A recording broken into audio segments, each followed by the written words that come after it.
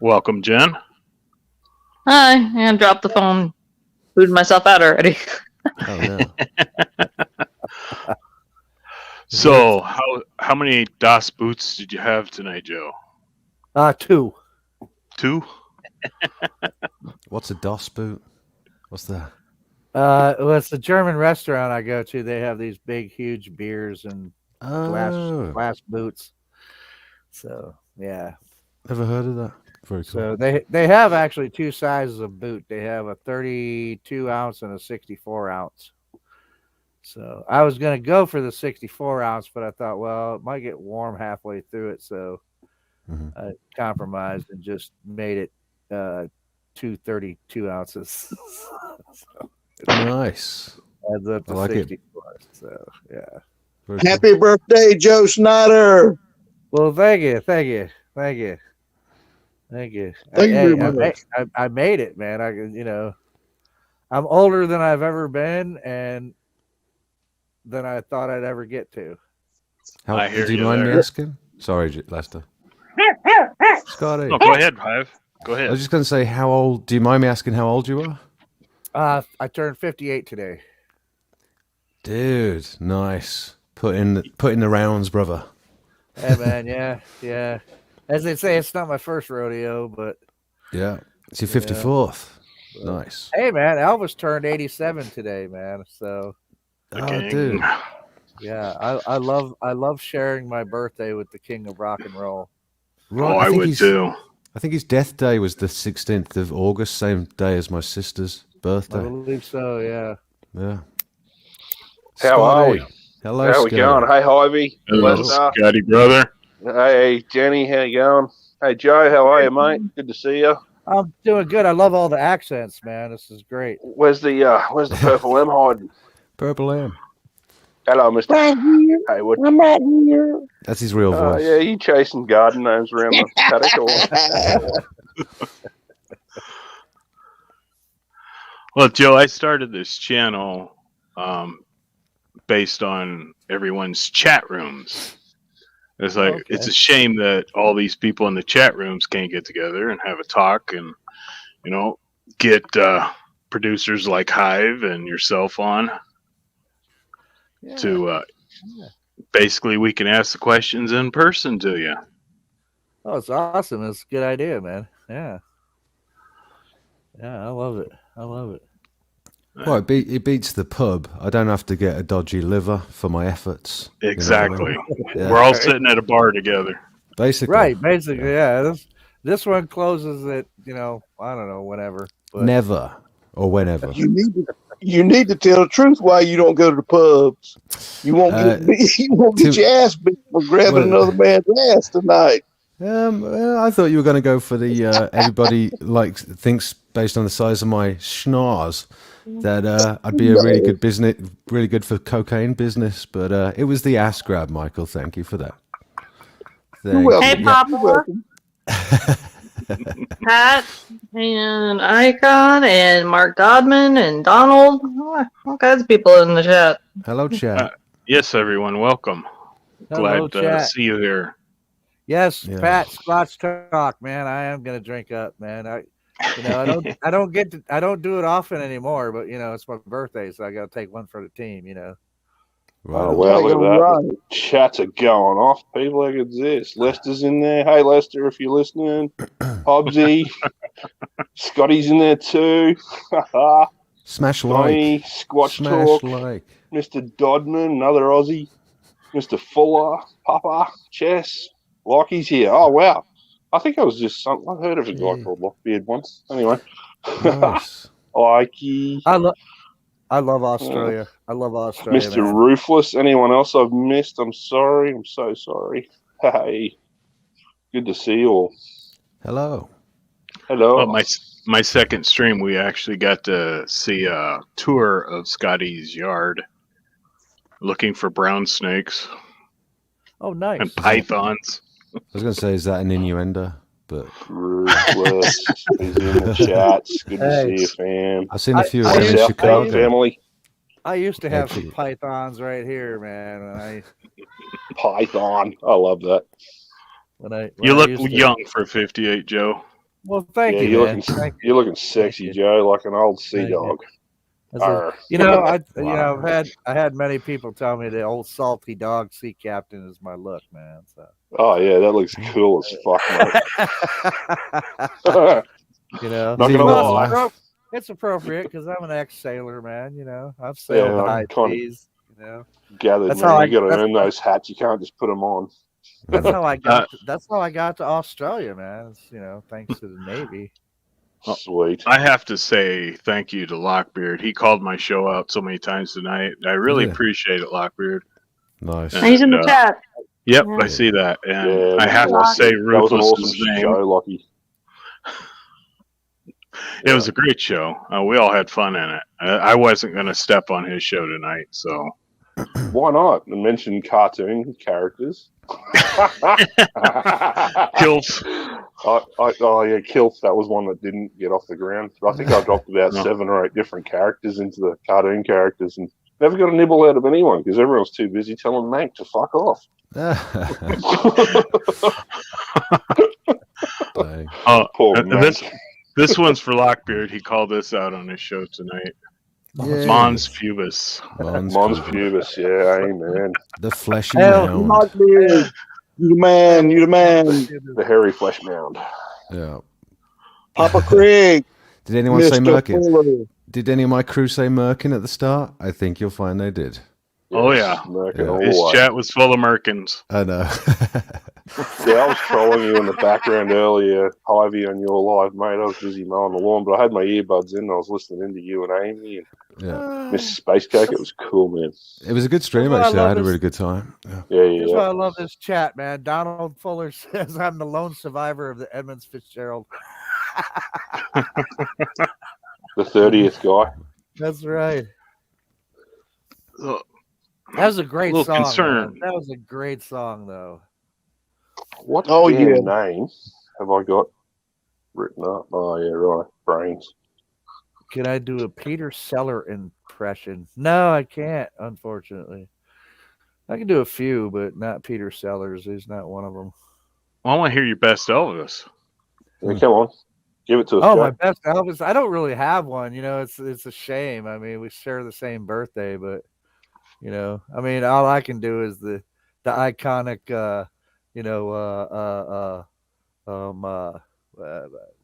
what's his iconic saying there? Thank you. Thank you very much. Thank you very much. Yeah, that's Thank you very much. Jen, you just saved the day. that's right. Come up. Jen's the one to come up with it. Yeah. Thank you very much. Nice. Sweet. I just well, Rumor. me and him both just turned 51 on the 2nd, so we're not that far behind you, Joe. Hey, there I'll you be go. 56 There you this go. year. Well, Hey, you know what? speaking of which, you're Lester, only did you as drop a old as link for you feel, Joe right? or what? Yeah, I sent it to him in Messenger. Evidently Joe didn't realize we were friends on Facebook. Yeah, right. Cool. I follow Joe on Facebook too. I That's thought we mad. were. Yeah. Yep, we're friends. Yeah, yeah. I love the avatar you got there, man. The Duke, man, because I've got I had this thing going on where they would send me these little things you hang on the wall. They're John Wayne 6-shooters, and they're just like from all of his different movies. And so I got a couple of them hanging on the wall. I got like 3 of Cool. them. I don't know where the third one went, but yeah. Cool. That's Very another- good.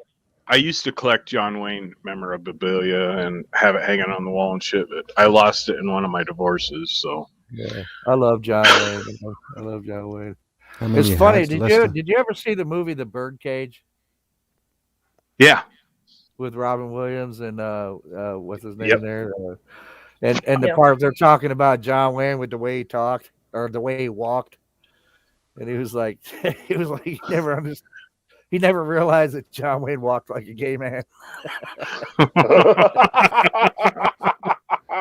He's like, is he kind of like this? And he's like, yeah, I just never realized he walked like that. Children. well, Donald Fuller wants to hear your best Gordon Lightfoot. Oh God, I don't even know, man.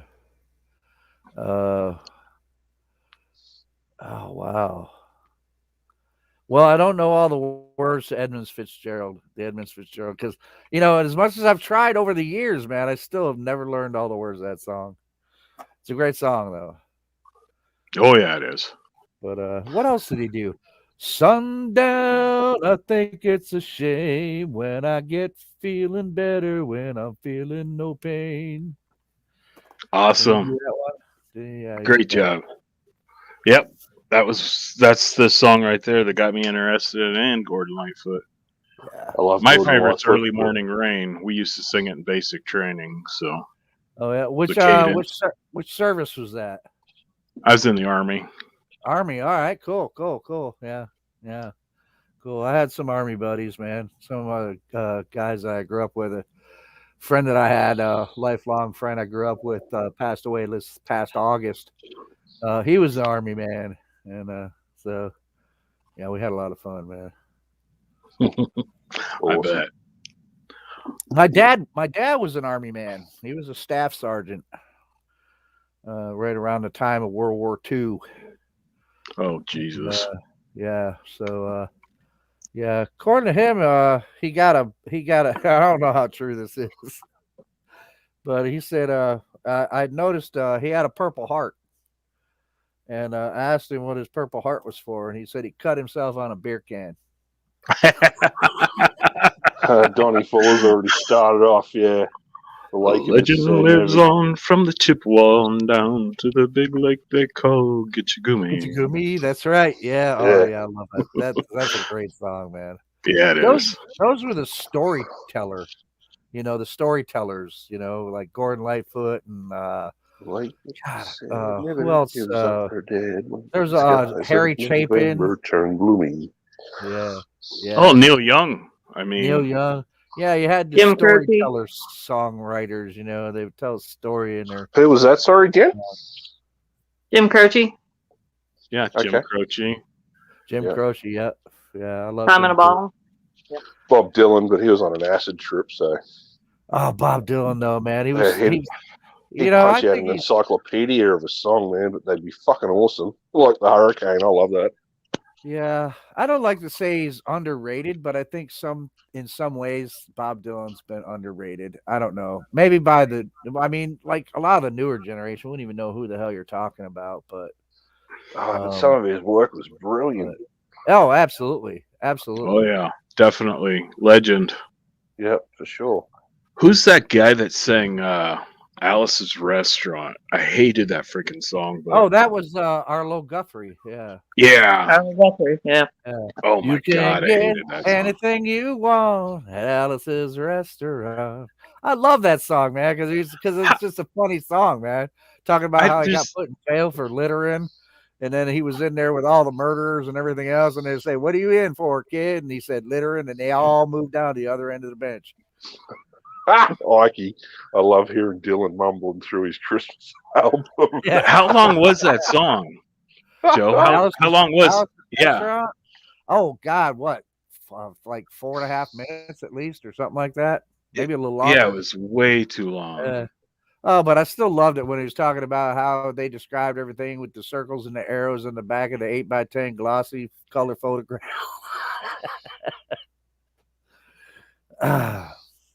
Yeah.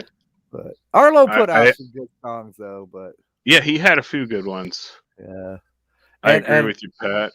And I gotta tell you, Dr. Hook, man. Oh yeah. Dr. Hook was awesome. What a way to go. I fucking love that song. Cover of the Rolling Stone. That's right. Rolling Stone, gonna see my picture on the cover. Stone. Gonna buy 5 copies for my mother. Stone. Gonna see my smiling face on the cover On the of the cover of the Rolling Stone. Yeah. According to Google, Arthur Guthrie's song is 18 minutes and 50 seconds. That's what I thought. Yeah, Yeah, oh my God, I way was way too off. long. Then. I was way off. So says Google. Yeah. So did Brandopedia. She's in here. Yep. So, Yep. Brandopedia. The detective found out first. Anyone knows a song, it'll be her. I want to kill. I want to see blood and guts and gore and veins in my teeth. Yeah, that was part of the song too when he went to the army recruiter. Yeah, chessboard. When I think of drinking, I think of John Fogerty. Oh hell Billy yeah! Thorpe. Oh, Billy Thorpe and the Aztecs. Yeah, absolutely, Mark. 100%. Great Australian rock. What's some of the songs they did, Scotty? Oh, for fuck's sake, don't put me on the spot, Lester. Christ. I never heard of them, so I got to ask. I'm That's why sorry. we have Google, man. We got Scotty. We got Mark Dodman. Come on, one of you guys come up with a name.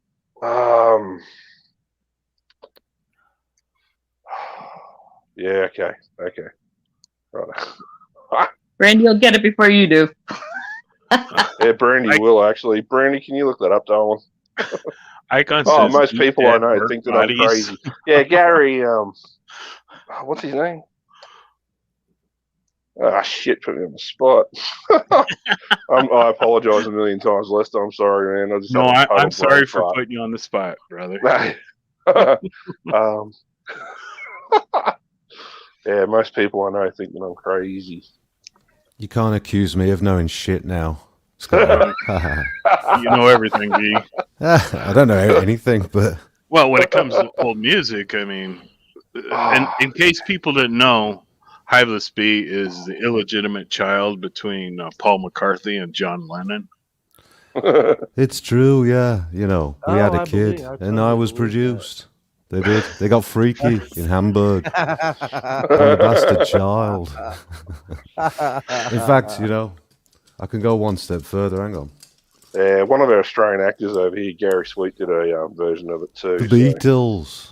See, there Sorry, you go. Scotty. Look, So, You look yeah, just like- but anyway, yeah, you can Google that shit, man. It'll be on. It'll be all over YouTube. So Yeah, anyway. So You're out of luck, gosh. Scotty. Randy didn't hear you.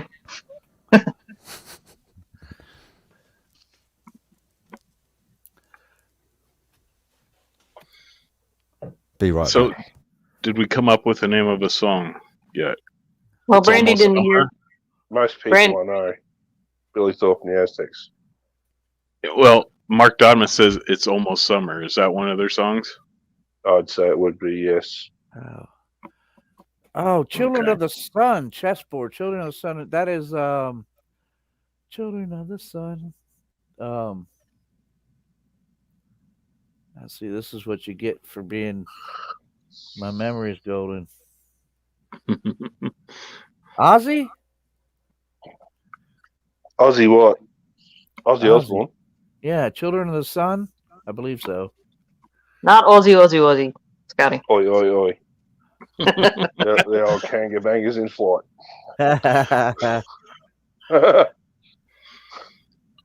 Oh, Yeah, Michael, that's- you should know some of this. I Okay. mentioned the other day somebody when I was in I saw a guy he got beat up by a wallaby. I dropped a link for that the other day. A guy landed in a parachute. Hey, Skip, this thing's just come over and kicked the shit out of him because it was near his Joey or something. Near his Joey. Well, I see, can I guarantee it wasn't Scotty.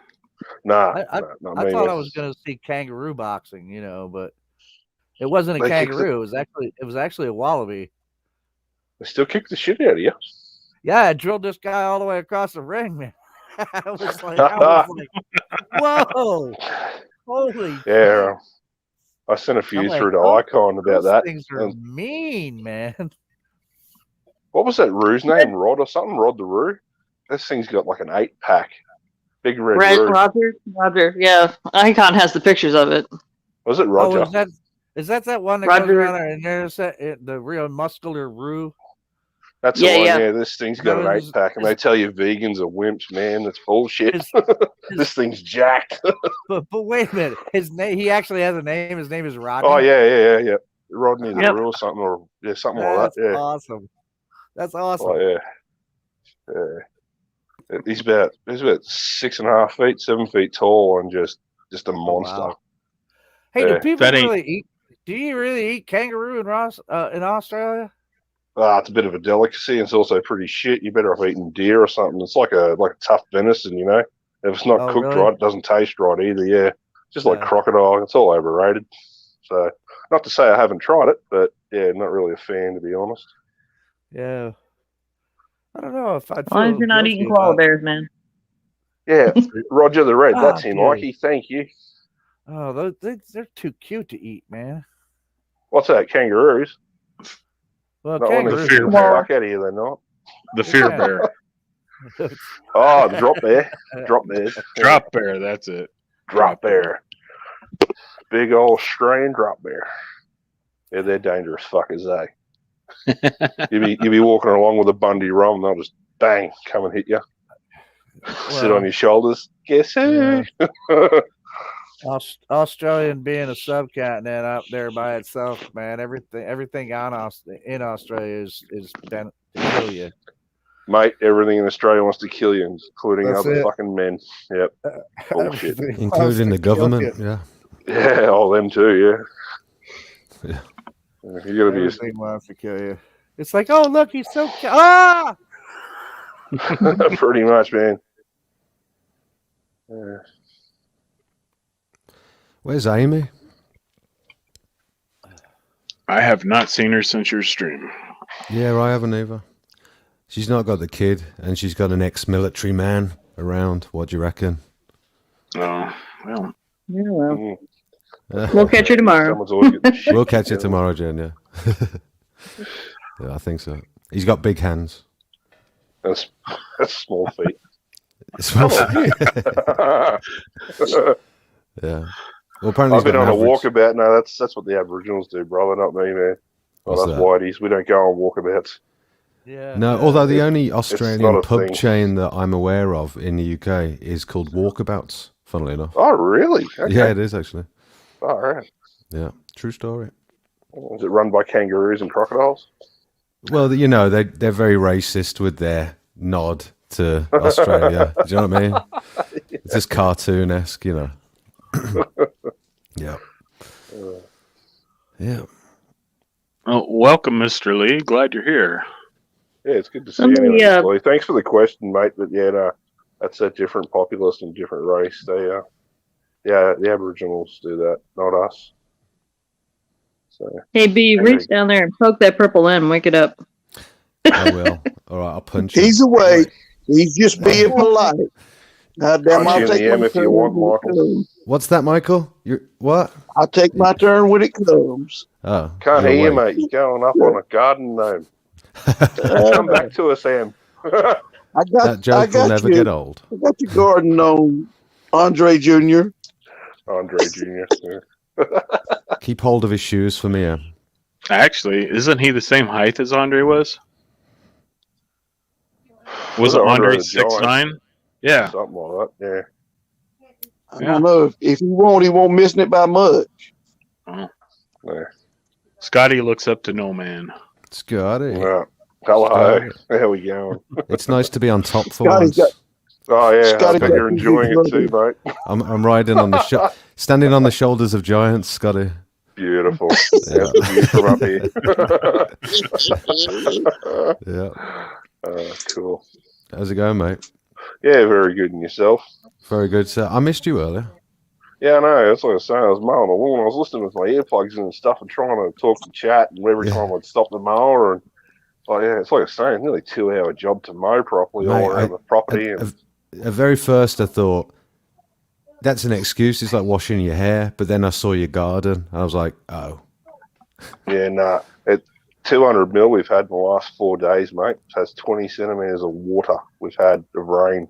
We got a subtropical low coming through from up north, and it's pushed like a low front through. And we got flooding in Bundaberg and Maryborough and all the major towns heading north. Well, they're minor towns, but not, you know what I mean? So, yeah, and then they reckon there's another cyclone front coming through now. There's another subtropical low pushing through. So, like I said, I put the rider over the lawn this morning, turned around, the shit's long again. So that gives you an idea of what sort of conditions we're in at the minute. Like, it's just, it's pretty full on. Yeah, man. Harsh. Yeah. So what's your average daily temperature there now?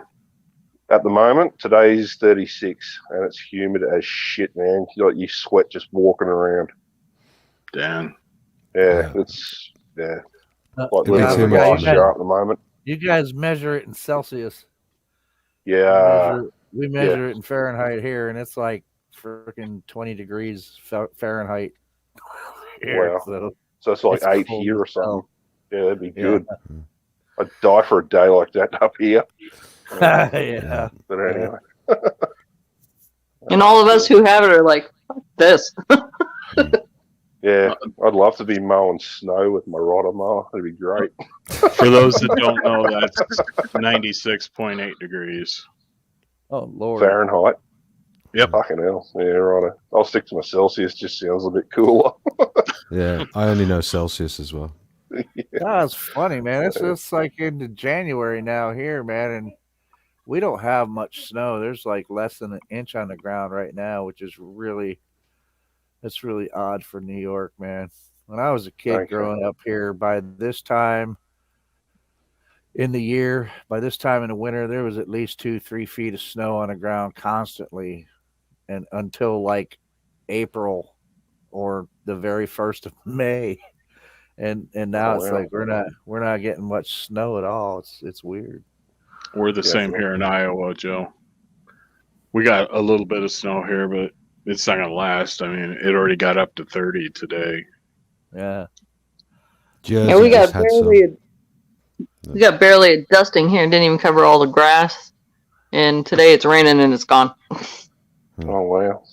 Yeah, I'm thinking it's like I'm getting older, and it's like, yeah, the cold really gets to me a bit, you know. But snow, when it's wintertime, I'd rather see snow than I would rain, because, like, you know, if it's really cold and it's raining, it's awful. But if it's cold and it's snowing, you know, you're like, oh, look at the pretty snow. You know, you don't feel so bad, right? So, yeah, I know where Ruthless is down in Sydney. Like they've had some wicked weather. I don't know where Mark is in the country, but I know he's over here somewhere. Like another Kangabanger. But yeah, where we are at the moment, they're saying it'll be like early April, probably mid-April before the wet weather starts to cease. So for some reason, they're predicting it to be a longer season than normal. It was a wet winter, and it's going to be an even wetter summer. So yeah, something's on the move. It just seems to be a cycle. I still blame China. Oh yeah, we'll blame them. They're not here to do anything. We'll blame them. Well, they're the ones changing their weather on purpose. So, well, and the US, to be fair, Lester, both are at it. I haven't seen any examples of the US doing it. Very simple. Half. Of course the US are doing that. Mate, do you think they'd let China play with that shit? And in fact, I bet you China stole the technology from the US. Definitely the US were up to that first. In fact, I can point out the... Look, brother, I can show you the US Air Force papers on weather modification, the white papers. Oh, I believe you. I believe you. Is that like cloud seeding like they do over here? Or cloud seeding, lightning that's part of a seeds. thing? China's doing that, yes. Yeah. They're at it, man. Trust me. Well, it's the future of weather. It's the future of weapon. Well, you know. Yeah, we'll basically think of what you can do if you can create a flood in Iran, let's say. It's the future of warfare, isn't it? It's like... A flood in Iran. Fuck, you'd be bringing crops to the desert, wouldn't you? Literally. Well, no, there was a mad flood in Iran a couple of years ago that fucked the place up, yeah. So I actually thought... Yeah, I actually thought that it looked like it had been created... Probably by the US government, but who knows? I don't know. Mm-hmm. You know, but if you imagine you can create earthquakes, mad weather systems, tornadoes, the snowstorm that was forced into Texas, which may well have been Chinese. We don't know. I don't know. But it's like, in fact, you could probably wreak more havoc with weather weapons than nuclear ultimately, and there's not the fallout from it. So it's, you know, US are looking into it. In fact, US are well and truly top dog in that game, in my opinion. Okay. Yeah. Well, I know we had HARP program that was supposed to affect the weather, but I heard they dismantled that. So I don't know. I mean, I haven't looked into it recently, but I'd imagine it's still fully operational. Yeah. But anyway, U.S. we're always looking into shit, man. We can't stop. But the conspiracy is the conspiracy itself, really. Yeah. Who knows? Hey, The problem. Donald, man, yeah, we do get lake effect snows sometimes off of Lake Erie, but it's got to be really bad for us to get them down here. Sometimes we get, since the area that I'm in is like the Finger Lakes. Lake Erie is west of us, and the Finger Lakes are just north of us. So sometimes we get like, and Canandaigua Lake is the closest one. So sometimes we get lake effect snows from Canandaigua, but um, my wife just yelled at me. We get them from Erie and You've been told, mate. The boss is Yeah. calling. Tell mom we said hi. She's not even from. Hey, Ma. She's not even from here. I am. I was born and raised here, but she's right. It's Lake Erie and Lake Hemlock, and because Hemlock is a little bit closer to us, so. But yeah, it's got to be pretty bad for Lake Erie effects. Lake Erie effects snow affects Buffalo more than it affects us usually. But I remember this blizzard of '77. I was like, 13 years old, and man, it just like shut down the city of Buffalo, period, which never happened.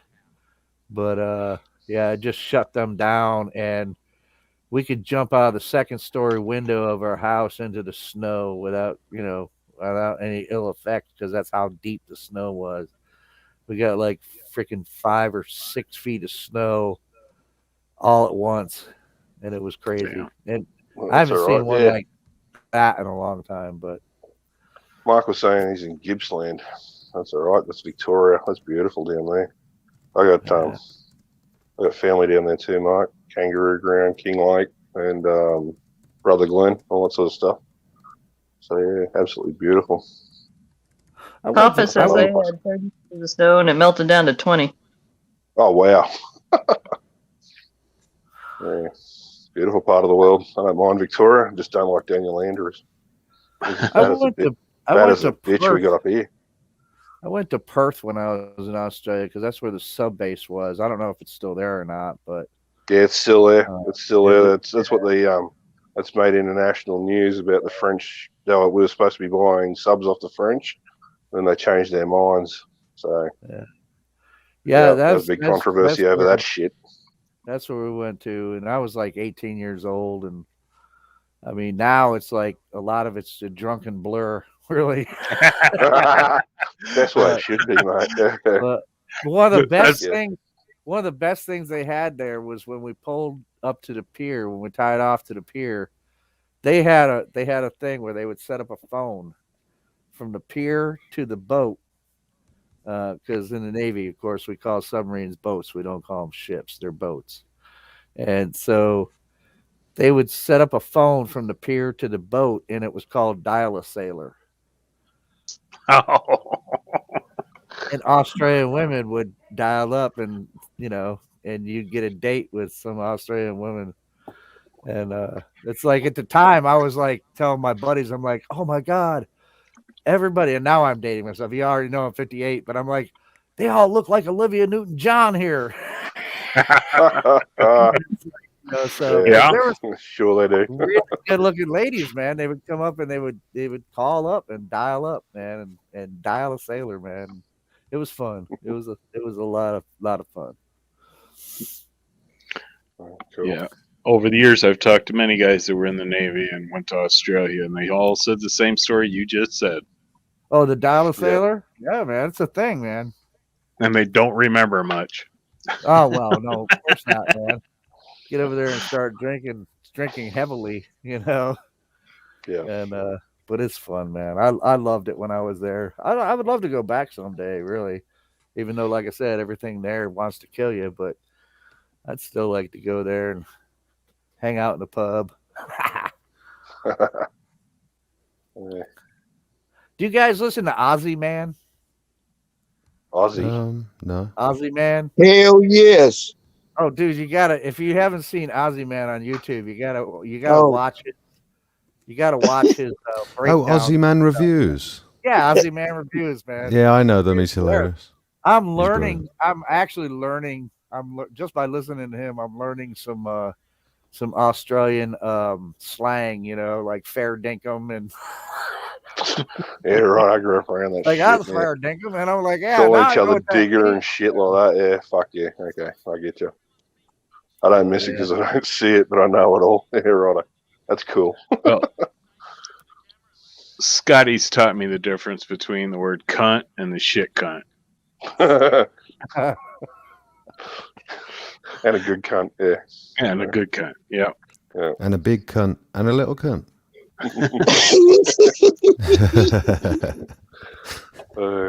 Not my finest hour, but we got there, didn't we, Lester? Yeah, we got there. Didn't realize there were so many different definitions from it, but Yeah. Well, you can call see- a puppy dog that, and you can call your bowl of cereal that in the morning, mate. It's acceptable over here. Like we've had this discussion before, right? yeah. Like, if you're not calling your mate one, that you've got the shits with them for something. So Yeah. yeah, it's true. What was that for, you cunt? Pretty much. That's what they So- say. Yeah, a good friend will like on a bad day, a good friend will like listen to you, but a really good friend will fucking make you even angrier. So Yeah, good. Yeah. I think that's about the same in just about any country, though, isn't it? Right? yeah. Your really good friends know how to bust your balls the right way. So, Fuck yeah, and your great friends will fuck up a bad day, make it even worse deliberately. right. Great. But it's cool because then, that allows you to know when the good days are, Yep. Well, better bring this back up, talking about this subject. Mm-hmm. Oh, every time he does this, you got to drink. Mons There you pubis. go. Mind you, Hell, Cheers. hell to Not the mom. Speaking of which, I should Mom. locate down to my office. I'll do that. I'll turn the blank screen off and I'll go down the office. Not mom's pubis. No. Mons. No, Michael. No, Michael, Mom. yes. Michael, no. Mum's pubis, not again, Michael.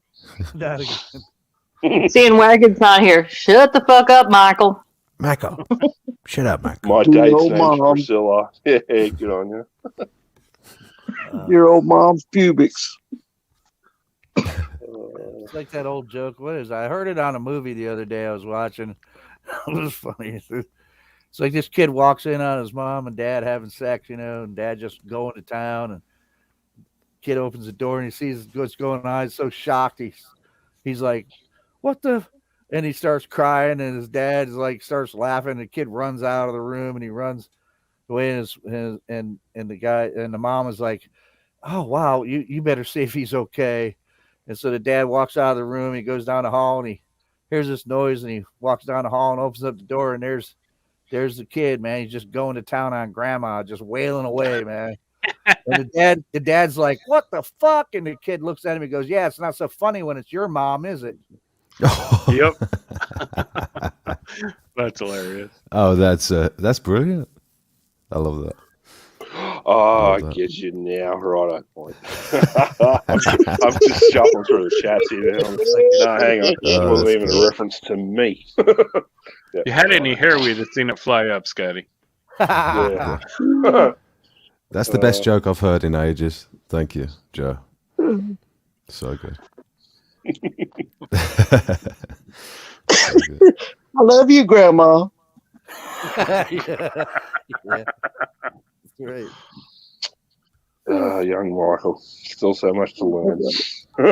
Daddy made me do it, Grandma. Daddy made me do it. Oh, I used to have a lot. So, of Jen, grandma. I know you have questions for Joe. And where did you get Gary?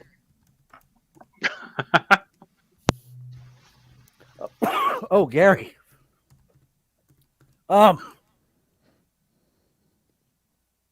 Where, where do we meet? I forget. I think I ordered him off of Amazon. I think. Pretty sure. Excuse me. Pretty sure that's where I got him from. I ordered him off of Amazon. Yeah. That poor delivery guy. Gary's not small. He was actually one of the smaller ones. You can get ones a lot bigger than him, actually, but they get kind of expensive after a while. So, but yeah, Gary wasn't too bad. So I was like, well, I can get a small one. So, but yeah, he's pretty cool. Doesn't look anything like the one I saw, but he's still cool. Well, at least he, helps with the podcast. So. Well, yeah, he's got his jobs, man. He has to roll the credits and stuff sometimes, and he comes up with some good ideas sometimes. Not much of a talker, though. That might be a good thing. Is that better, Icon? You hear Joe better now? I turned your mic up, Joe. Oh, You were okay. a little quiet there. I like your Wolfie costume. That was pretty cool. Halloween was awesome. Yeah. Halloween was great. That thing, wow. Yeah, when I first bought it, I first ordered the original, and I thought, well, how cool could it be? And then when I got it, the actual costume itself was pretty cool, especially when it came to the legs, because they got the extra padding that makes you look like you've got actual wolf legs, right? But the mask that came with it was like it was just too effed up. I couldn't see out of it really that well, and so I'm like, I got to get a different mask for this.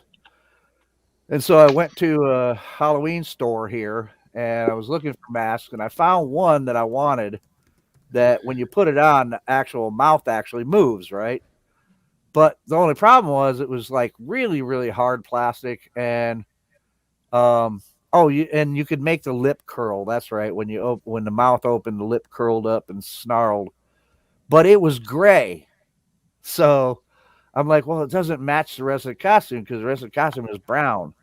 So I took some of that fake hair stuff. I got some like gray, and I like hung the costume up, and I sprayed it with this gray hair color stuff that kind of made it a little grayer, and it kind of matched a little bit, but I didn't like the match, so I went out and bought a third one, and that's the one you saw that was brown. But by that time, all of the gray from what I'd sprayed on it had gone, so the rest of the costume was back to its regular brown color, and then that mask matched pretty much with it. So, and it had the mouth that moves, and it's it was one of the coolest werewolf costumes I've had in my life. I love it. I don't believe in Dogman. That's the funny thing. Don't believe in Dogman. But I love werewolf movies, man. Loved them ever since I was a kid. Every werewolf movie I could ever watch, I've watched. Well, that was hilarious. Wolfie did some good acting there. Yeah, Wolfie. He's the big bad wolf's cousin. Yeah. But we drinking there, Scotty? Oh, he's muted, but damn it, fucking thing. Yeah, Thunderbird rum, brother. Woo, where are we? Yay. Now what is that? Oh, it's rum. Okay. It's rum. Oh, okay. Holy cool. Moses. So is it true you guys don't drink Foster's down there, man? Nah, man. we make that shit to export it, thanks. And, right. You give it what to they do us. is they pump it out of the Brisbane River. They put a bit of flavour in it, or a bit more flavour, and then they fuck it off. So, yeah. So they give it, and they send it to them guys, and they'll be like, "Oh, we're drinking Aussie beer." And you guys are like, You can fucking take it, man. I think we get camels to piss in tins and then export it. So. Yeah, I never liked Foster's, man. Yeah, nah. Yeah. And I don't think I ever drank a Foster's when I was in Perth. I don't remember exactly the names of the beers that I was drinking there, but they were all Australian beers, local beers and stuff, Yeah. Yeah, it wasn't anything like Foster's or anything mass produced or anything. Mm-hmm.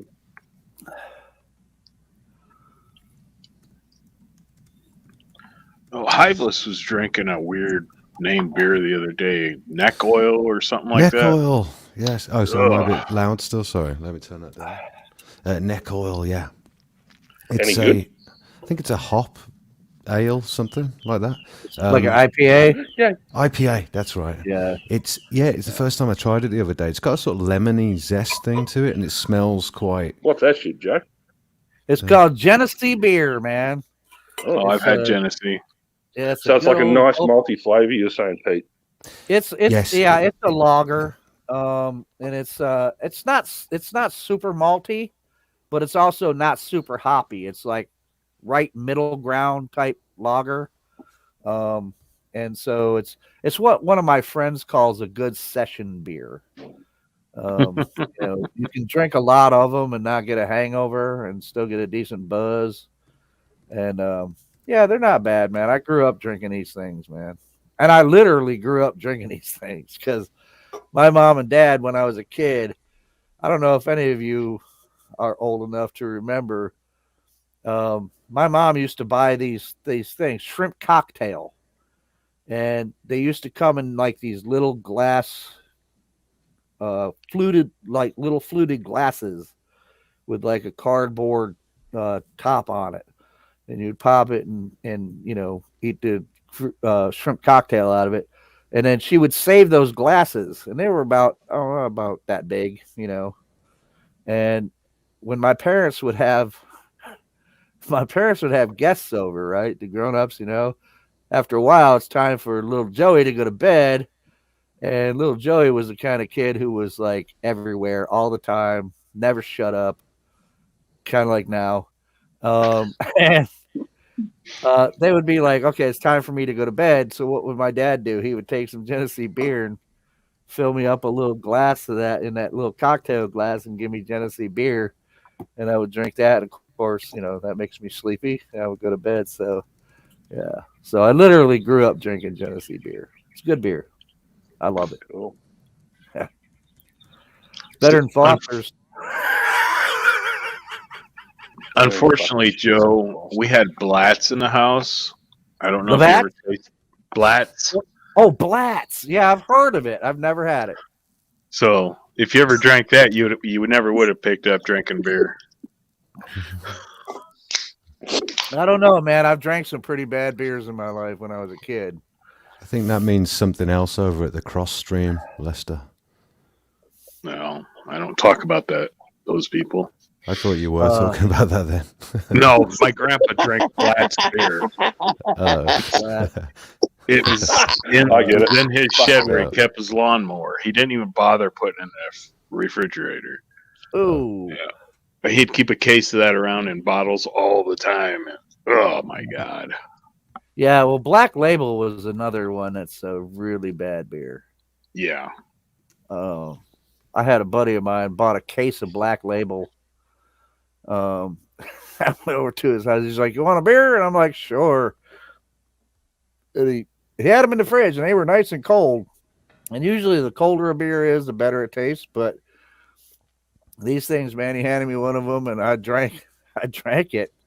Be polite. He's like, "You want another one?" And I was like, "Hell no, dude. That sucks." And he was like, "Yeah, I know." He's like, "I bought that case. I drank one." He said, "I can't get rid of the damn things." Milwaukee's best.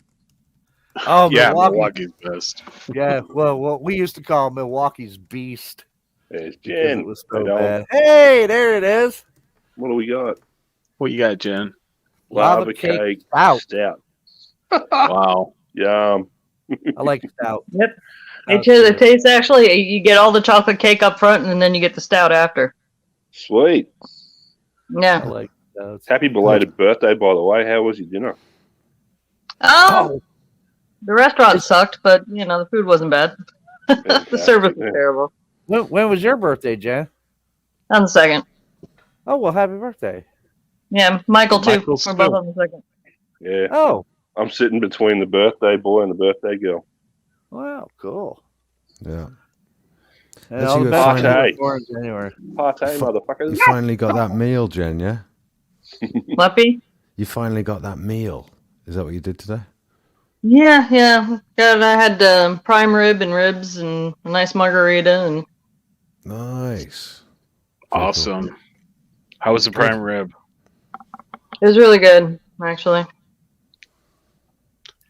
Yeah, they screwed up the entire order. Like, brought out all the wrong stuff the first time around, and it was cold, so they went back and brought it all back out and got it right the second time around. Tell you, Roadhouse has just gone to shit. I'm pretty sure they all have. That's a tradition here in New York, man. On at least during the, I don't know about in the wintertime, but usually it's like spring through summer, and I'm sure that some of them probably still do it. But yeah, every Friday, almost every restaurant every Friday has a fish fry, which is the special, and then Saturdays is prime rib. Yeah, Same here. We have walleye is what they have here. Prime rib. Love me some walleye. Where are we? Michael. Yes. I'm not hearing enough from Michael. He's quiet. Miss you. I'm just sitting back and soaking it up. I know you got questions for Joe. Well, at the moment they escaped me, right? I imagine. Mark's going. Cool. Thanks, Mark. Come on, let's stream so he can put you on the spot. Give me a second because I'm gonna go get another beer and I'll be back. And you can think about it. How do you fix We that ain't going problem? Get nowhere. more beer. Well, We ain't going nowhere. Lester, if you need someone to make way for anyone else, I'm happy to do that because I'm speaking super quiet anyway. Well, I've got no one backstage. You're welcome. Backside. Backside. No. That's fine, mate. I'm just saying I would do it happily. Michael would have someone on his back door, wouldn't you, Michael? He's already got it, yeah. He's already got it. You should get Papa up here. Papa has some great stories.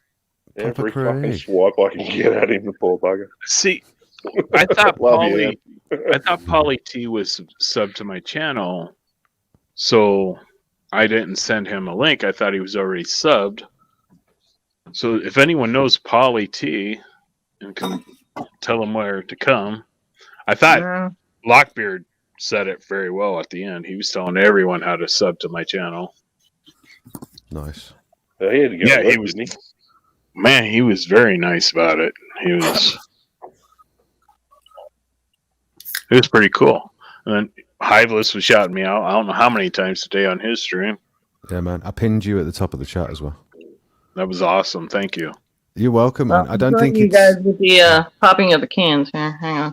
That's all right.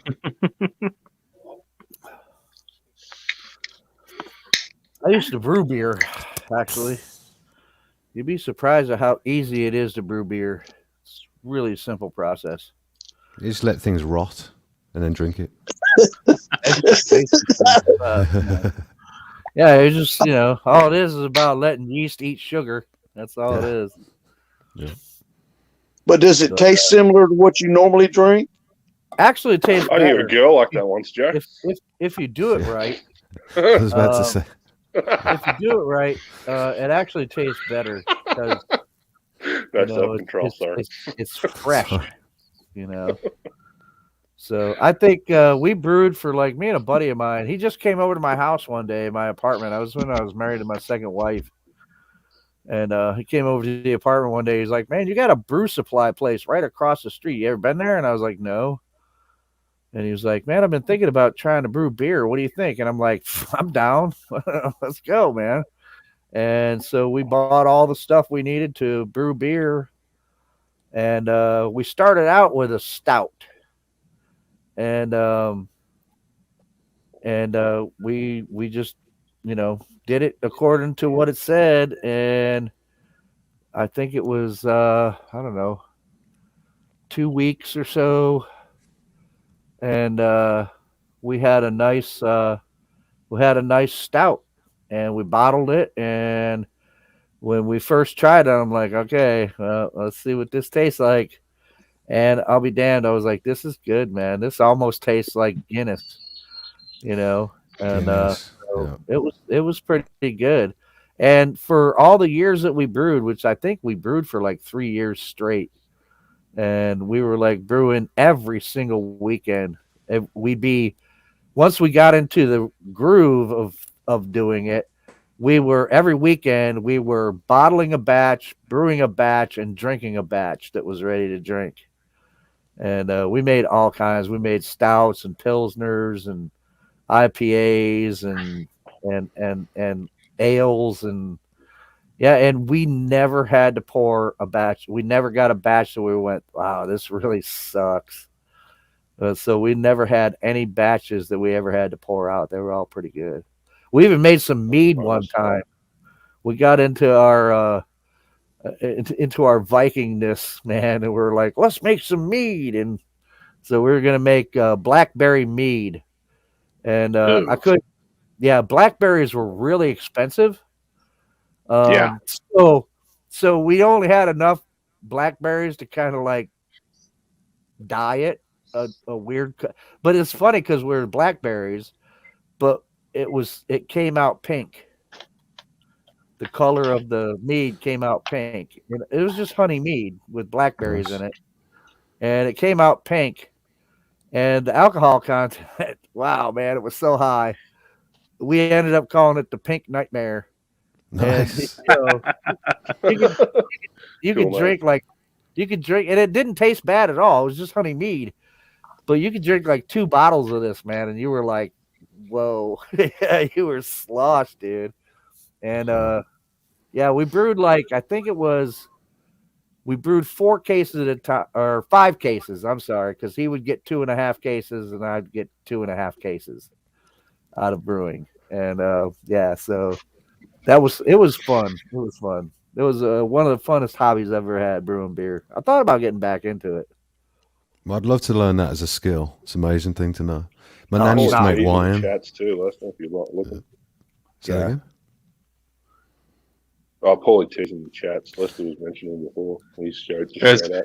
Isn't it kind of funny every time I mention someone's name, they pop in the chat? I blame Brandy. Can you just mention $1 million like 3 times over and make that appear? Yeah, no shit. Yeah, come on. Do your fucking job, will you, Lester? Do you know what that reminds me of? Scotty, that girl that you sent me a picture of yesterday. Oh, the one you've put publicly. No, but mate, do you know why I did that? Between us. I know, and I'm sorry, brother, but what it was because you sent it to me while I was on the stream, I just ended up saying, oh my God, do you want to see this picture Scotty's just sent me of this girl's tits falling out of the fucking top? I saw it. And, I saw no, it. listen. And then everybody wanted to see it, and I was like, well, I'll just drop it in the group, in the crew chat, because it said if you don't put this forward, you get 5 years bad luck. So I thought if I send it to 8 people, I'm in the money. There you go. Oh, yeah. I was trying to keep that away from the girls, but thanks for fucking it for me, Pete. Sorry, There's certain elements that we'd like to keep amongst the boys, you know, but anyway. I'm sorry. I don't want to now. Doesn't matter. I'm sorry. I don't want to encourage them, mate. They'll be making their own next. Yeah. That was the first thing. I saw when I woke up. I was shocked. I sent it through you privately, and then all of a sudden it's come up on the crew chat. I know. I'm so sorry. You're fucking kidding me. I could have just saved all the shit and done it myself if I had the balls to do it. I know, mate. I do apologize. Well, Lester's very glad. I apologize to the women, not me, man. It wasn't me that, you know what I mean? Well, Lester was very happy about it, I think. Well, I was on my laptop, so when I clicked on the picture, it was full screen. I was like, "Oh wow, whoa, that was life size." We got his real time reaction. We're all in our fucking 40s and 50s and still laughing over a set of tits, mate. That is the power of tits. Well, Chessboard has a question here. What do you guys think? So, we'll ask the question and we'll know, Lester. Oh, I put it on the screen. How many know why beer became so popular? Because it's cheap and it's nasty and it gets the job done. Great answer.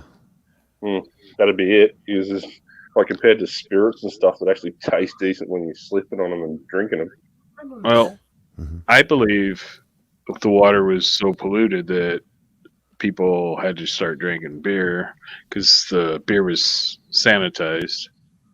Pretty much, that makes sense. It was fermented, it's been cooked. Even better answer, Lester. Amazing. Well, that's what I fucking assume. upstage me on your own show. Right.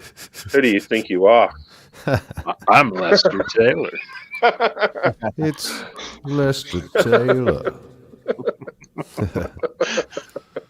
I know why. That'd light almost be beer- serious if it wasn't so funny, bud. I know why light beers became popular. I know that. What's that, Joe? Well, light beers became popular like during right around World War II, because all the men were gone off to war basically, and the women were doing all the jobs over here, and they were going into bars and they were drinking, and they preferred light beer, so they started making more light beers because of the ladies. I was about to say And that's a that's- sexist joke. They don't make light beer for men, but anyway. Yeah. Well, it's sure, just like though. owning a Toyota Prius. they- They don't make them for men They either. didn't make light beers for men. They made light beers for women. Yeah. I'll try telling all these ponytail fuckwits getting around that. Is that what Zero you call carb, women? no carb, Ponytail light fuckwits. Full starts for dickheads, all these bearded, fucked up freaks getting around with more tattoos and they got fucking brain cells. Yeah. I've always looked at light beer the way I look at decaffeinated coffee. What's the point? Pretty much. Totally agree. It's Totally. like smoking fucking what are those cigarettes with those? Menthol cigarettes. Silk Why would cut. you fucking Silk bother? cut. Silk cut. Silk With the cut. little holes in the nubs. Little holes in. Yeah. Scotty? I've had some silk cut. What's that with the cigarettes? Yeah, silk cuts. They got little holes in the nubs, so you can't really get a drag. Oh, Yeah, yeah. Those are real popular in England, I think. Still, That's right. I don't know why. We're a bunch of junkies over here, mate. I blame the weather. Yeah. Icon says light beer is good for those who don't like the taste of beer but like to piss a lot. Well, now they got zero alcohol beer. It's supposed to taste the same without the alcohol. Why would you fucking bother? Yeah. that's what I don't understand about people who say about the taste of it. I enjoy It's it. part of the LGBLMNOPQRS fucking crew, mate. That's all it is. You're appeasing everybody by appeasing anybody who thinks they're anybody. You know what I mean? Like, it's not the way it used to be, is it? Yeah, I mean, I get it if people, if beer isn't quite your taste, but it's not because beer doesn't taste good. It's just that beer doesn't taste good to that particular person. Exactly. Yeah. Because I love. There's all kinds of good tasting beers out there. I'm a fan of the home brew, like the boutique beers. All the little ones. Yeah. Well, I mean, other than Genesee is about the only mass-produced beer that I drink still. Because Joe, have you tried Elvis Juice? Elvis beer? Elvis Juice by Rheingeist? Is that like Jesus No. juice? I have not. Yeah, it's Where'd you go, Jen? It's an IPA. It's got like I think it's like a grapefruity taste to it. Okay. Yeah, it's called Elvis Juice. Yeah, I haven't. No, I haven't had that. I've had one recently. I don't remember what it was called though. Kind of had a citrusy grapefruit kind of taste to it, which was kind 3 of cool. mouthfuls to a tin. It's bullshit. I think that's Yeah. I think that's genetics, Scotty. We don't make them supersized. Sorry. Yeah, barely fit in my hand. Well, Chessboard's got another question for you guys. Why do you piss so much when you drink beer or coffee? Because they're a diuretic, buddy. Exactly. That's what I was going to. Yep, they're a diuretic. That's what they're considered. That's why they make you whiz so much. Yeah. Water is a diuretic as well. Oh, really? No, I'm Okay. taking a piss. But if you drink enough of it, you'll piss. Yeah, well, fair enough. But I've noticed that if you drink like a glass of Coca-Cola or 2 glasses of Coca-Cola in a row, and all of a sudden, the transition to go and have a leak, you smash 3 or 4 glasses of water, and all of a sudden it's like, yeah, okay, maybe one day in the next hour or so. Oh, because it sucks up all the sugar. Oh, the something. Hey, water Lester, Polly wants a just link. falls back into your system. It doesn't get rejected by your kidney. Oh, That's the right. best part. Yeah. Interesting. Something. Let's see. Yeah, thank you. Year 3 science, kiddies. Thank you. Coming to you live from Lester's channel. Nice. There's a link, Polly, if you want to grab it. I'll step down. Well, no, Lester, let me step down because I'm really struggling to keep it quiet enough. So it's been really nice to meet you all. It's been awesome. Thank you for coming up, Pete. It's awesome, mate. Yeah, thanks, Ike, for joining. I appreciate it. It was good to get it kicked off. Talking to you today, considering I couldn't meet you on your own live. Yeah, well, we'll see. I might do one tomorrow and sort of promote Amy's and Michael's show for Monday.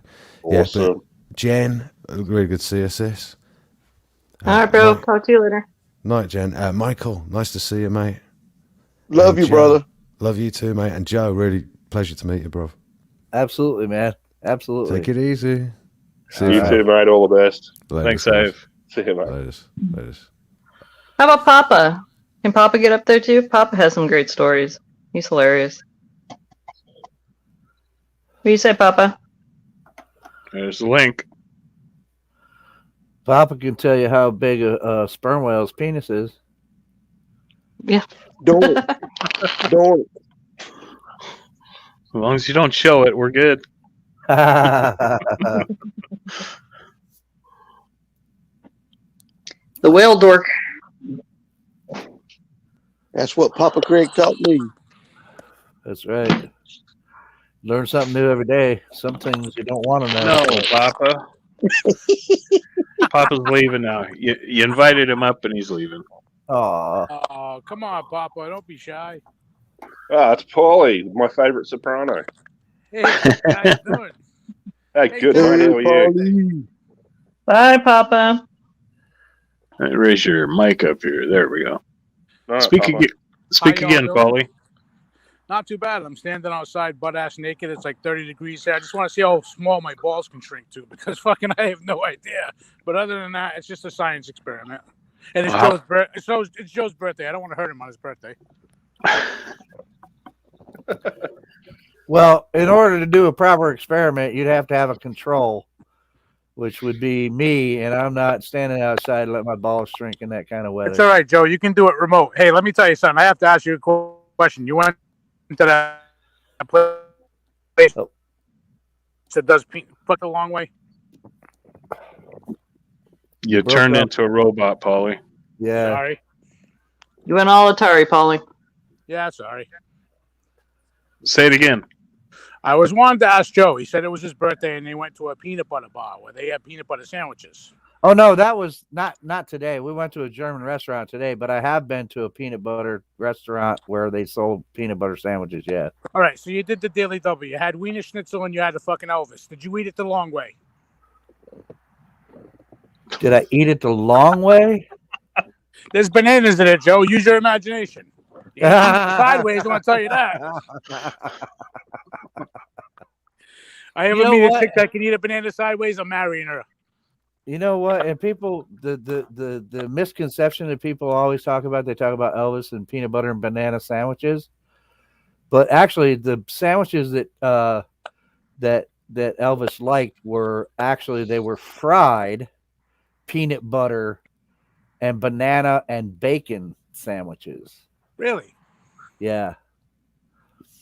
Bacon makes everything better. So it was a chimichanga? Everybody. Peanut butter and bacon sandwiches sounds all right. Better make sure you got extra toilet paper when you eat one of them.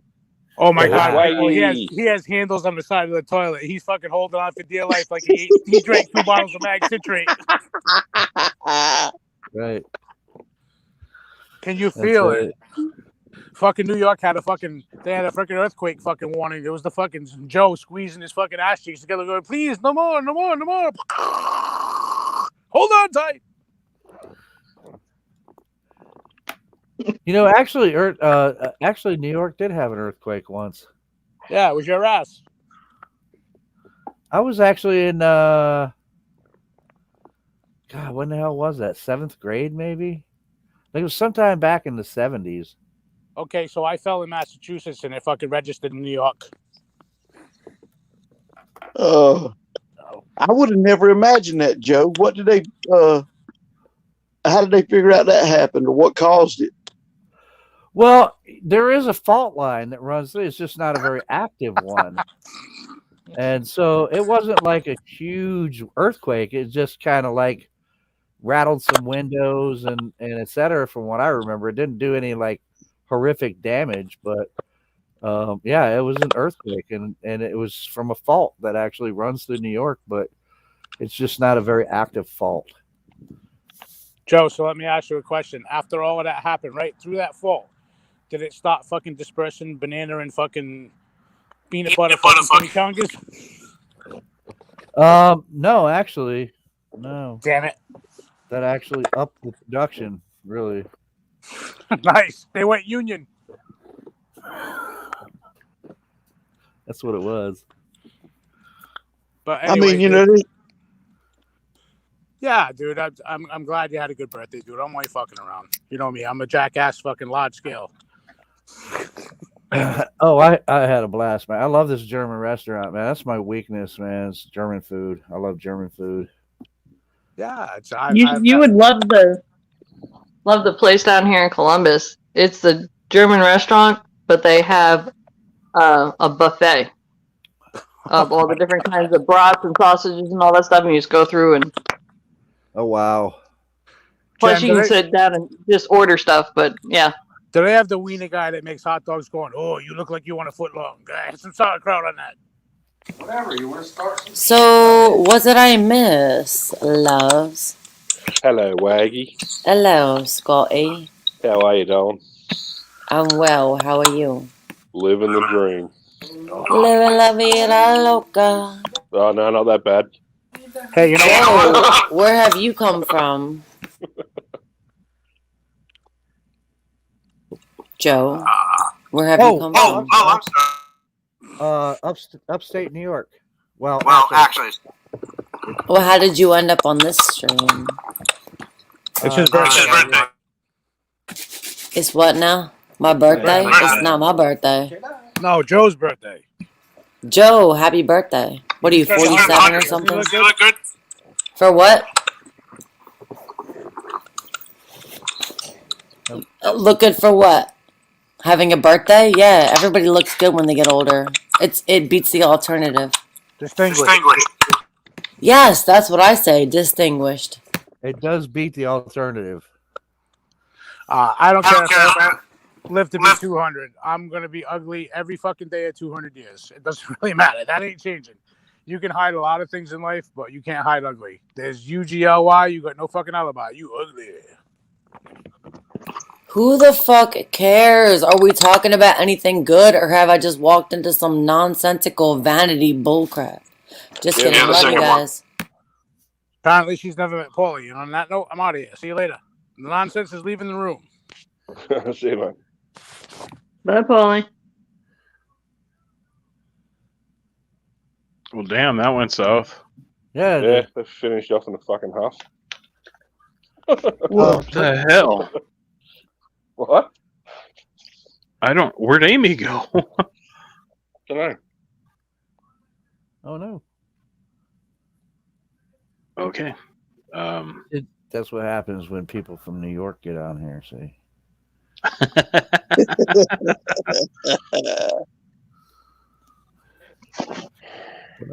Now I'm an open book, man.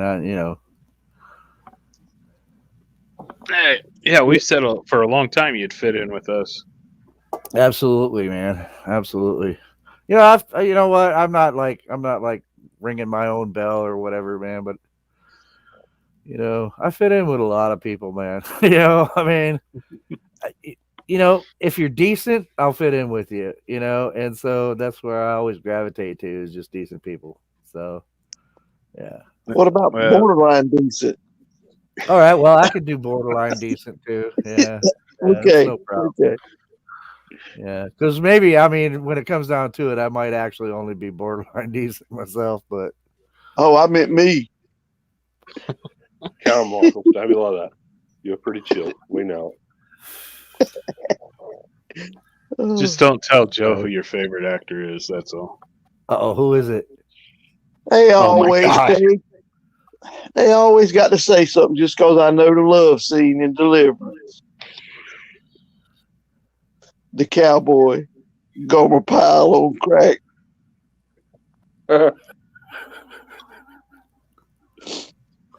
They don't they don't like the love scene where what they done to Bobby.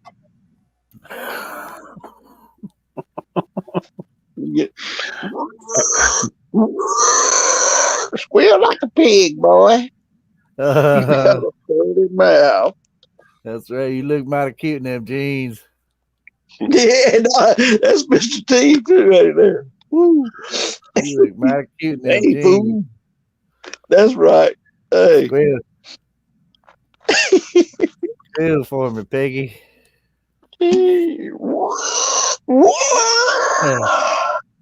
That was one of the most messed up movies I ever seen in my life, man.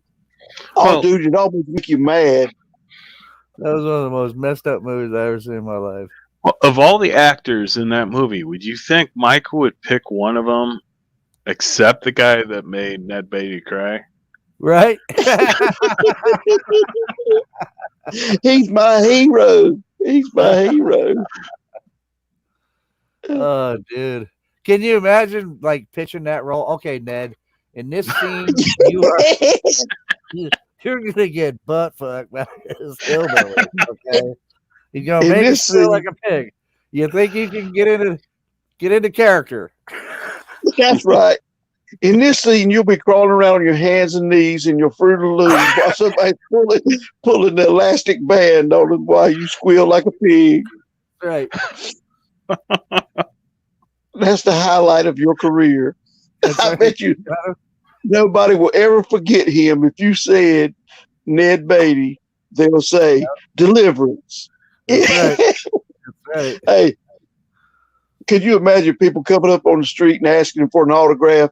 I love when you played in Deliverance. He'd be like, oh, damn. You nailed that role. Yeah. Woo. But you tell me, what other movie was he really, really good in? Or can you tell me a movie that you remember him having a better role? Right. First thing that pops in your head is Deliverance. But we all know his name. Yep. Yeah, that's true. That's right. Oh, Bobby. Yeah. That's funny, Point Fire. If they play it, I'm a Man of Constant Sorrow in the background as Ned was getting poked. It's just ain't your day, Bobby. Oh, wait a second. That's a great song, though, man. That's a great Ladies song. and gentlemen, children of all ages, welcome Papa Craig. All right. Oh, my goodness. Hello, Papa. Hey, Papa. How you doing? I think I'm getting this figured out. Can you hear me? Yeah. Loud and clear. Yes, sir. Yes, sir. Awesome. Hey, Papa. Hi, Jan. What are you guys doing? I'm not retired.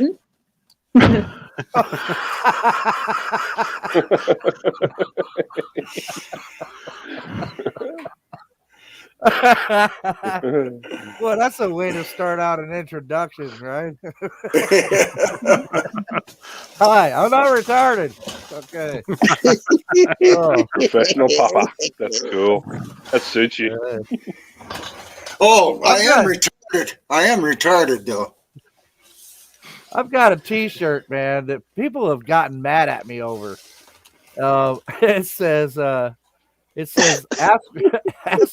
ask me about my ADD. And it says, hi, I like cake. Is that a tree? Hello. And people are like, that's just so. I'm like, what are you talking about, man? I have ADD, man. Oh, I've got it horrible. You're mad at me, man. I've got it horrible. Always have. That's why I just run around the mountains all the time. I'm telling you, man. If it was like, look, I will tell you right now, nobody in this world, I don't care if you're a genius or not or whatever, nobody in this world is normal, man. Nobody is normal. Everybody's got something, man. And I'm like that, Joe. If someone says, "Oh, you're normal," or define normal, I'm like, "Yeah, we'll define normal." There is no such thing, I don't think. I mean, look, I got ADD, I got PTSD, and anxiety, man. So I mean, woo-hoo, I'm having a lot of fun. Squirrel. Just reminded me of one of our fish boat skippers in Alaska. Fairly normal. Oh no, nearly normal Norman. Nearly normal Norman.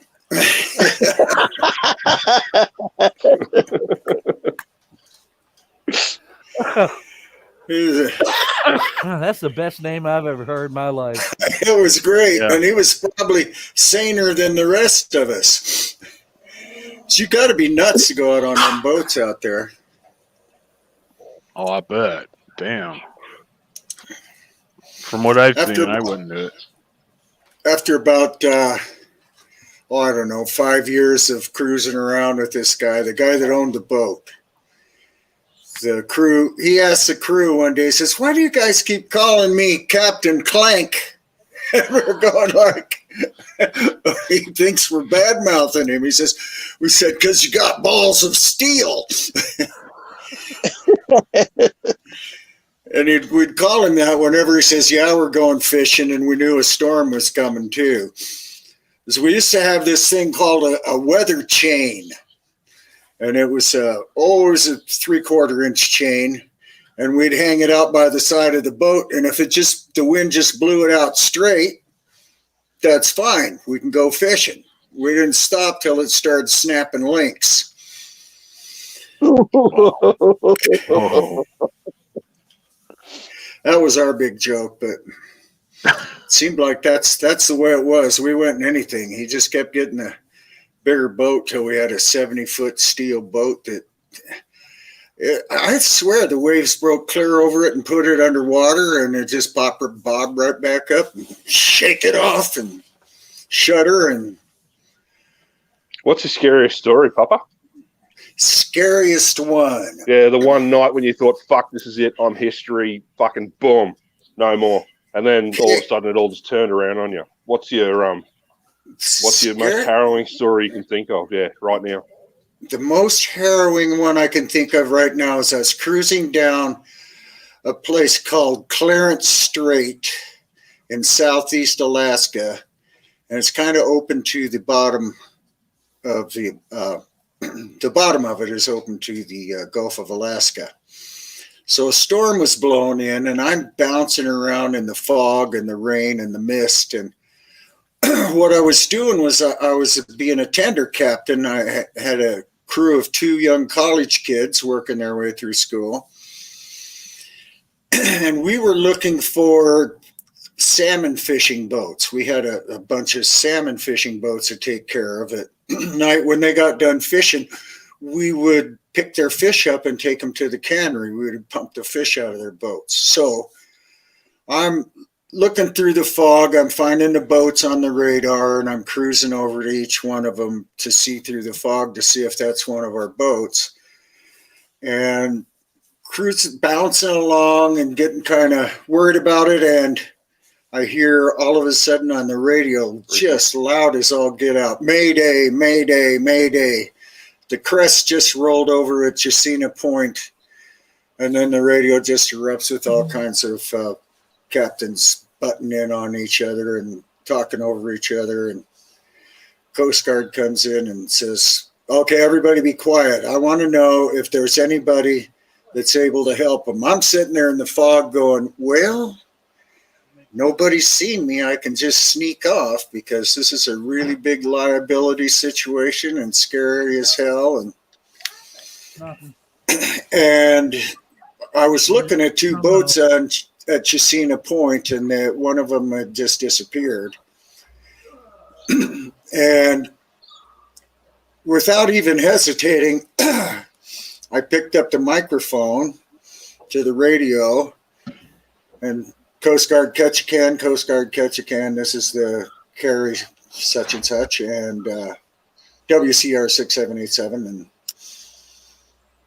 And I'm 2 miles away, and I'll be there in 8 minutes, 7 or 8 minutes.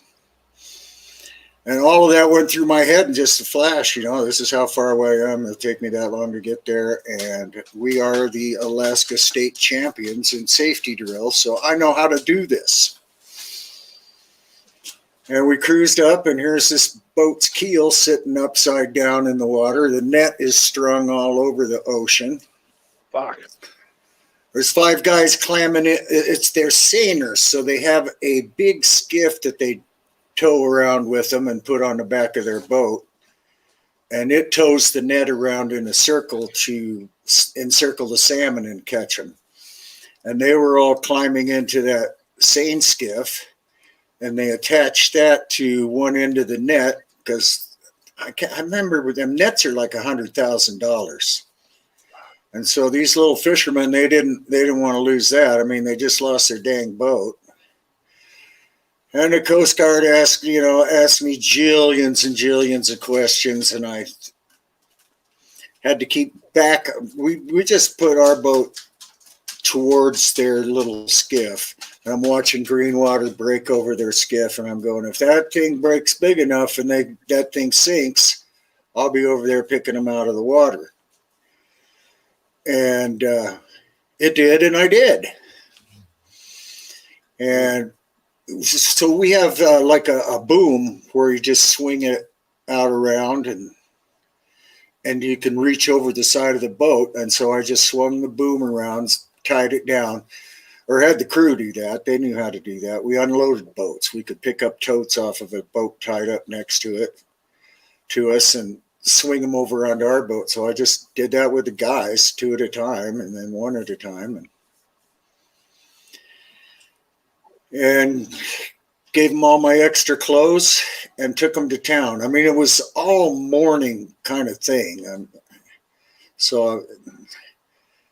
But it was quite a while ago, and I don't remember. I got a couple of phone calls during the middle of it. One was from my wife, and I go, sorry, I'm rescuing 5 guys out of the water right now. And the other was the big boss from the cannery. Polly, I've never seen a whale win.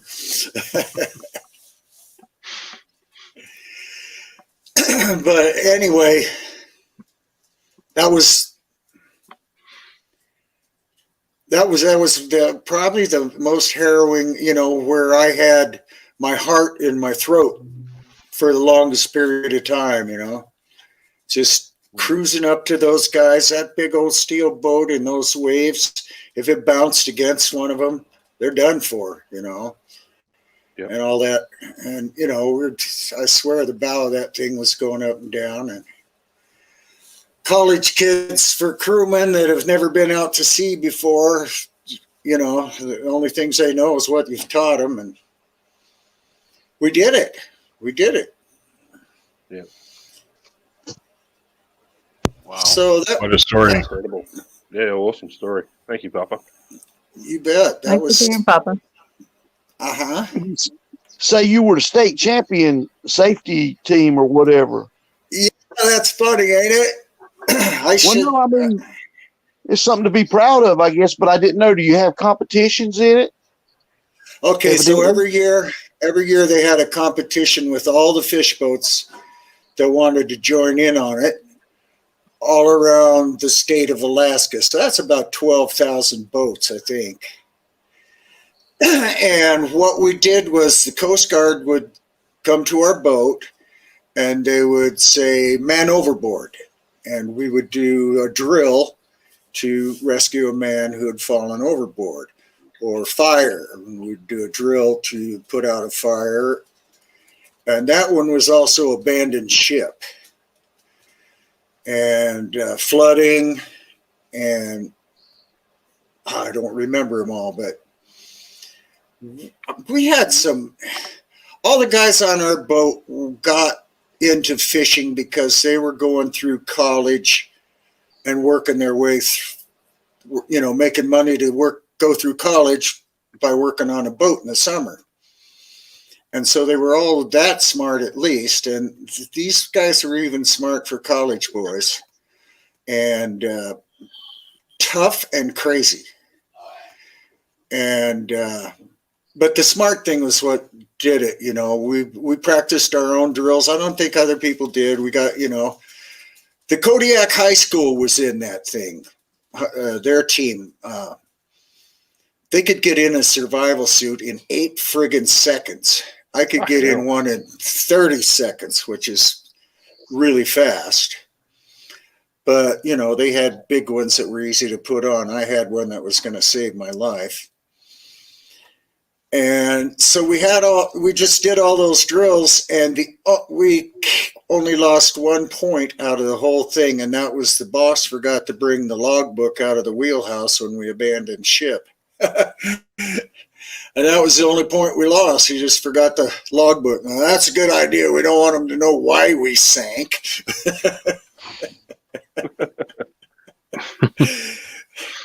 But anyway, yeah, they did that, and they go, man, that's the best score so far. And then, like, a week later, there was our picture on the front of the newspaper. And I should look in my storage locker in the bottom of a box or something and see if that newspaper's still in there. I was handsome back then, too. I'll tell you another exciting story, but I got to go get a picture to show you first. I'll be right there. Okay. Uh-oh. No, I won't. I broke everything. Uh-oh. That's the excuse Man, I always overboard. use. I used to be handsome. I used to be handsome. That's my excuse. I used to be handsome. Because I want to show it to these guys. The only man overboard incident I ever had when I was in the service was when we were in Roosevelt Roads, Puerto Rico, and incidentally we met up with some Aussie sailors, and we ended up partying with them. And I did not know. See, on American ships, on U.S. ships, you can't drink at sea. You can drink in port, but you can't drink at sea. And these guys are like, nah, we're drinking all the time. And so we partied on their ship, and I fell off. The only time in my life I ever fell overboard on any kind of conveyance when I was in the Navy was when we partied with the Aussies in Roosevelt Roads, Puerto Rico. Yeah, it was a good time. What is that there, Papa? Can you see it now? It looks like a Picasso. It's me. Oh, there it is. There you go, Papa. Oh, wow. Now I see the mustache. Oh, okay. Yeah. A whopping 42 years old. And so that was like in, that is a picture titled The Fisherman. A friend of mine came on the boat with us for this 24-hour derby opening we were doing. And took that picture of me. I am cutting the heads off of black cod at a high rate of speed with a total disregard for all human life and scraping their guts out. So yeah, we're cleaning black cod as fast as we can possibly move because we're catching them out fast. It's raining sideways on me, and the boat's going up and down about 15 feet, bouncing around. And he took that little picture and he titled it The Fisherman and sold it to cruise ship passengers, hundreds and hundreds of them for $140 a piece. And did you get any of that? No, I was making. Yeah, no, I wasn't going to take any of his money. I was making $1,000 a day, average for. That's not bad. For every day I was gone from home, not just fishing. Oh, that's not bad. That was a grandson. Anyway, that night, we had been having trouble with the wheel of our boat. It fell off in Kodiak. Well, early in the year, a friend, one of the crewmen, hi, Nana. one of the crewmen caught a trawl net on our long line and pulled it up off the bottom, and it got caught in our wheel, and we cruised back to town for a couple of days at about 2 knots, I think. And then we got a guy to come in and cut it out. And what that did was loosen one of the nuts up on the wheel a little bit.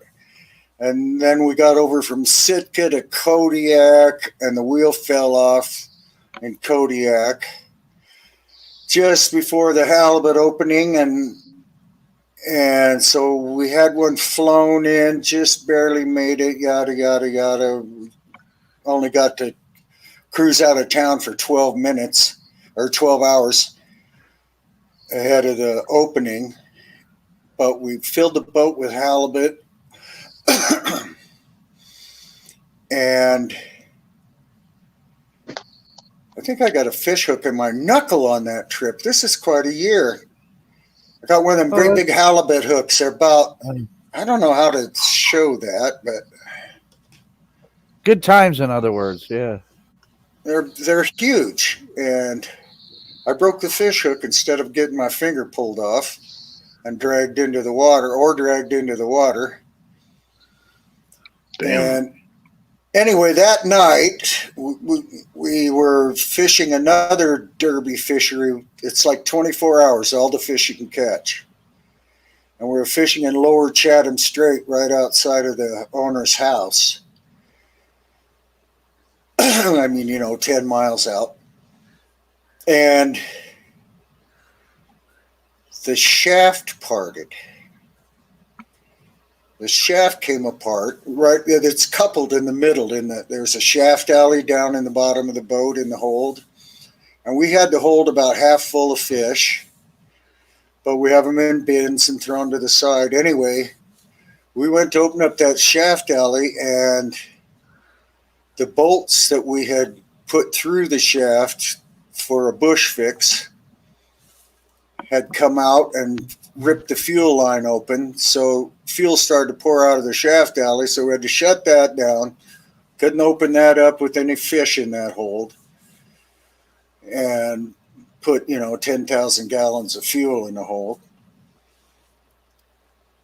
So we were dead in the water, and we still had half of our longline gear out laying in the bottom of the ocean to pick back up and haul aboard, and only like 12 hours to do it. So lo and behold, there was somebody awake in our little town of Port Alexander, and the owner called him up, and he brought his big old boat out called the Baranoff. It's big old huge old wooden boat, and with that waves going up and down 10 feet about by then, him and I jumped from our boat to the other boat.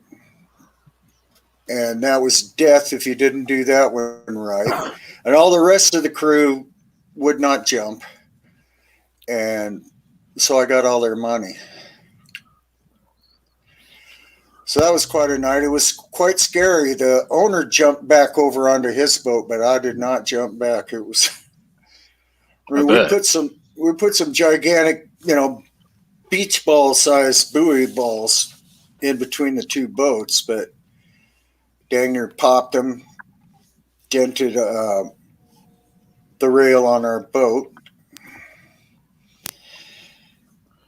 But that was one of the fun things I did. And then we got towed to town. I called home, and how's that song go? She said, "Don't bother coming home. By the time you get here, I'll be long gone." That's how that whole trip went. And I said, "It's all right, baby. If I hurry, I can still make Accutane," which is clear out on the end of the Aleutians. And let me ask you a question, Papa Craig. Since the thing with all these, well, almost with anybody's podcast, you got to kind of get into the weird and wonderful. And have you ever, when you were out, because when I was in the Navy, there was some weird shit. But have you ever caught or saw anything that you had to go, "What the is that?" Yeah, there's a few things. I know what they are now, but first time I saw a monkey-faced eel, oh man, you just want to cut their head off and throw that thing away. It should never come up off the bottom. Ratfish are one. Surely you guys have seen ratfish. No. A little mouse-faced fish with a rat tail, and they're shiny and they're related to sharks. But yeah, let's see what else. Sunfish. You've heard of sunfish? They're a great. Yeah, I've heard of sunfish. Gigantic flat fish. They show up in the summer. I know of sunfish here in New York that are freshwater fish, but they're they're just related to perch. Right. No, these are humongous. I mean, what do they weigh? 1,000 pounds? Are they like groupers? What? What you're talking about? No, they're. I don't know how to explain them. They don't have a tail. They look like the head cut off of a whale or something. Yeah. With fins. And they're swimming along flat on top of the water, sunbathing. What was the prettiest mermaid you ever saw, Papa? Nope. I haven't. We were looking close, though. We looked for those little Kustacaw things, too. The otterman swimming in the water up there. Yeah. But one day, it might have been the last day I was fishing, but I'm not sure. Anyway, we were pulling up black cod, and the sperm whales were eating the black cod off of our line. See, you know what a trot line is, right, you guys? It's a long line with a hook spliced into it a leader spliced into it every now and then, and you string it out across the river or down the river. Well, these are like 3 miles long. We tie them together. Tie coils together and sink them down a half mile. Fuck. So we're fishing a half mile deep, and we got a buoy line up, anchor on each end, and a line up to a buoy on each end. And we grab one end and we start winding it all back up again and coiling it up and picking the fish off. And the sperm whales, there's a lot of reasons, I think, why they got in there. But one of the things that attacks those black cod coming up are baby giant squid. They are about 12 to 18 feet long. Fuck, that's huge. Body's about 8 feet long, And they'll grab them black cod and pick them off the line, and then I think the sperm whales caught them doing that, and were eating the baby giant squid. And I know they were fighting with mama too, because we could see them big suction cup marks on their head and face and stuff. Big suction cup marks like this. Yeah. And the sperm whales would just put the long line in their mouth and they use them big old teeth they got and use it like dental floss and just pick the fish off, just smash them off as they went through. And they'd get about 2 out of 3 of them doing that. But another thing that would happen there is, they would fight with the full-grown giant squid. And I don't think the squid won very much. But anyway, there was a big male sperm whale. I should have been able to see his dork too, but he was. He would come out to the dork. All the Polities in the audience will be loving that. He would come up beside the boat and look at me, and then he'd take a big old dive, and his big giant tail would stick up out of the water. And I think I was looking more at the tail than see if he had a dork. But anyway, he just done that and dived down, and then I saw this brown thing flat. So it was like the side of the ocean on the side of the boat flashed from. There was brown showing up, and then it flashed white and really quickly turned to red and then sank back down and went under the boat. And as it did, I saw the tentacles and stuff. It was a full-blown giant squid. Nice. And this was in the 90s, so nobody believed that there was such a thing as a giant squid. Yeah, they didn't think there was at that time because it hadn't been discovered yet. Yeah. Captain Clank. Yeah. Yeah, I can't say that I saw any giant squid when I was in the service, but I've seen some weird shit. Like I said, I was on submarines, and there was a time that we caught something on sonar. Now, I was not a sonar man myself, but they caught something on sonar that they could not identify, and it was pretty big, man. It was about 25, 30 feet long. We knew it was not another submarine. It wasn't like a Russian sub or any other submarine, and it wasn't a whale. They knew it wasn't a whale, because they could tell those things. They could tell by the signature on sonar what you're looking at, but they could not identify whatever the hell this thing was, man. And it was like moving by, and it caused like oh god, when it came by us, what the hell? What's that word that I'm thinking of now? Impressive. Concavity, is that the word I'm thinking of? It like concave. Yeah, like when it swam by us, the motion through the water had an effect on the submarine. It was like, I think it's called concavity. Cavitating. Cavitate. Yeah, it has to do with that. Cavitating. Yeah. And they didn't identify, they couldn't identify what it was. So to this day, I don't know what it was. So Joe, yeah. In your humble opinion, was that a pretty prick that swam by the fucking sub? I don't know what it was. I have no idea. I have no idea. Should I do Blockbeard's voice for the fucking tail of fucking huge ass cock? Ruthless giant squid. I don't know, man. I don't know if it was a giant squid or not. I mean, it's on sonar, so it's not like we got a window to look out on a submarine to go, hey, look at that. But I mean, you can see stuff and you can hear stuff on sonar, and to this day, I still don't know what it was. I mean, we actually know more about outer space than we do about our own oceans, and the stuff that's in our ocean. So who knows what the hell that was? It could have, I don't know.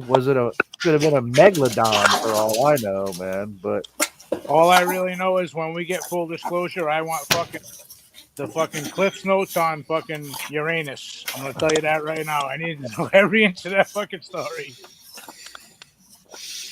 Here's a vicious wild mountain dog.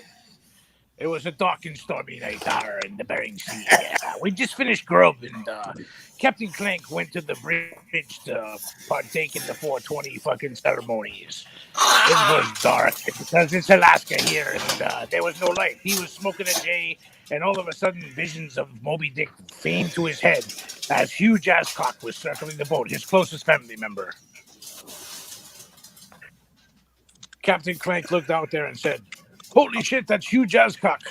And he threw his harpoon, which paled in comparison to the mighty whale, more like the splendid splinter, if you will, or a short splinter, whatever the hell it was. But anyway, it hit him right in the eye. And it went right to his brain and caused instant death. And Captain Clank was a hero. He brought home plenty of fucking sperm whale oil and lit a lot of lamps for a lot of years. And Mother Goose says, "Good night, kids." Later, brains. It's been good to see you guys. My gosh. Good to see you too, Papa Craig. All right, guys, you take care. Thank you so much for having me on. All right. Hey, Scotty, thanks for hopping on. Thank you. I really appreciate it. Yeah. I'm sorry I got to bounce to do family stuff, so. Well, Take we're still care, going. When Scotty. you get done, hop on. All right, no worries. Thank you. Talk to you soon. Take care. Eh? Lovely to have met you, Papa, and same to you, Joe. It's been great. Thank you. Yeah. No worries. Hey, love it. It's a Awesome. small world after all. That's right. Absolutely. You too, Princess Sunflower and Sleepy H. I'll talk to you later. See you later, Love you, Les. brother. Love you. All right. See you Love you, later. Scotty. Bye. Oh, so Being on a One of the- submarine, man, it's fun. One of the eeriest things I've ever heard was whale song when the whales are singing, oh, because you can pick that up on sonar. that And is eerie, isn't it? it is like incredible, man. It's like the first time you hear it, it sends chills through you. It sends I- chills through you because it just sounds like nothing you've ever heard. I mean, I know a lot of people probably heard it on TV and stuff like that, but when you're actually out there and you're in the ocean and you're under the water and you actually hear them, And feel right it. out, yeah, and right outside the submarine, and they're singing. Oh, it's incredible, man! It was one of the most incredible moments I ever had in my life in the Navy. Was hearing whale song. Right. And people pay. I think they were paying like $1,000 a piece back then to go out and find sperm whales and see them, which was a hard thing to do. Yeah. But we had them, and we'd be, when we're pulling up that line, we're doing a lot of just sitting in the water without the propeller going. And down in our lazarette, in the back of the boat, there's a compartment by where the rudder is and stuff called a lazarette. And we would open the hatch and go down there, and there's just metal between, just one metal wall between the ocean and you there. And you could hear them things down there. And them sperm whales with all their clicks and stuff are pretty weird. But those humpback whales and their songs are something else. Absolutely. Yeah, and if you listen to dolphins, man, it's like you can really understand, man. Dolphins, when they are talking to each other, man. There is no doubt in my mind. I mean, you talk about their intelligence. I think dolphins, intelligence wise, probably rivals our own intelligence as human beings. And when they talk about having a language, dolphins do. Their communications, every little nuance, every little different click and whistle and all that kind of stuff that they do, it all has a different meaning to them, and it's incredible to hear them. Yeah. That's one of the things I pull out of the Navy that it's like my wife said one time to somebody that she was the sailing champion, of when she was growing up as a little girl in like Cape Cod. She's like sailing, champions. And somebody said, well, they can't take that away from you. And that's the way I look at it from my point of view with the whales and all that stuff that I experienced in the Navy with that kind of stuff that I would have never experienced had I not done that. Nobody can take that away from me. I'm probably one of the only people in this chat right now that can say that I've driven a submarine. Definitely, Right. I have. Right. I was at the helm. So I mean, it's like, so that's really cool, man. Those are some of the things, man, that you. I repelled out of a cobra. That's about it. Well, that takes a lot of balls, man. That because I've known guys. Look, man, there's situations I've heard of guys when they're rappelling out of those helicopters, man. It's dark outside. You're not sure exactly where the ground is, man. I mean, it's kind of dangerous doing that, man. So, I mean, I got nothing but respect for people that can do that, man. I've never done it, so. Well, it's scary letting go of the rope and falling into the water. That was the scary part. I'll bet. No, not going to talk about it. They said I killed babies. I'm not going to talk about it. It hurts too bad. Yep. It's all bullshit. It's Hey, my brothers Yep. are there, man. So you got nothing but my respect there, Papa Craig. Exactly. Mine too. But that comes from people that have been in the military. So Yeah. the Yeah. people, Love you guys. And I'm sorry that, I mean, I don't want to offend anybody, but, people that don't have respect for the military, well, fuck yeah, I don't have respect for you either. And that's the way I look at it, man. I mean, And if you'll notice, most of the people that don't have respect have never had anybody or in a situation like that or been in it. My dad was over there too, Papa Craig. So, hey, I understand too, Yeah.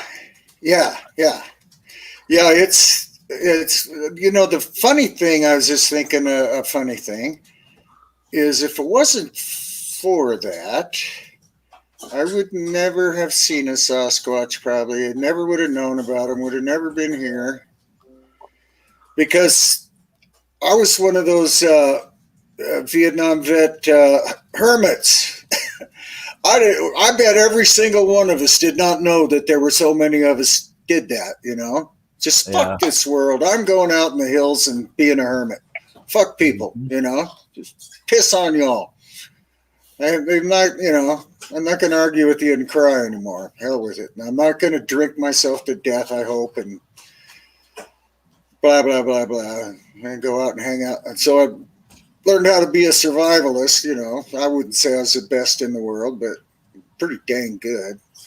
I could throw a rock and hit a grouse every other time. And that's nice when you got to eat, because you can learn how to make fires and build camps and all this other stuff, but if you can't get something to eat, you're screwed. Yeah, pretty much. Yeah. So that's the first thing to learn, I would think, is how to get some food. I had a big old, what's that called? Peterson's Field Guide to North American Wildflowers, and then a little pamphlet type thing on wild edible plants so that I could cross-reference them. And they won't support you. You got to have the fish and the meat. But so when Nana saw Bigfoot, and then I started, looking about it online and decided to believe her. And even up to that point, I started talking to some people like, well, hey, have you ever seen or heard anything like that? One of the second person I talked to was my 21-year-old grandson. And he goes, yeah, I have, Papa. We were up at Anthony Lake, and we went up to those two little lakes up above it, and we were drinking some beer and smoking some pot and cigarettes, and they were kids, so they would have got in trouble if they did that in public anywhere. So they were just getting started, and there were some people warned them about a big black bear up there that was causing trouble, so watch out for it. And they made a nice fire, and they're sitting around there starting to drink and smoke and have a good time. And then these little rocks started hitting the hillside above them, coming up from below and hitting the hillside above them and then rolling down towards them.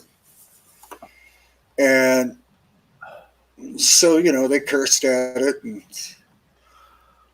called it names and threw rocks back down the hill, and bigger rocks got thrown up the hill and bounced off the hillside, and they walked over to there was a kind of a break, and they walked over the edge of the break and hollered down there in the dark, hey, come on up here, all that, you want to fight, drunken little kids or high school students anyway.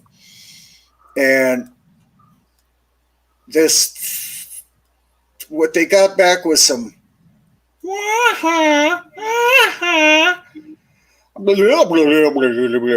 some of that samurai chatter and some mumbling and more rocks thrown at them.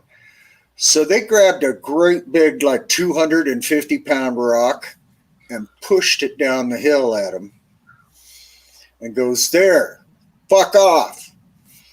And they went and sat back down by the fire, and that 250-pound rock come flying back up over the berm, rolled on the ground, and stopped right by the campfire ring. Talk about accuracy, huh?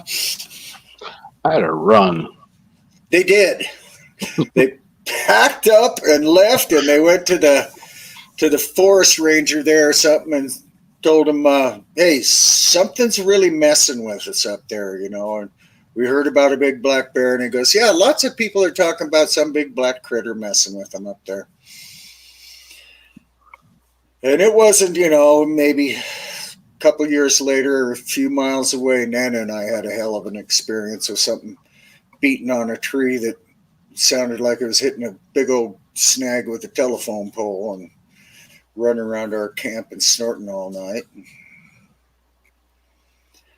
And we couldn't leave because we backpacked in there, and it was a scarier forest to walk out of there than be camped by that lake with a little fire. But heck, we just laughed nervously, and tried to keep my big old 100-pound lab out of the sleeping bag. He was trying to shove his way down in between us.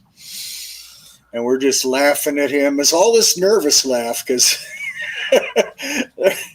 that was 6 big booms on that tree. And I don't know what the hell that was about. Damn. But yeah, that's, so sometimes our experiences have been scary like that, and at least one of them was just pleasant. I mean, this year we just had a really nice visit with a family of Sasquatches that hung around our camp for 3 days, and we even got to see Papa. We even got to see the big guy. Yeah, I've only 4+ decades. I've only actually got to see one. And y'all already know about that. I'm sure y'all have heard all that, but I've had some experiences in the woods that I'm not sure what I could chalk it up to, except for that myself, and it's like, yeah, I'm not sure, I guess the situation varies, because there's been times. The very first experience that I had, I was with 2 other guys that we went out to George Washington National Forest in Virginia, and we were camping out in this one little spot, man. And it was a bunch of noise. It wasn't a lot of, there was no visuals. I didn't see any of them, but it was just a bunch of noise and some pine cones being thrown at us, and some tree shaking and that kind of thing. And the 2 guys that were with me freaking abandoned me, man. They left. They were like, "I don't know what to talk." Because they were like, "What the hell is," and I'm like, "It's Sasquatch, man." And I didn't go out there, Rosie, looking for Sasquatch. can We I just have went it? out. We just went out there to just camp and have a good time drinking beers. Come And here.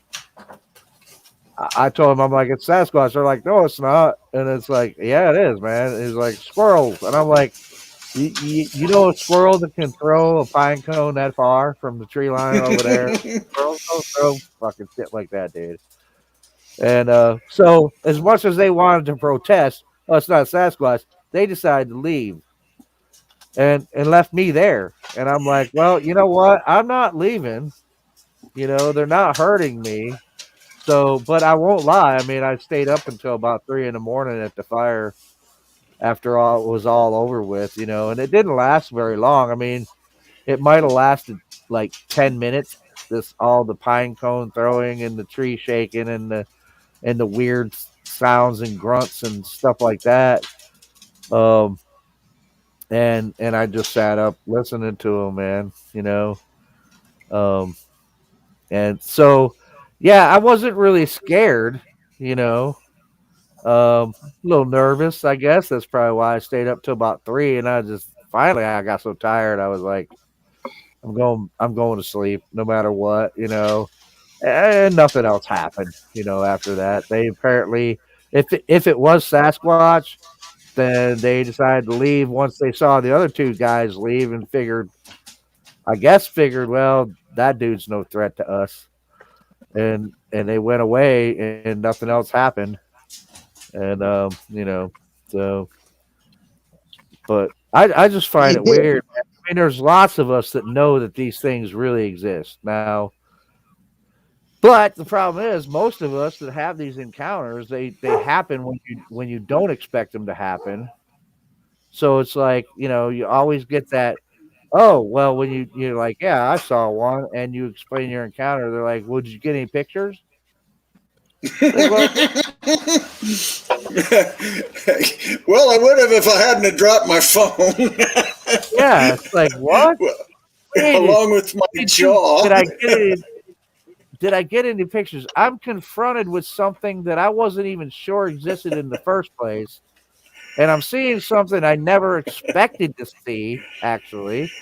And it didn't look anything like I thought it would if they really did exist. Yeah, Right. I'm not thinking, oh, let me reach in my back pocket and take out my phone and be like, hold on a second there, guy. I gotta take your picture. You don't think about that, man. So it's like, I mean, we've all heard them, we've heard the stories where you just go, look, man, that's just bullshit. But we've also all heard the stories where you're like, no, I know that dude's telling the truth, and because, we've actually had an encounter, man. And it's like, anybody that's had, I don't know anybody that's had an actual real encounter other than, I will say Roger Patterson and Bob Gimlin, man, because I believe that film is real.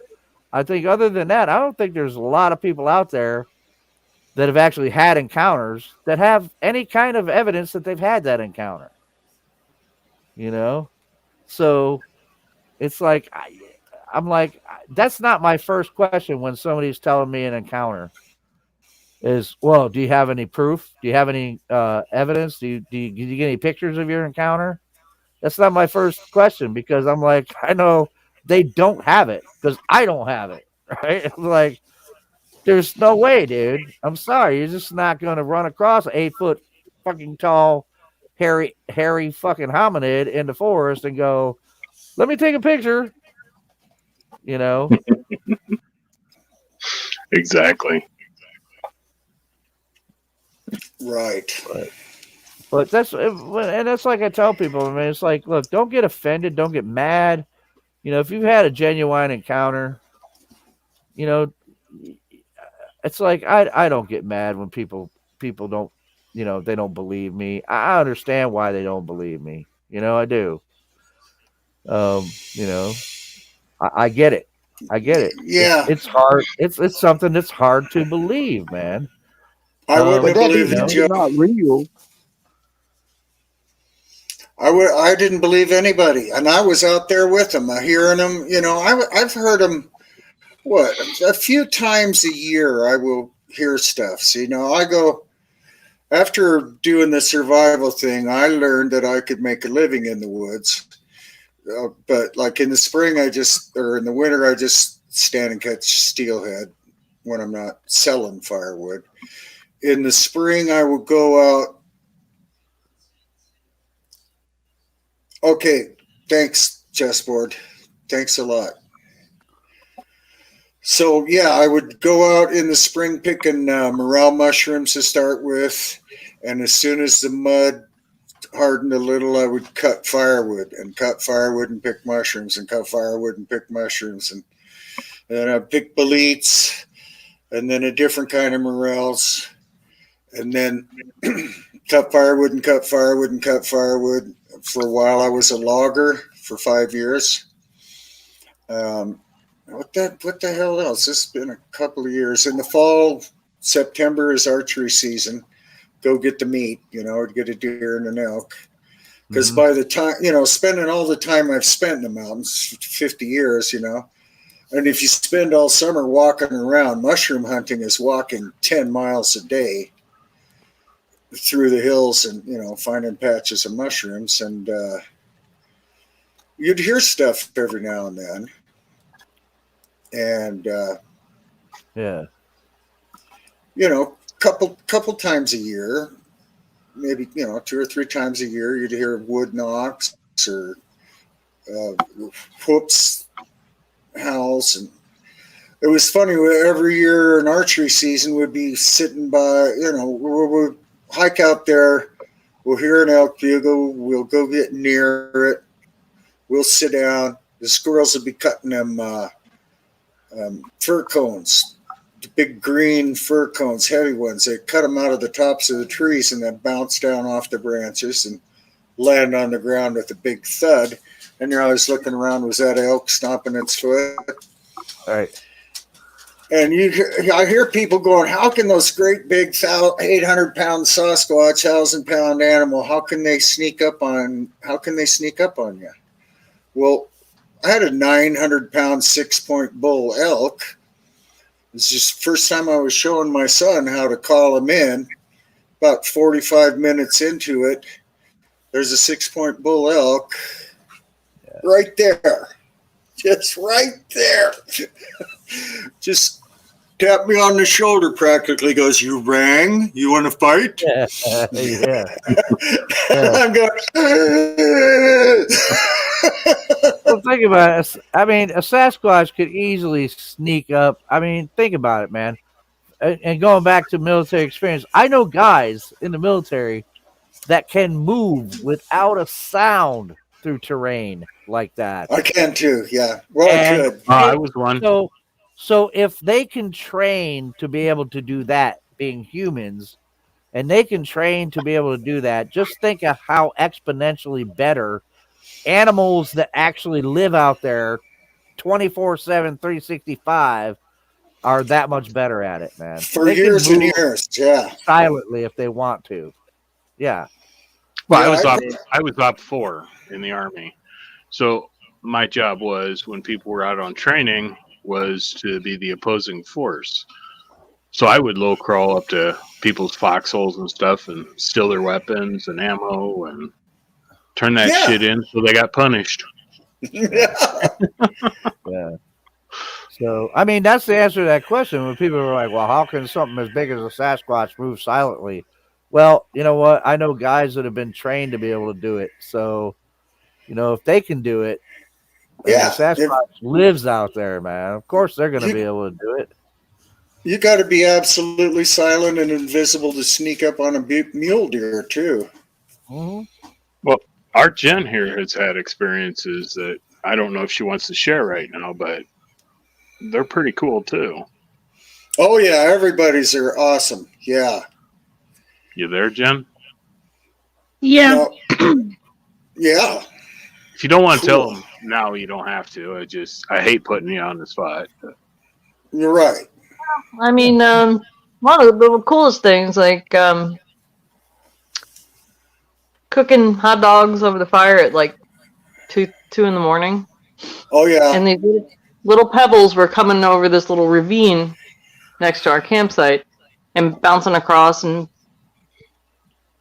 so it happened a couple times. And I was like, well, pebbles rolling across vertically out of nowhere is, Right. So I held up the plate with the hot dogs on it and said, do you want this? Do you want this? And I pointed at him, and something there went, ooh, ooh, ooh. Ooh, that sounds like a big yes to me.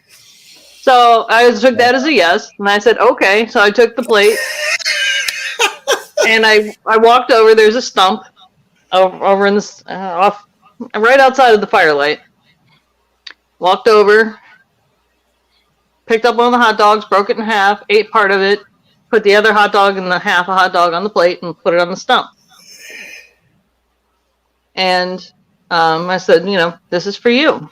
And I went back and came back in the morning, didn't pay any more attention to it. Just if they're going to take it, let them take it. If not, whatever.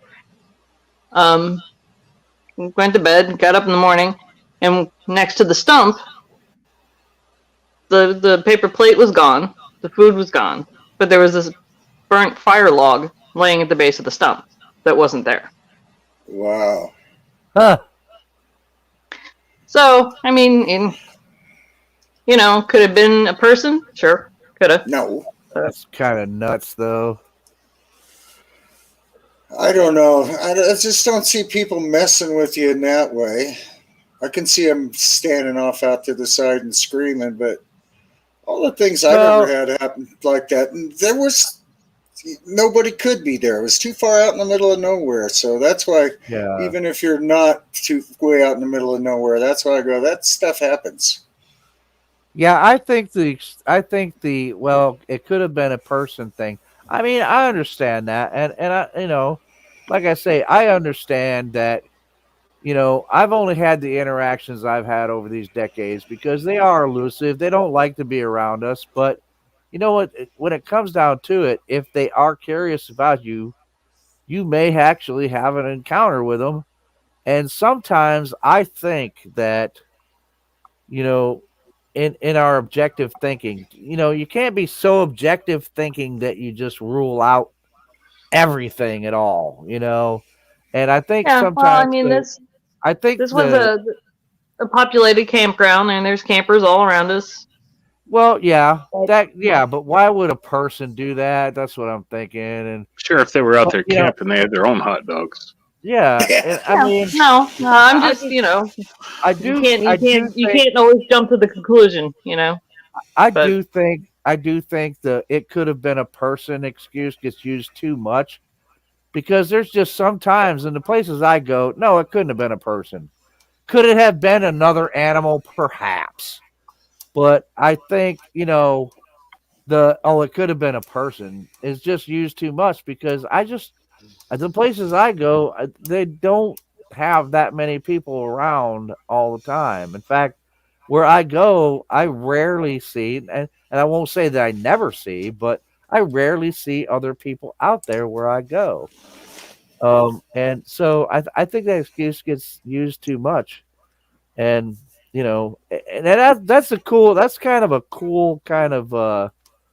that's kind of a cool experience, Jen, to me, something like that. I've never had rocks thrown at me, except for one time, and I don't know where that came from. Well, these weren't, they were just little pebbles, because there was a little stream that ran in this. There's like a little slope, a little stream, and then it would go across and it would go up another hill to the other side, a little ravine in between the campgrounds. Yeah. And they weren't big rocks, they're just little pebbles, and they were just bouncing, skittering across. There wasn't like throwing them hard, it was more like an attention. Yeah. Yeah. Like, hey, we're here. We smell the hot dogs. Yeah. I mean, if they're in the area and you're cooking, you're camping, they're gonna smell the food. And they might be like, hey, that smells pretty good, I mean, and so I mean, it's like the only people see that's the problem I have, right? That's the problem I have. It's my own personal problem. See, I know that they exist because I've seen one, at least one. And so I know they're out there. So when people like you tell me that, hey, I was camping and this experience happened to you, everybody else that's never ever seen one and aren't sure whether they exist, they're going to be like, oh, it could have been somebody messing with you. But me, I'm going to go, yeah, it sounds like it could have been a Sasquatch, because I know they're out there. And I'm not saying that there's some people out there that I think see them too often. And I think there's cheese is slid off their cracker a little bit, but if you're in an area and they get used to you, you might have more interactions. I don't think you're going to see them every day. And did you actually get to see them at all that time? No, visually. The only thing I got was the next night, sitting by the campfire. We weren't even cooking. And I look across down into that little ravine, and there's green eye shine looking back at me from the other side. and there's no trees in this particular spot. So, you know, I'm thinking, all right, well, it's not like an owl. It's not. And You'll the see a person I lot. was with, I'm like, do you see that? And they were like, no. See what? I'm like, do you see those green eyeballs? And they're like, no. And I'm like, because they were sitting off to the side of me. And where I was sitting, I was looking into the woods and into the ravine, and they were looking straight across. Yeah. They couldn't see it. And it stood there like looking back and forth at each other for about 30 seconds, minute maybe, and then gone. And I'm like, okay, where'd that go? So I kept looking over there, and then again, and then at the top of where the top of the ravine would be going into the wooded area, it flashed again, and then gone again. Yeah. Yeah. I think a lot of people that have encounters, to where it's not so much like some of us who've had extreme close-ups, like we're like terrified for our lives type thing. But I think a lot of people are like that. I think a lot of people that have encounters, they have encounters more often than they think they do, but they don't understand what it is, right? So, Yeah, like well, you'll see that not eye everything. shine. Yeah, not everything out there can be them, but at the same Right. time, sometimes all else things fail. Right. Right. Yeah. And that's exactly right. And you said that perfectly. Not all things can be them, but some things can be them. And I think a lot of people have more encounters like that where they're not actually realizing what it really is, like that eye shine that's like way up, in a tree. Now I've seen like owls in trees, but those are things that I can figure out what they are while I'm looking at them. The ones that perplex you is when you see the eye shine and it's like 7 foot off the ground, but there's no branch for a bird to be sitting on, and then all of a sudden the eye shine disappears, and it's because whatever was doing the eye shine turned around, and that's why you don't see it anymore and walks away. Yeah, And I It's like, I'm looking at it and looking at it and looking at it and looking at it. Like a bobbing dog. And the guy that, I was there with was 6'2". So the next day, I'm like, go down there and stand there and look around, see if you see any footprints or anything. And he went down and looked, but it was rocky and stuff. There was nothing there. Right. So I guesstimated like about where it was. And I sat there, and whatever it was taller than him. The eye shine was, Right. A good 6 inches above top of his head. So Right. there's not a lot of options. There's Right. not a lot of options. Right. But that's something I've never seen any suspicious eye shine that I can think of, or had any rocks, or had any pebbles. I'm not sure about those all those pine or fir cones, and I do remember quite a few times standing by the river, going, "You throwing shit? Who's throwing shit at me?" Yeah. Yeah. Well, if you're in a clearing and pine cones are arcing, they're not, they're being thrown by something. They're not being thrown by squirrels, man. I mean, and I did the same thing. That's why what Jen was talking about, the eye shine. I mean, I haven't caught a lot of eye shine myself over the years, but the time that I have is just like very memorable. Because I'm sitting by my fire, just not doing anything, playing the harmonica really badly, and I hear noises in the woods. Sounds like something walking, and it stops, and it doesn't. It stops, and it didn't sound like it was that far away. So I kind of looked up a little bit, kind of looked around, not really moved my head up too much, just kind of raised my eyes, looking around into the dark. I don't see anything at first. So I'm playing, and then I hear some branch snap. And I look up again, and I'm looking, and then I realize what I'm looking at. There's this like amber colored eye shine standing in the trees, and it's pretty high up. And at first, excuse me, and at first I'm thinking, okay, mine goes, well, it's an owl because we got a lot of barred owls, and we got all kinds of owls in New York, 10 species. But I'm like, but owls don't walk up.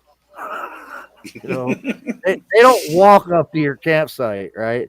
So I'm looking at this thing and I'm seeing this eye shine and I'm playing and I'm like, I don't know what this is. And it stood there for like 5 minutes just looking at me. And then as I'm looking, I see the eyes and the thing that freaked me out was I saw a blink.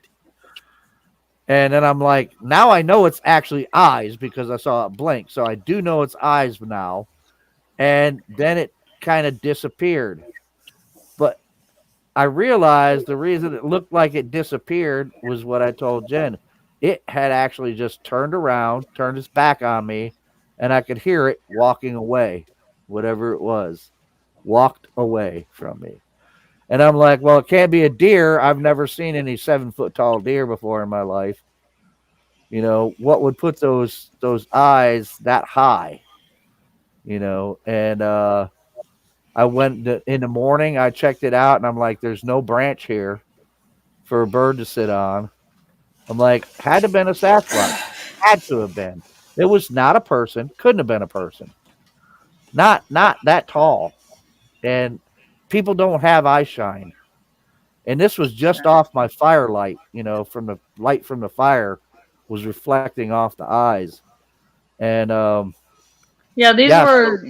So it walked away. When you look through, like an IR, the green color IR shows up on camera. That greenish, whitish, yellowish, whatever. That was the color.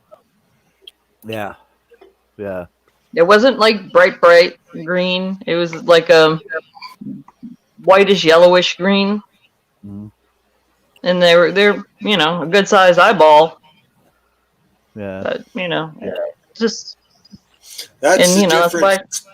That's the difference, I think, with most animals. Their eyeballs aren't very big. And Sasquatch has huge eyes. Yeah. I mean, have I directly had an encounter like Joe or whatever? No. I've seen things in passing. Could have been something moving through the trees. Well, there's something moving through the trees, and it was big and it was dark colored. But did I get a full on look at it? No. Right. Yeah, right. Yeah. And you can't count those, can you? Right. You just can't count them.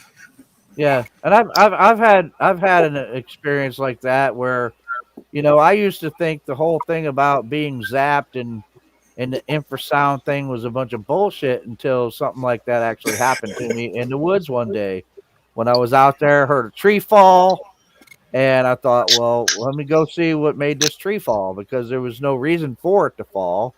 So as I was making my way over towards it, I got near it, and the next thing I knew, a feeling came over me like I've never felt in the woods. I got nauseous, like I was going to throw up. I got dizzy and I couldn't think. And I was like, holy crap. I was like so confused. I'd heard, and just before that feeling, I heard something off to my left and I kind of felt it. It was like vibrating, and when I felt like that and I actually could not move my feet for a second.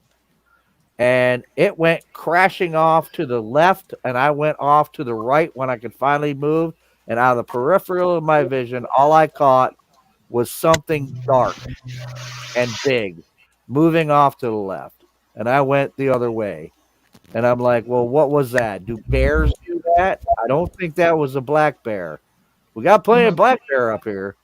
But I'm like, I don't think that was too big to be a black bear for one thing. And I've never been in the presence of a black bear where I've ever felt nauseous, confused, dizzy, got a headache, or none of that stuff, man, from when it made a thing. So, I mean, there's some weird shit that goes on, man, and things that, kind of open my mind about stuff. I mean, I'm still, I believe these things are totally physical flesh and blood, animals, etc. I'm not into the woo stuff. If you explain, if some people that are into can explain, well, where's show me the portal, where's it, how's it generated, give me some evidence of that stuff, and I'll be like, okay, wow, cool, that's decent. But I've only had experiences that were very physical. I found out that infrasound now, to me, the chances that they can use infrasound, yeah, I think maybe they can, man, because I don't know what else to chalk it up to. Because everything I felt was the exact um symptoms of what infrasound does to you. And I had no idea what infrasound was until after that day, and I started looking up online different shit, and this is what popped up: infrasound. It's like, yeah, it can cause this in the human body. And I was like, holy shit, that's exactly what I experienced. And it's Yeah, I amazing. haven't had any of that.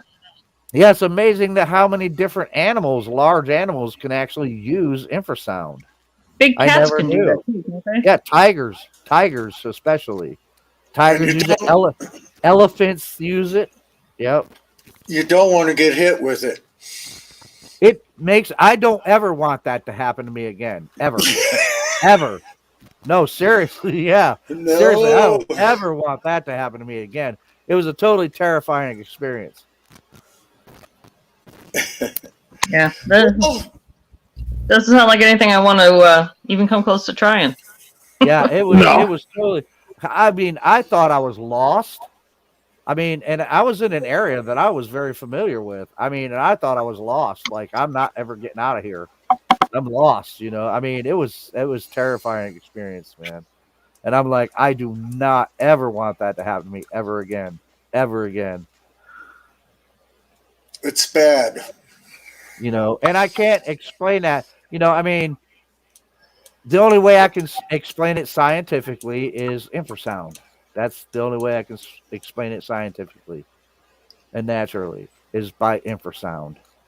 It's the only thing that fits it. Hey, I got to take care of that business now.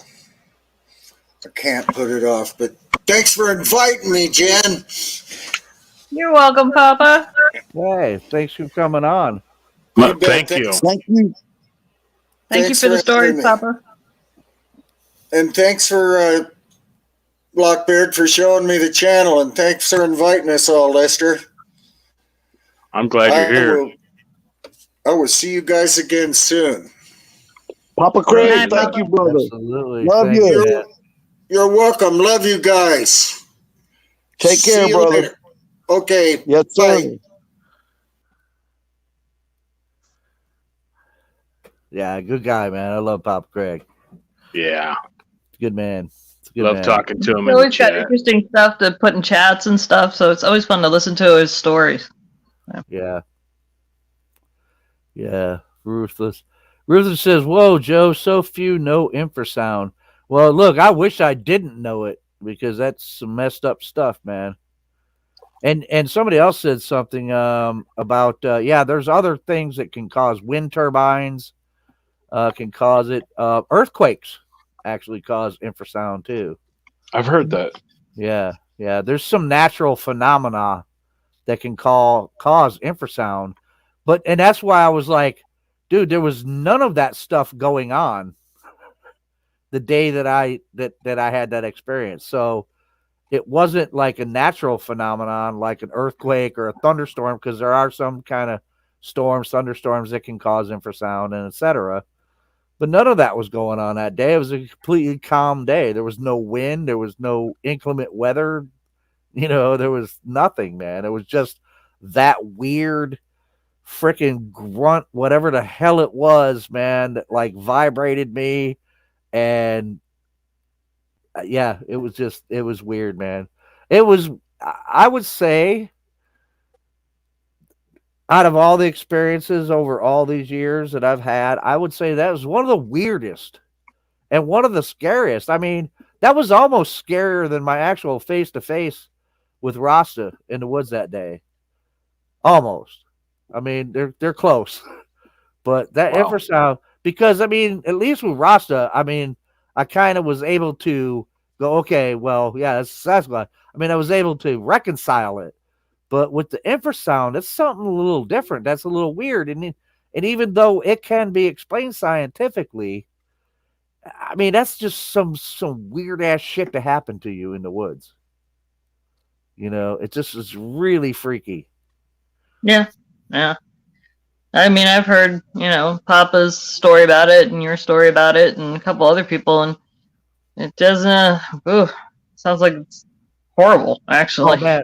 Anybody that has ever experienced it, man, yeah. I mean, when somebody starts talking, I'm like, oh, dude, hey, you're preaching to the choir. I know exactly how you felt, man. I know.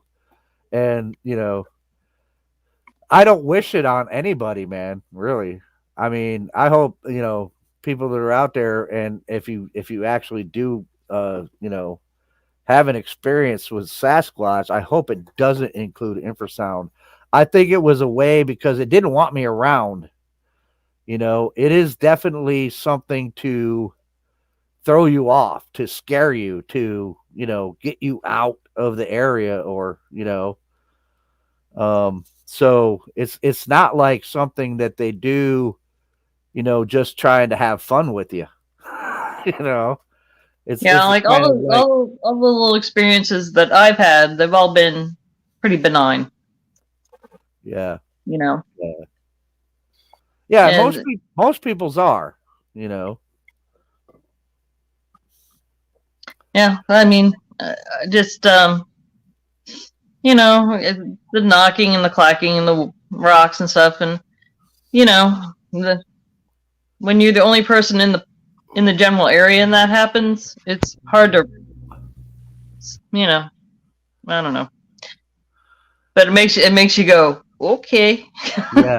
Yeah. Okay. Yeah, absolutely. Well, people are noisy when they're in the woods. Oh yeah, absolutely. If they're out camping, you're going to hear them move through the woods. When you don't hear something moving through the woods, that's when you need to worry. I mean, I'm not, like, I don't know all the owls and stuff that we have here or whatever, but hiking in the same park, walking the bridle trail it was in the middle of August, and there's no other people there. It was real hot. Walked the whole length of the trail up and around. Didn't see one single person. And then there was 2 super loud owl hoots. And then we were the only 2 people there. Now, I don't know owl hoots from one from another. So it could have just been an owl. But I don't know that they hoot like that in the middle of the day. But I don't know either. So. Some do, but your typical owls don't. Yeah, I mean, could have been. I can't say for sure. And normally the owls that do hoot or make noise during the day, you can tell they're an owl. They're distinctive. I mean, I wish I had it in my file that I could pull up for you, but then again, I'm only used to what's in my area, Iowa or Missouri. I don't know what's in your area. Same with Joe. I don't know what's in his area. So. Yeah, I mean, it could have been, could not have been, could have just been a big old owl, Yep. I don't know. Yep. It could have been, but sometimes you got to go by your own instincts, what you think. It's. The only thing that threw me about it was how loud it was. It was loud. But then again, like I said, I don't know what kind of owls are there. I don't know what kind of sounds they make. So it could have very well been. I don't know. Right. But I believe in that theory where your primal instincts kick in when you're approached by something that's not normal. So if you hear a noise and you think it's not normal, I'm pretty sure your primal instincts are telling you that. And I think you're best to listen to that then. Yeah, I mean, it wasn't something that was just like, holy crap, we better get out of here. It was very, very loud. Two big hoots. But, it is the woods, and God knows, Yeah.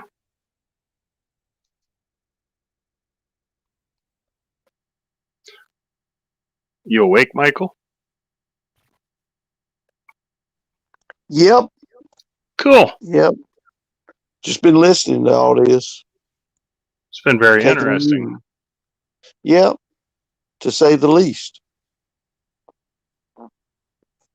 We haven't got the 8-pound crappie thrown in the subject yet tonight. No, it wasn't time for that. Wasn't time for the old 8-pound crappie to get in there. But you got to talk about infrasound and stuff like that. I don't know if you would say, I guess it is a form of it, but I didn't have all the other stuff with it. But my taxidermy teacher had a black leopard as a pet. And we went up there to his house one day to see the black leopard, and he was going to feed it. And we were there. He's got a little white Eskimo Spitz. And that cat hated that dog. And you'd see him. Well, when he went there, he dropped the front shoulder of a deer in the cage with him. And he's got a rest up there that was like plywood made into the corner of the chain link cage. And the cat jumps off that rest for the deer meat. And you hear the board slap up and down. And the cat lands, no noise. But the dog started yapping. And then you had that rumble, that brrrr of the cat growling, and you could feel it in your chest. And that's something I'll never forget, because, I mean, it just rolled out there, and it was weird. I mean, like I said, it just vibrated you. The cat took the deer leg, jumped back up on the perch, and he started crunching bone. And I'm thinking, woo, it takes something crunching bone like that. But I thought, hey, if he'd have got a hold of that damn dog, it would have been a damn fight going on there. Michael, you scared Icon? Oh yeah, amazed that I'm still awake. I have been known to duck out in a fit of sleep. Yeah, Joe, in case you didn't know, Ruthless had a stream. He was trying to break the world record. And it went over 200 hours. And we all kind of got on to help him out. And we had so much fun on it. We decided that, evidently I was going to create a channel so we could all keep communicating like we were during that stream. And we've been going ever since. I think our first stream was 7 hours. Yeah. Your test stream. Yeah, my test stream that was supposed to be 15 minutes was 7 hours.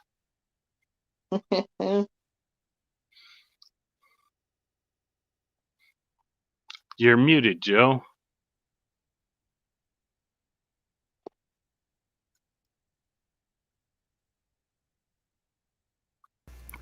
Yeah, I was. That's cool, man. 7 hours. That's longer than I've ever gone. But you know what? The people in chat help you out a lot in that too, though, man. Oh yeah. Like the chat, they make it, man. They're like, because they're like, oh, they want to keep going and stuff, and Oh yeah. That's what I love about it, man. My wife is always like, well, you've been on for an hour and a half, and I'm like, that's nothing. That's nothing when it comes to podcasting, man. You get the people in chat, they like watching your podcast, they're involved, you're talking. Man, time flies, man, And you know, so that's the fun about that, man. That is the fun Oh about yeah. that. On that 8-day stream, me and Lester, and I can't remember who all it was, but we got around and we started. It was just ricocheting back and forth from one to the other, and we looked around and 8 hours was gone. Wow. And that's unreal to And me. then Michael fell off the stream, lost connection, and I was stuck by myself for the next 7 hours, keeping the stream going. But like you said, I had chat helping me out, asking me questions, but that was my first day ever being on a live stream. Welcome. Trial by fire, man. Oh, I was. It was crazy. Yeah, I mean, you know what? People don't realize too, man. It's hard to pull a stream by yourself, man. You know, a lot of times, and that's why I like, you know, like with my two shows, I have Molly on Wednesdays with me, and then I have Lay on Fridays. You know, because it's so much easier to pull it off with somebody that you can bounce off of, you know, with a co-host. Yep. And actually, I forgot who I got that idea from, but I got that idea from somebody, and I don't remember who it was. About just having a co-host, because originally when I was doing them, I didn't have a co-host at all, and it might have been Mogs. It might have been Mogs.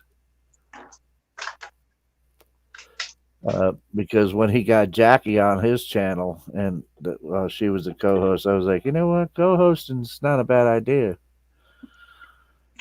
But yeah, so it's hard, man, when you're there by yourself and you got to pull off the whole thing. Basically, it gets a little hard sometimes, you know. Yeah, we've got a nice little family here. We got Hiveless Bee, Wagon Breath. You met both of them.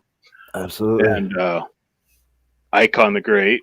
He's in the chat right now. He should be hopping on here in a minute after he's done eating his cookies. Oh, he's eating cookies. I like Icon. Yeah, I mean, that's the cool thing, is because we've all got, you know, it's all a bunch of us that are circulating, and everybody is in everybody's chats, man, which is really cool. You know, because I see people in this chat to come to my chat, to go to Moke's chat, and on the other shows that I watch, and we're all together, you know, just trying to figure out this whole thing, man. You know. Yep. And you know, and sometimes what's really cool, man, is that, you know, I mean, as much as I've been interested in, you know, the years that I've been investigating this, I mean, Bigfoot's cool and everything, but you know, we also get into some really other cool stuff too. Right. And I kind of like that, you know. Oh yeah, I can remember one of yours, Joe, where we got to sit there talking about the old cartoon characters and stuff like that. It was the Foghorn Leghorn when Muggs was on there. Yeah, that was something else too, man. Yeah. Somehow it always turns to food eventually. Food and music.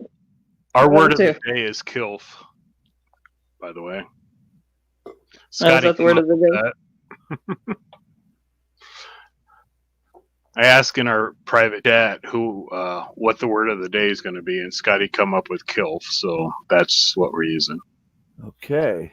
All right. It's cartoons. I'd like to really whatever. Oh. It's like Jessica Rabbit. Yeah, I was about to say, man, come on, read my mind. I was about to say the first one that pops up is Jessica Rabbit. Yeah, I think Brandy said that first in the chat. Jessica Brandy. Jessica Brandy. Wow, that's a total Freudian slip. Now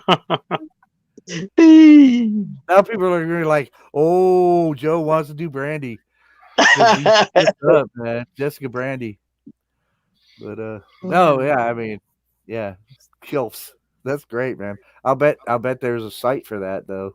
Oh, I wouldn't doubt it. This is probably on Pornhub. Yeah, man, dude, there's a site for everything, dude. Don't check my cookies. Don't look at my browser history, damn it.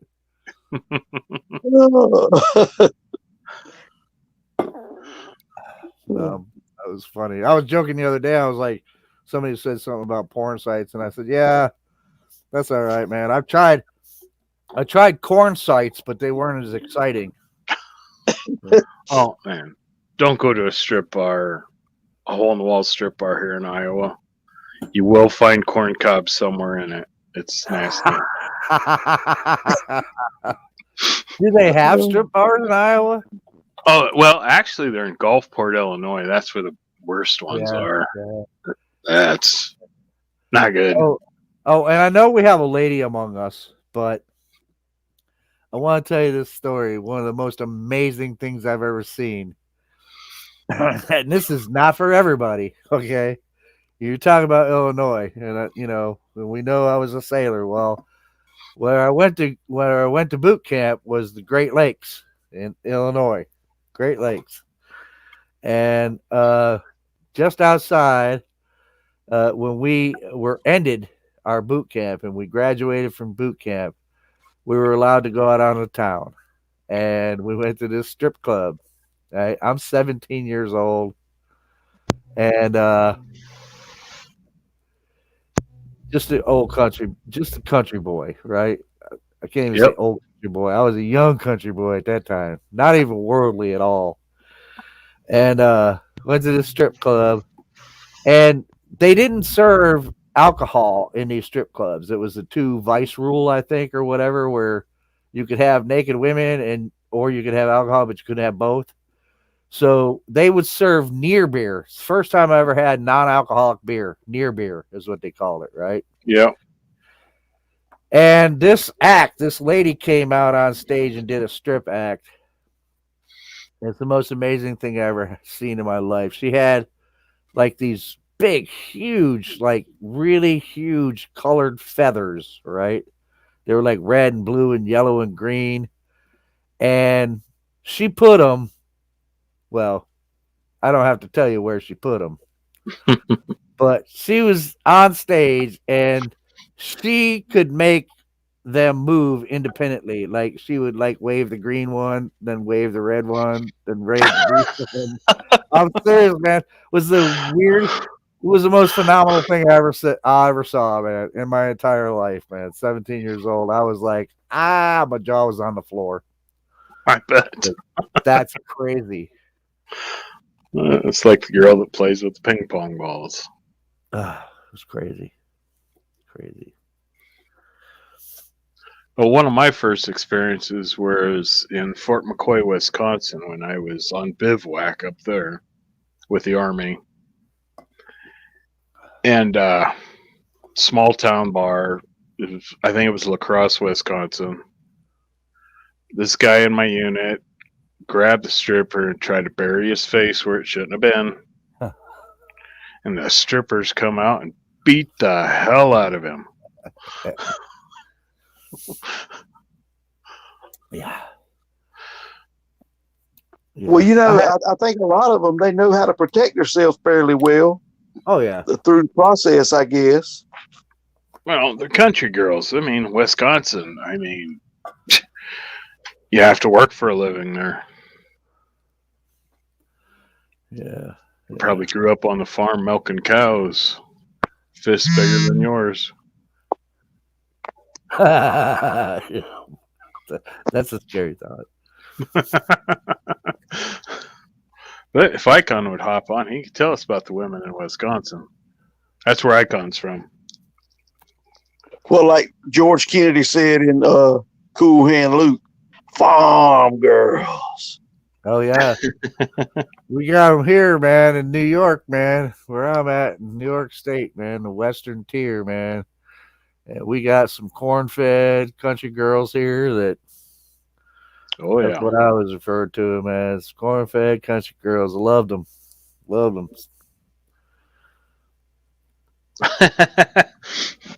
Chessboard.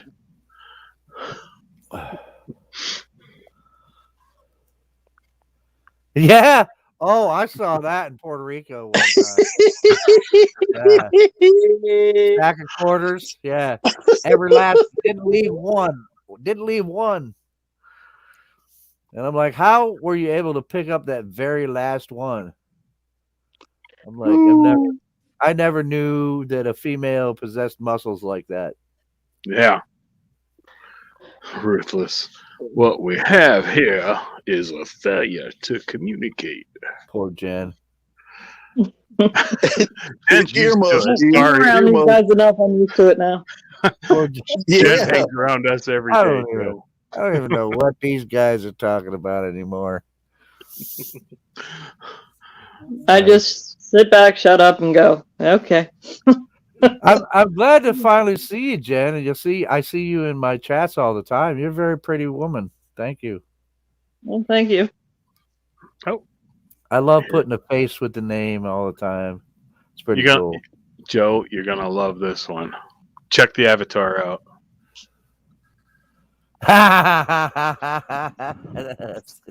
What's our favorite asshole?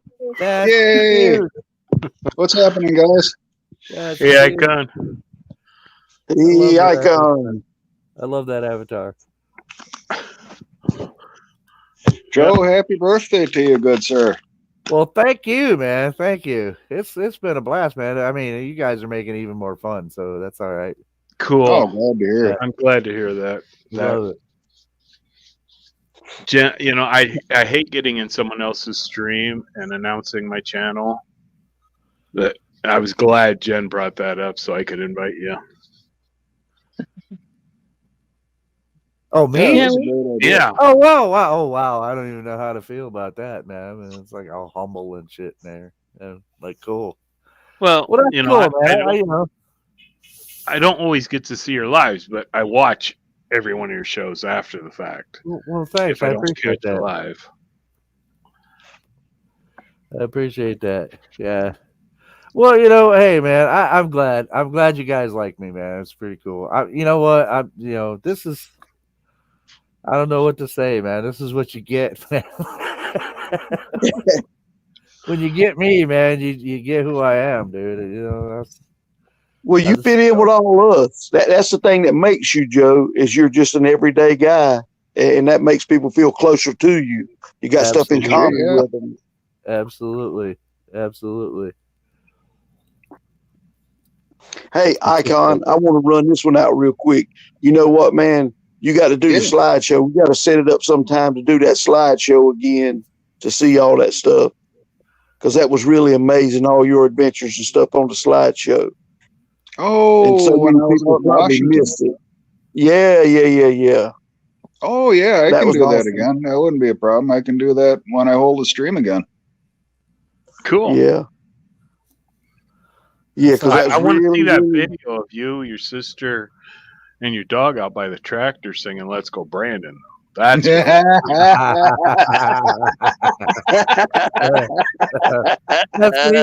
be something I'd watch. That would be something I would watch. I think I could get my dog to sing that sooner than my sister.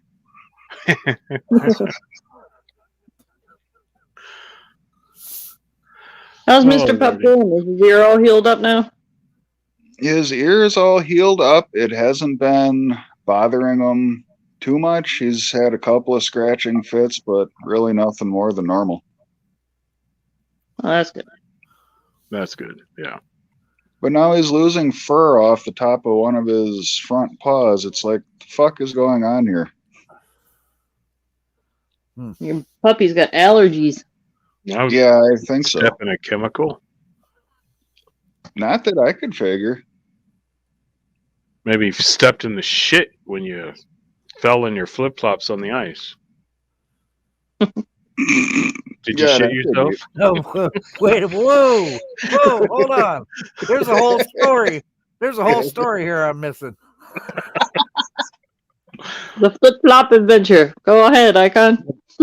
Oh yeah, I really don't have a season for wearing flip-flops or sandals. So, I'm out in the rain, I'm out in the snow, it doesn't matter.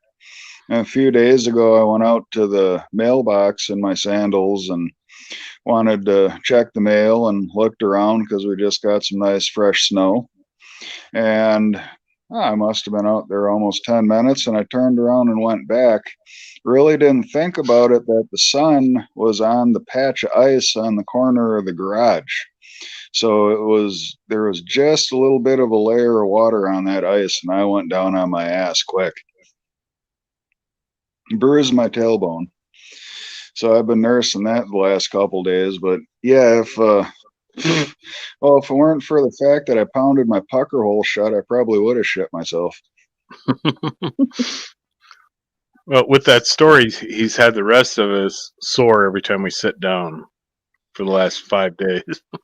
Oh, holy cow, it's no fun. No, I can't imagine it is. It's funny though, because the dog senses that I'm not in as much pain, so he's been like nuzzling under my arm any chance that he can get me out of the chair and chase after him. So he's like, all right, enough of this moping around shit, let's get going. So I've been playing with him like twice as much lately, and he's just having a ball. Cool. He's like smart about it too. He figured out I can't bend over all the way, so he's been going from couch to couch in the living room and playing with his bone. And there's no fetch with that dog. It's always come get me. It's amazing how animals are like that. When I fuck my wrist up, my cat Rocket, he's right there paying attention to every noise I make and every move I make. You muted, Joe? Huh? Still muted? He might be. I'm not hearing. Yeah, I thought he was talking and I didn't. Yeah. No, something popped up here and now I can't get rid of it. I don't know what the hell this is. Oh, there we go. Yeah. Hey, man, it sucks when you bruise your coccyx. Yep, it does. Yep. Scotty jumps in at the right time. You fell on your cunt bone. Cunt when you hurt yourself.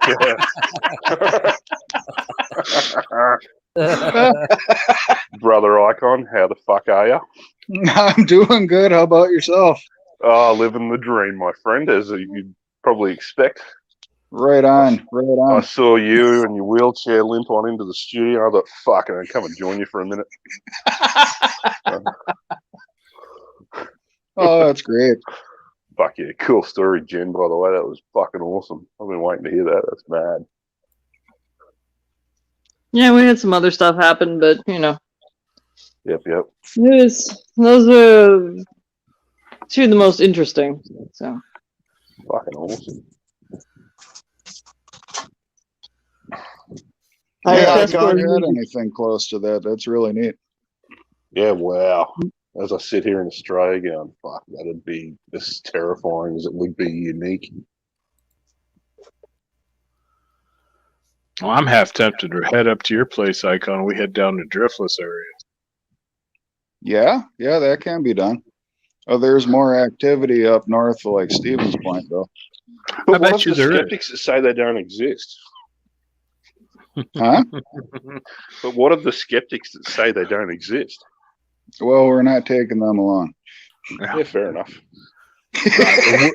The woods are thicker up around Stevens Point. It's a lot more. So are the people, unfortunately. Yeah. No, I didn't mean that in a bad way. No. You're actually right on. Yep. Yeah. There's a guy, I don't know if you guys have ever Huntsville, Ohio. I kind of like him. His name is, he's got a YouTube channel. He's called Aaron Ra.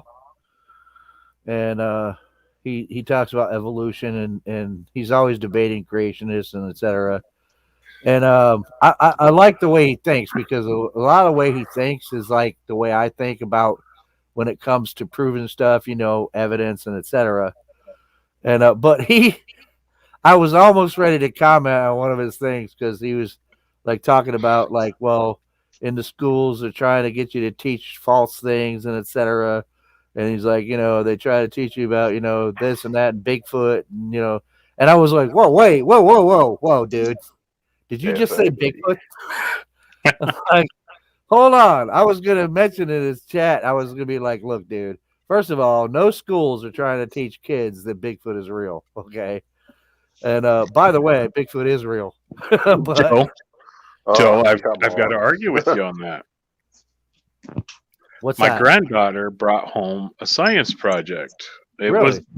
It was actually, she had to, the whole premise of the experiment was to teach her critical thinking on and how you would prove Bigfoot exists with critical thinking.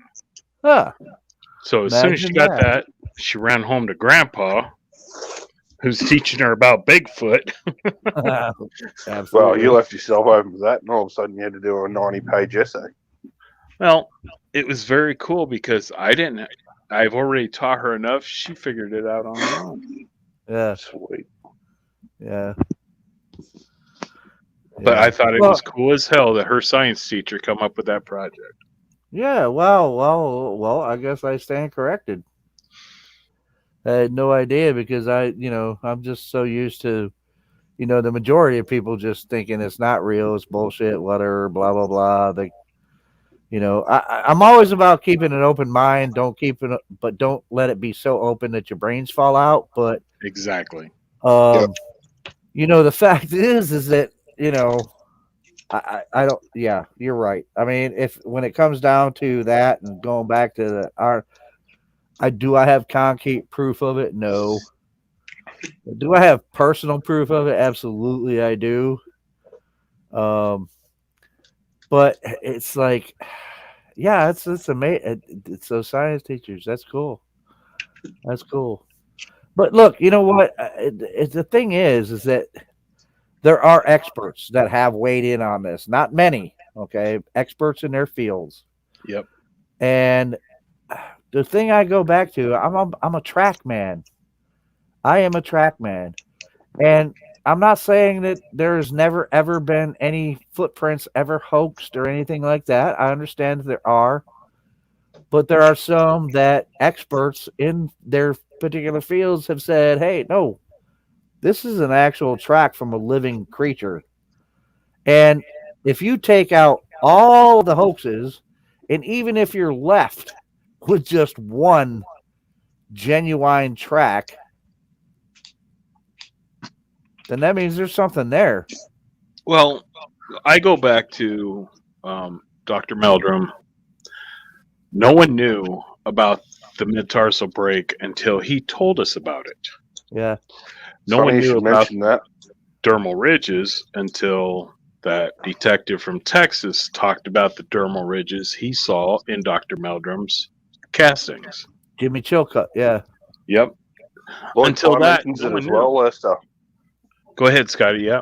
I always fall back on Lloyd Pye and his theory, because him and Zachariah Sitchin, they were university scholars. They spent the last 30 years of their lives studying this phenomena, and they both agree that what these things are and where they are and how they got there and why they avoid us, like, it just ticks all the boxes.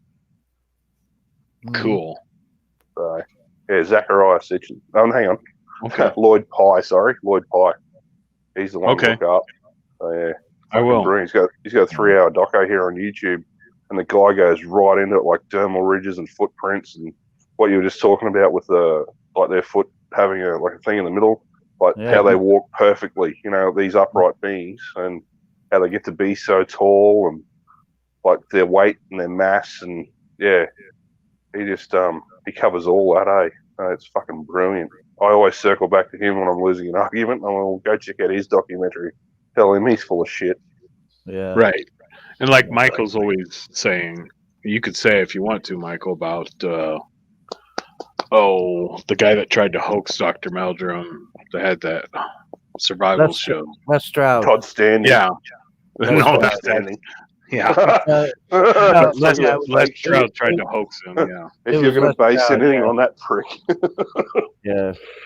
Which I thought was really disingenuous. I liked Les Stroud, and I liked watching Survivor Man, but I thought that was pretty disingenuous to try to do that. But of course, to his credit, Dr. Meldrum didn't fall for it. He was like, "Yeah, well, no, this just doesn't seem right to me." Exactly. And then he finally got to the point to where Lestroud was like, "Yeah, we were trying to pull one over on you," and they couldn't, you know. Right. So I mean, like, I can't get the man to come on my show, but I have a lot of respect for him, and that's where I learned a lot about the tracks. Is from him, studying his work throughout the years. Cool. And you know, I'm not a tracker. I wouldn't say that I'm like an expert tracker, but when it comes to Sasquatch tracks, I'm not as good as he is, but I've gained a lot of knowledge about it from him. So yeah, I'm pretty good at dealing with it, and a lot of the tracks that I've found, I mean, a good majority of them, I gotta admit, I've had to come down to the point to where, well, yeah, no, I can't really say this is a Sasquatch track. There's been a lot of them I found really look like it, but when it came down to examining them, a good many times there's just not enough information in the ones that I find to be able to be definitive. So, what's your attitude towards the name being changed from Bigfoot or Sasquatch allegedly to Sabe, S-A-B-E? You know, what's your opinion of that, Joe? I don't even want to go into that, man.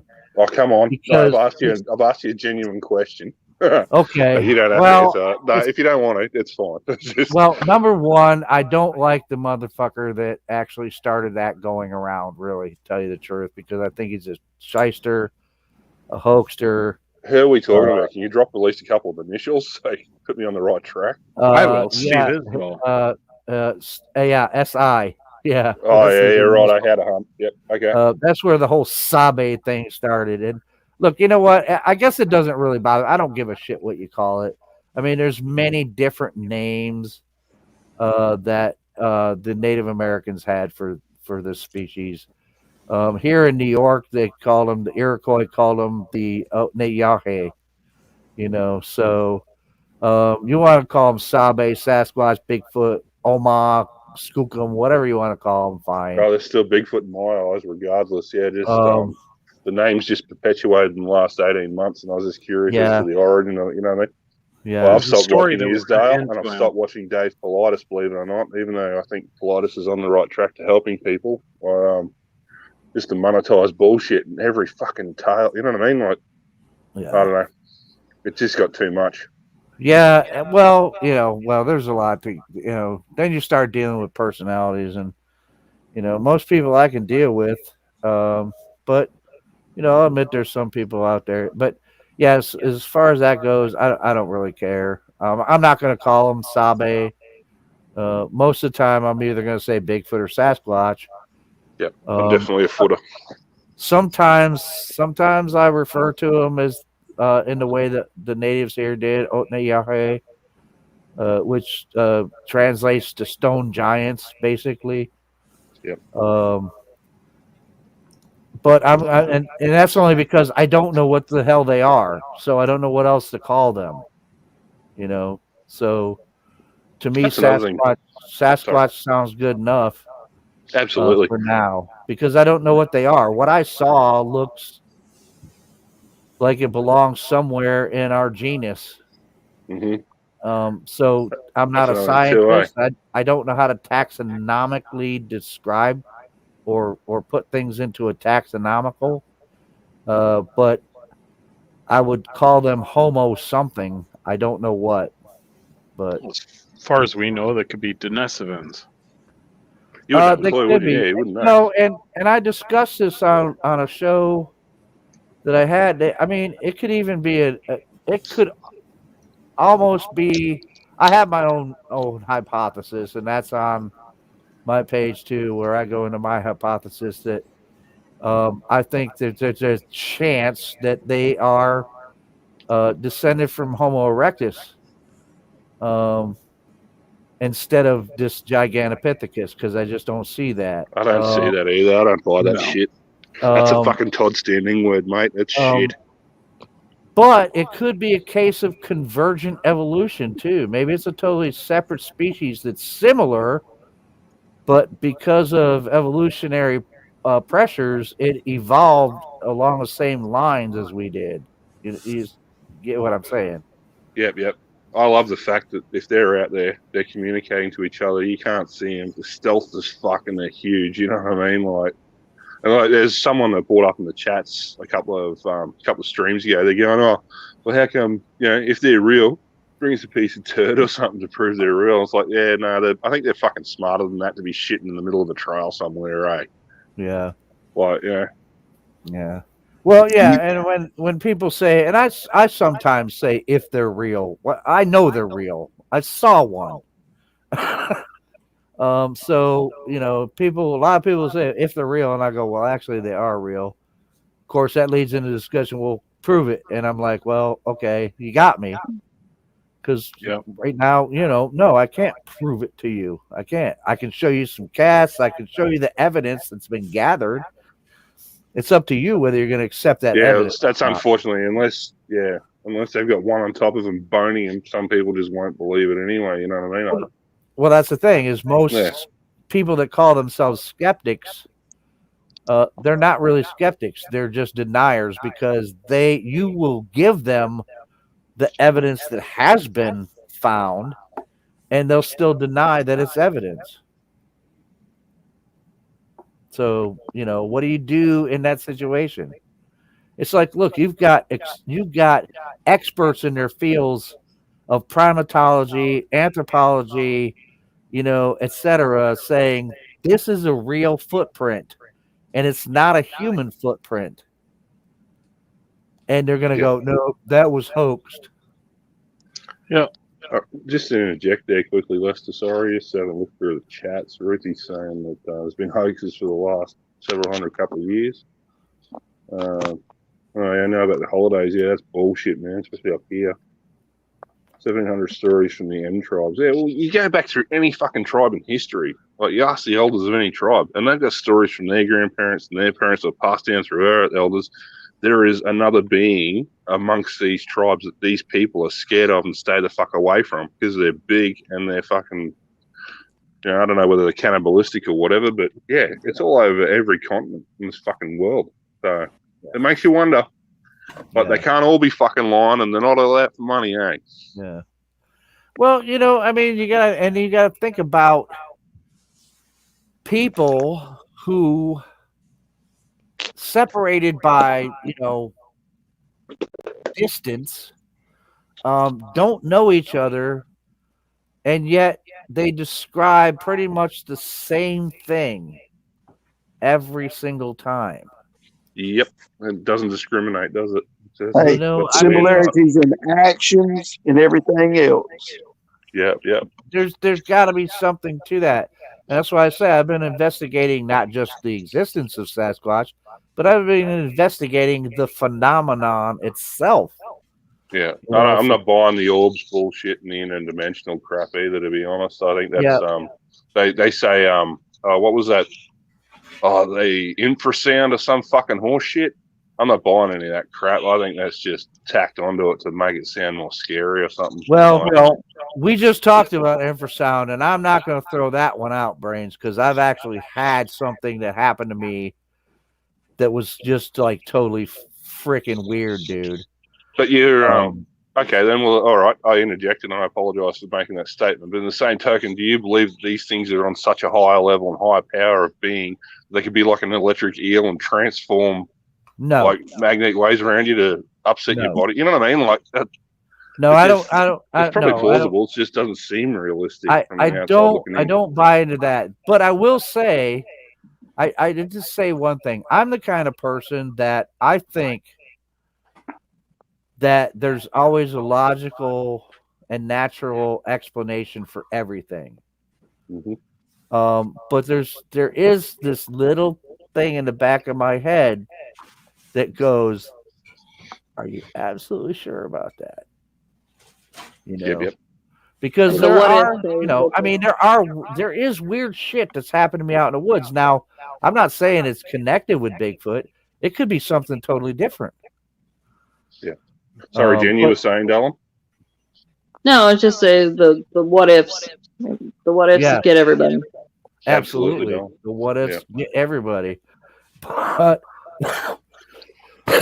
no, as far as the transdimensional cloaking and all, no, I don't believe Yeah, I don't it. believe in that fucking horseshit. That's out there with dogs Again, and all that crap. it's because it's not that I don't believe the people that are telling me this. I just think that they're misinterpreting what they're seeing. Yeah. And there's a natural explanation. They just don't know how to explain it in a way. Like being zapped. People would say that until I figured out, well, that sounds a lot like a phenomena called infrasound, which is an actual thing. And the thing about them disappearing, well, I've seen other animals seem like they disappear. Yeah. Like, I've seen deer that seemed like they disappeared. Yeah, and all they had to do was stand still in the right spot. Yeah. If these, that's the next thing too. If these things are, if they're interdimensional and they're using portals or whatever the fuck, why are they coming here and hassling us? You know what I mean? Well, they got no reason to. Here's the They're thing. well and truly beyond us, aren't they? If they could step through a portal into anywhere they wanted to, why aren't they going into the grocery stores at freaking 2:30 in the morning when they're closed and stealing all the food? Yeah, fuck yeah. And the meat, Learning how right? to cook and buying hot dogs. They could easily do that. Yep. Absolutely, yeah. I'm driving around in brand new Toyotas and shit because I know I would be. Oh, don't forget they're farting out orbs all over the place before they jump back into wormhole. No, that's true too. Yeah, what's up with that shit? I understand orbs are phenomenal. I've seen them. I've got photos of them at home here. Right. Right, that I've taken myself. But Earthlight. To relate that to, I don't know. Everyone's I've you're never right. had Everyone's trying to intertwine this, that, and everything else, and blame them on this. Yeah, I've never had an orb experience that I could contribute to Sasquatch. I've seen orbs twice in my life. My wife was with me. We both saw them. And the my garden tractor underneath my awning at home. I don't know what the hell they were, but it wasn't Sasquatch. Yeah, I can tell you that. Crazy, eh?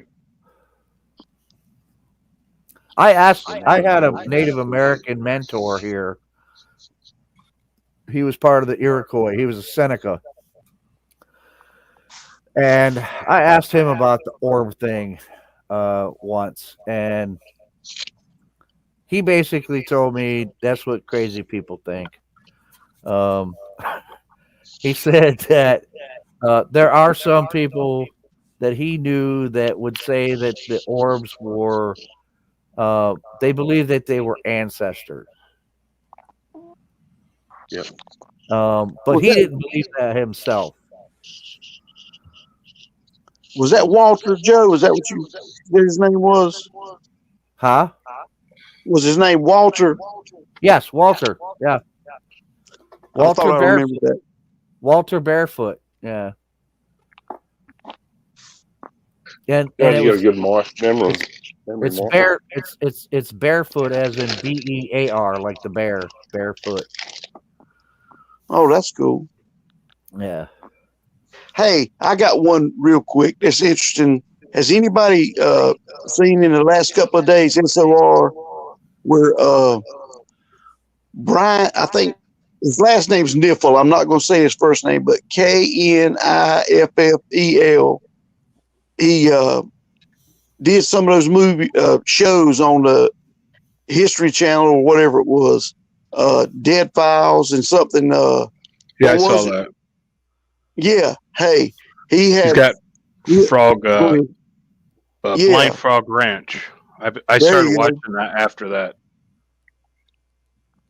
Yeah, but his story on SOR was pretty interesting. Now, I can't say. Well, he's doing a show right now. Actually, there's 4 episodes out that I haven't seen, by the way, on Port. Yeah, he talked Port something, Alaska, about the. Oh yeah. Is that Port Chatham? Yeah. No, it's Portlock. Portlock. That's my topic. Portlock. Yeah, I There talk you go, to Jackie all the Scotty. time about that. Yep. Yeah. The Portlock phenomena. Yeah, fuck, man. 2,000 people left that fucking town because of whatever the hell it was. Yeah. Wow. Hey, they talked about Bigfoot killed people. Yeah, as being, I reckon, nearly 10 foot tall, picked up this timber snipe that the bullocks used to use to drag out logs out of the forest. Yeah, picked this thing up and threw it at a guy 10 feet away and killed him first hit in the back of the head. Oh, It took three men to lift this fucking piece of like machinery off this guy after he got clobbered with it. Well, and another thing was they were tearing hunters' bodies up and bringing them back to the edge of town and leaving their body right outside someone's house. That was a bear. Yep. That was a bear. Yeah. Yes, yeah, I don't know what to think about stuff like that. I mean, that's kind of weird and scary. Yeah. I'm not going to sit here and say it's not possible. It's a scary story. It is. As we sit here in the comfort of our homes, yeah. I'm going to give the guy a plug that I had on the show the other day, man. Eric from Media Palace. Yep. If you guys haven't checked out like Harryman Road and the Beast of Brushy Creek, that guy's got some weird shit going on, right, in his area, and it's not just like, hey, it's not just him going, hey, this is this. He'll tell you, look, you can find out all this information that I found too, and this is where you find it. And so. He's got Bigfoot or Dexter hiding there in his area. I fucking love Dexter. I'd go and find him. Yeah, I'd probably wind up on his table, though, unfortunately. Just interjecting again into the chats again, boys and girls. What we got? Ruthless is talking about 1,700 tribes again. Yet I've already covered that. Piltdown Man, yeah, I remember that. Yeah, it was fucking crazy as fuck. And then they exposed him as fake. Yep. Oh yeah, Piltdown Man. Yeah. Fucking hell, yeah, that were bloody scary stories. The Navajo elders speak of that. 5 finger beans, chessboard. What have we done here, brother? Truth has come from more than one focal. Absolutely, that's what I was saying. It's a worldwide phenomenon, right? All the tribes of the elders. And I love this last one. Why the fuck would any intelligent life form want a warmonger planet like this for? I honestly believe that's only been the last 200 years or 300 years. But then again, history's full of wars, really, isn't it? So I'm wrong on that one too. So last 1,000 years. So it just seems like the last 100 have been the worst for it's over political gain and financial gain. But yeah, then again, I'm wrong because it's been the last 1,000 years as well. At least. Yeah. Rome collapsed because of corruption. Yep. Oh man, Rome. I didn't want to go off on a tangent here, but did you guys have seen, because I do watch a lot of YouTube, but I watch all kinds of different stuff. It's not all Bigfoot and etc. But there's somebody that was on Twitter. It's this girl. Have you guys seen this? She's denying that the Roman Empire ever existed. I'm not surprised.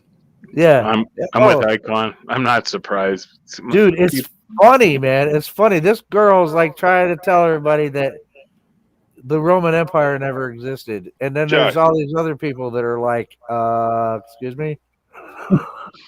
Joe, there's a girl on TikTok trying to tell the world that men have to go in every 6 months to get their foreskins trimmed, mate. That's the society we're living in, buddy.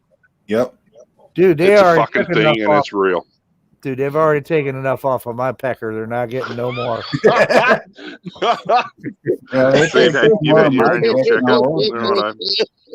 Normally we just braid them, so it's fine.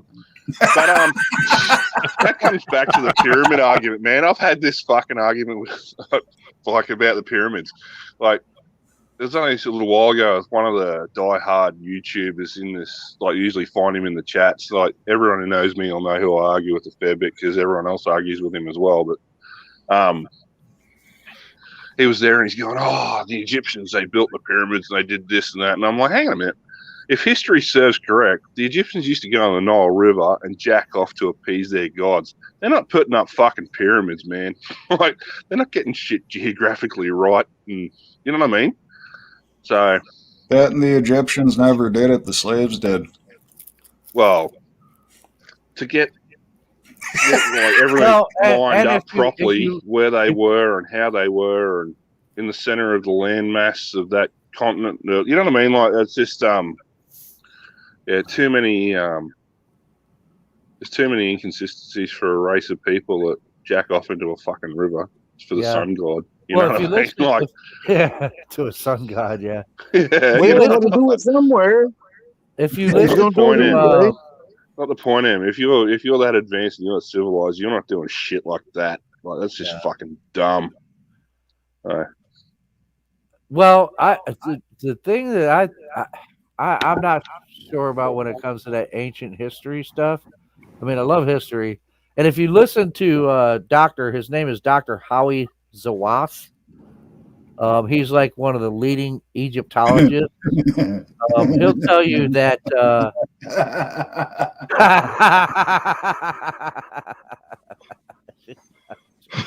Fuck yeah, that's good. That's just like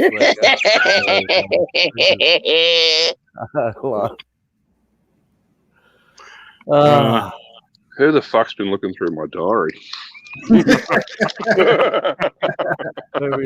at his browser history. Yeah, I'm a truckie. Yeah, the thing is though, but and it's weird because I'm like, not that we didn't have the intelligence to do it, but I mean, it is pretty much a proven thing that the pyramids, they line up with Osiris. Now, how are you gonna do that if you don't know anything about astronomy? Yeah. Huh. You know, I mean, and when the pyramids were built, man, I mean, you weren't talking about Galileo wasn't even born yet. They hadn't even thought about him. Well, it's like the theory as above, so below, Joe. You know what I mean? That's to get an aerial view of where you have to be to do it. How were they able to align it so correctly with Orion's belt? Yeah, how the fuck do the things get to be 12,500 years plus and still only move an eighth of an inch? Like, even with modern technology, we can't get that. Yeah. Shit's falling over all the fucking time. It's a little weird. There's shit that goes on in this world. I don't have an explanation for it. That's true. Yeah. Here was mine that may be easily explained, but where did they get the building material from? Well, it came from a long distance off. They know that. They had to actually quarry that rock and move it, and that's the thing is, if you how do we know it's not some ancient concrete or something? Though? Yeah, it makes you wonder if some of the ancient civilizations had technology that we're not aware of, but they did have it. You know, and that almost makes you wonder, where in the hell did they get that technology from? You know, and I'm not trying to jump into, you know, aliens and this and that, but what other explanation is there unless we had a more advanced civilization actually come here and go, look, you guys are doing this wrong. This is how you gotta do this. I mean, it's yeah, because just getting the material there, to me, and thinking of what you had to do it with, is a feat in itself. You know, I mean, just mind blowing. Yeah, the whole theory that, you know, they moved those huge, massive blocks of stone from like miles and miles and miles away, and they did it on logs. You know, rolling them on logs all the way up. I mean, that almost seems impossible to do. And I forget who it is. It's that one guy. Oh, it's like ancient, what's it called? Ancient astronauts or something. That one guy, Ancient Aliens, Giorgio, the guy with the it was aliens. Yeah. And he's talking about there could have been some kind of levitation device that they used. Giorgio Aeschylakis, is that who you're talking about? The big hair? It's crazy, dude. Yeah. Oh, hang on, I've just pissed Ruthie off. I wasn't aiming for that, bro. Like, calm down, you southbound motherfucker. But as above, so below. I wasn't even trying to go into the religious perspective. It's like, yeah, to get an aerial view of what you're doing from above. You know what I mean? Like, yeah, to plot these things and to plant these things and put them where they are and geographically.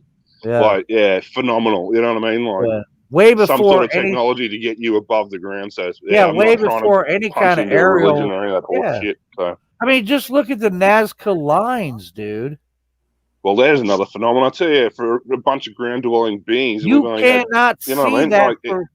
You cannot can't. see the Nazca lines for what they are, except for up in the air. And the ones they show you on TV don't even cover a third of what they've fucking got. Right. Yeah. I mean, yeah. that's some crazy shit, man. Yeah, it's like an absolutely. airport.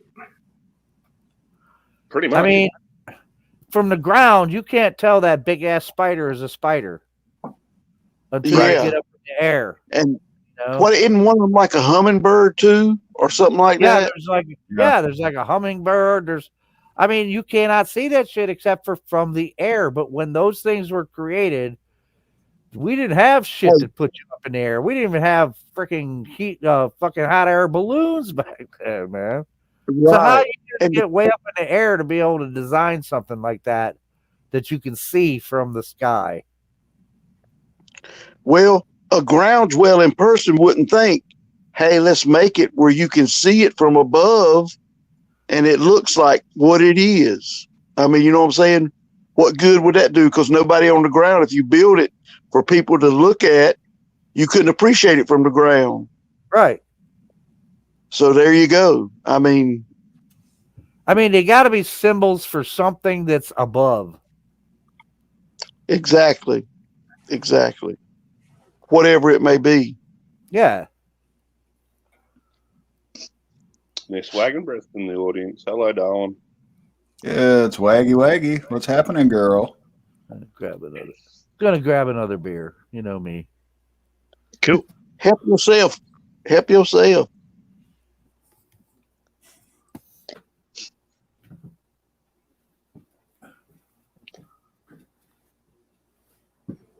had to throw that cartoon up. I thought that was cool. That's fucking hilarious. Wagon, if mama catches you on the internet this late at night, she's gonna whip your ass.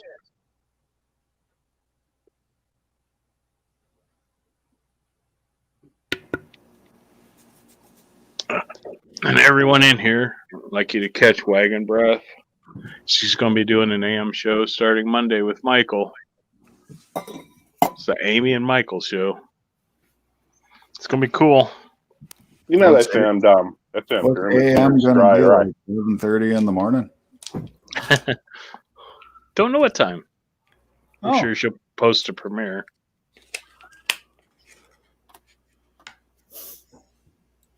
This is cool, man. This is like when I was younger, hanging out at my favorite bar. That's the whole idea. Yep. The relaxed vibe. Where if you want to talk about it, you talk about it. If not, slide to the next person. But yeah, there's some weird shit going on in the world, man. I don't have explanations for it all. I think there are explanations for it, but then again, like I said, maybe there's just some shit that I don't know, man. Maybe there's just some shit that's beyond us that we can't explain. I don't know. Well, something's coming around. I mean, we got the government releasing video of craft that they admit they have no idea what it is. So, yeah, I mean, I've never seen a UFO myself. Never seen one. But I'm not going to sit here and go they don't exist, because they do exist. I don't know what a lot of them may be, but I mean, out of all the ones that now that we know they do exist, I mean, what are the chances that at least one of them has been from somewhere else? You know? Yep. I mean, with the size of the universe is. There's got to be something out there somewhere with intelligent life. We can't be it. Because that'd be sad. I don't think so at all. Absolutely not. I don't believe that we're the only intelligent life in this universe. Well, Joe, you were Yeah, there's perfect. got to be a lot that are smarter than us. Yeah, absolutely. You're the perfect person to ask this, Joe, since you spent so much time under the ocean. Do you think there could be bases under our ocean where maybe these people are coming from? So now we're getting into the yeah,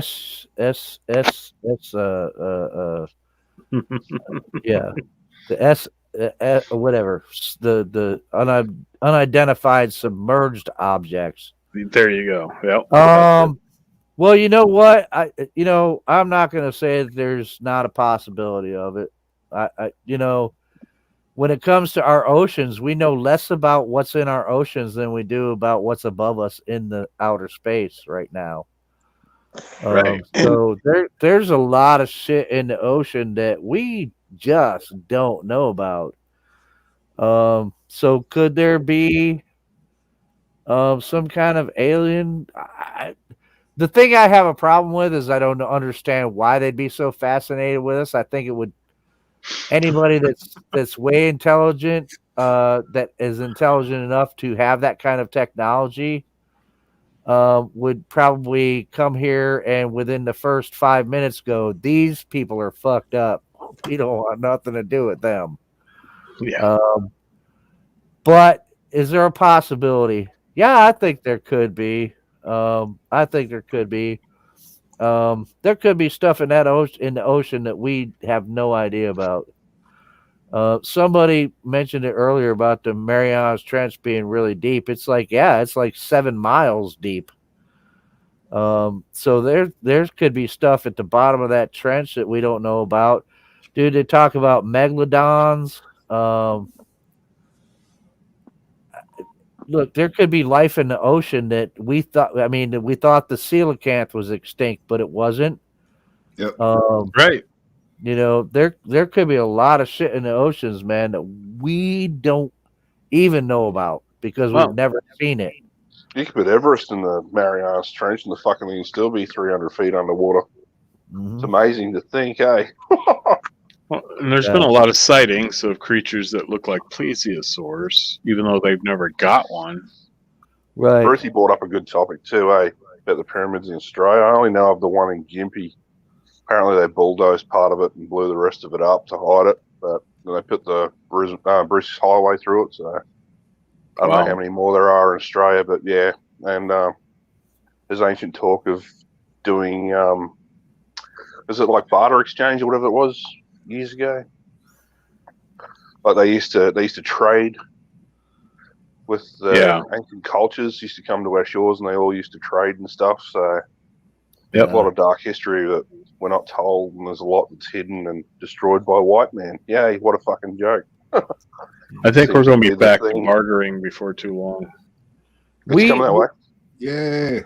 My wife was just down the shops actually, and she's just saying that all the toilet paper's gone again because we've just hit this another COVID milestone of alleged cases and stuff. So same thing with my wife. She went to the store and she said the shelves were bare. Yeah, and yet all your pastas, your rices, all your mixed bag, you know what I mean? All your non-perishables, your long life milks and all that shit. No one's touched any of that. The shelves are empty for all the perishable stuff. It's just they're grabbing all the fucking Jiffy food like idiots. Yeah, nothing that lasts and stuff. Your dehydrated stuff is what you'd be going for in your long life, but apparently not. It's fucking mass exodus on the sheeple scale. It's just fucking crazy. You're kidding. What?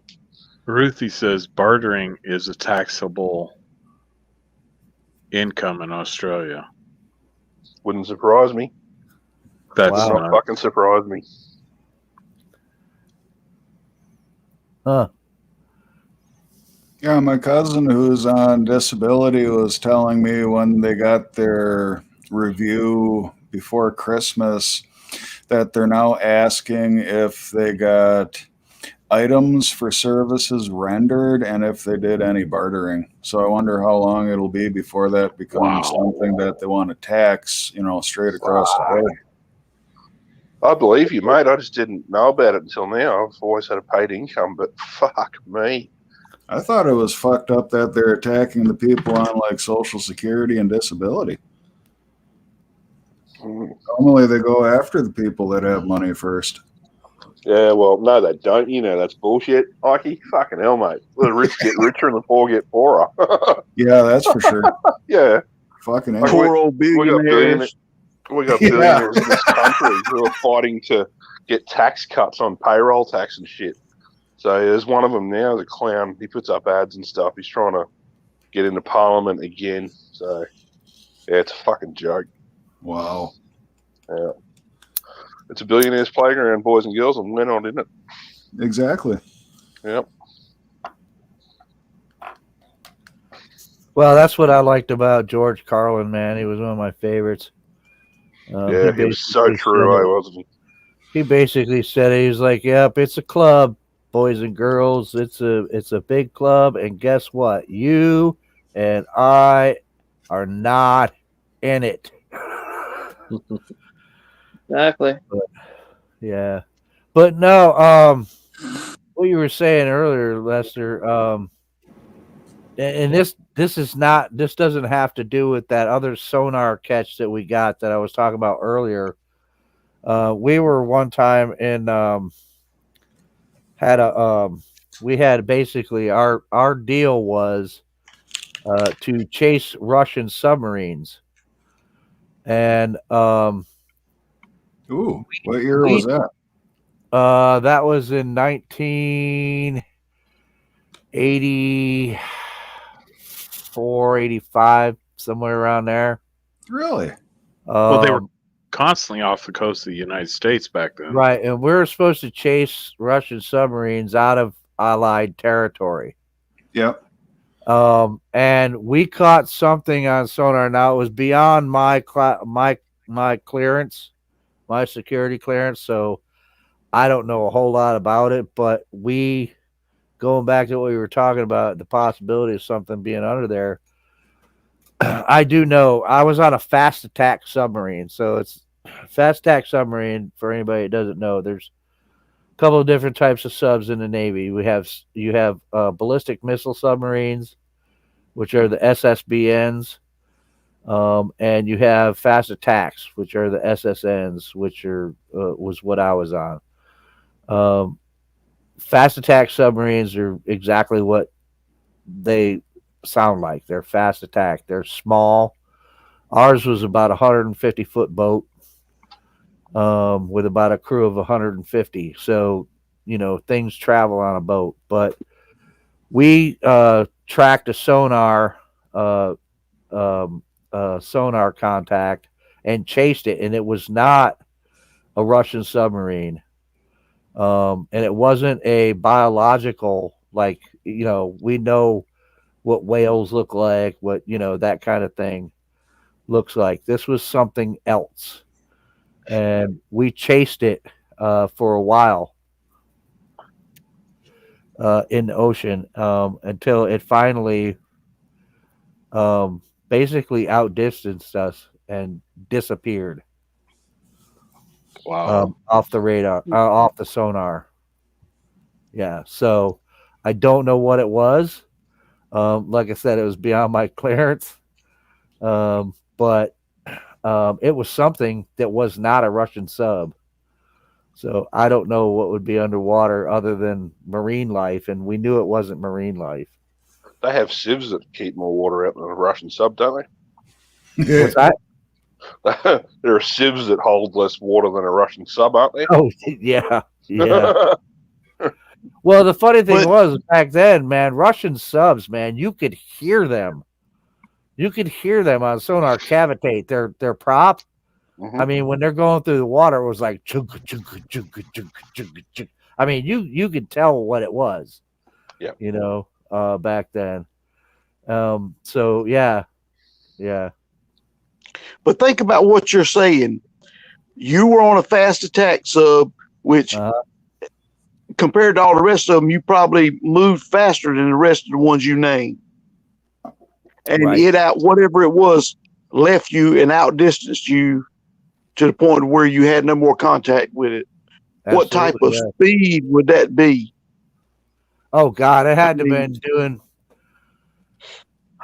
Well, it had to been doing in excess of probably about 60 knots, and that's pretty fast. Oh wow! Yeah, that's what I'm saying. I mean, and at that time, what could you relate to that had that kind of capabilities to do that sort of thing? Nothing that we had. There you go. There you go, folks. Nothing that we had, because my boat. Is that? Do you mean that by nothing we had on a world stage, or nothing we had that you've ever seen or heard of before, as far as terrestrial craft are concerned? Yeah, that one. Wow, fuck.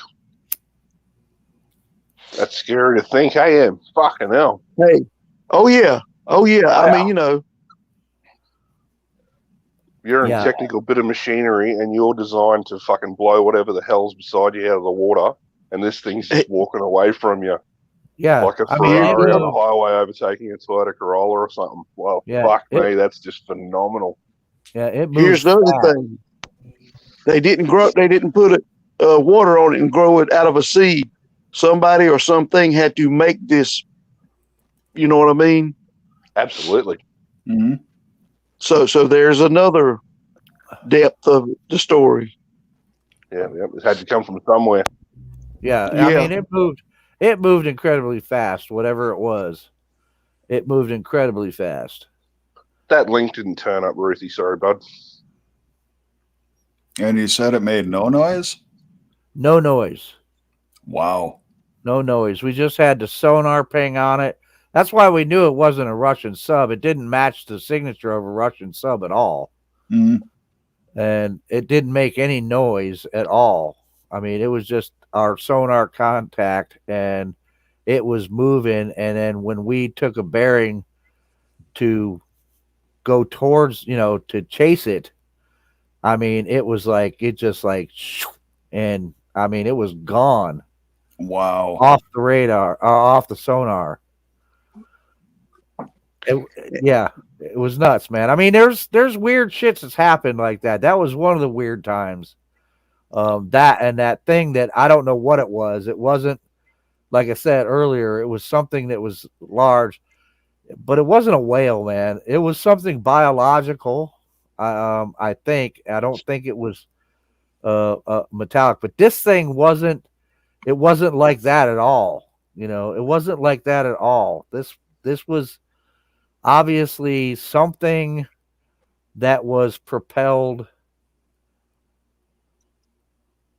It wasn't a natural, biological entity. They were thinking it was some sort of submersible craft.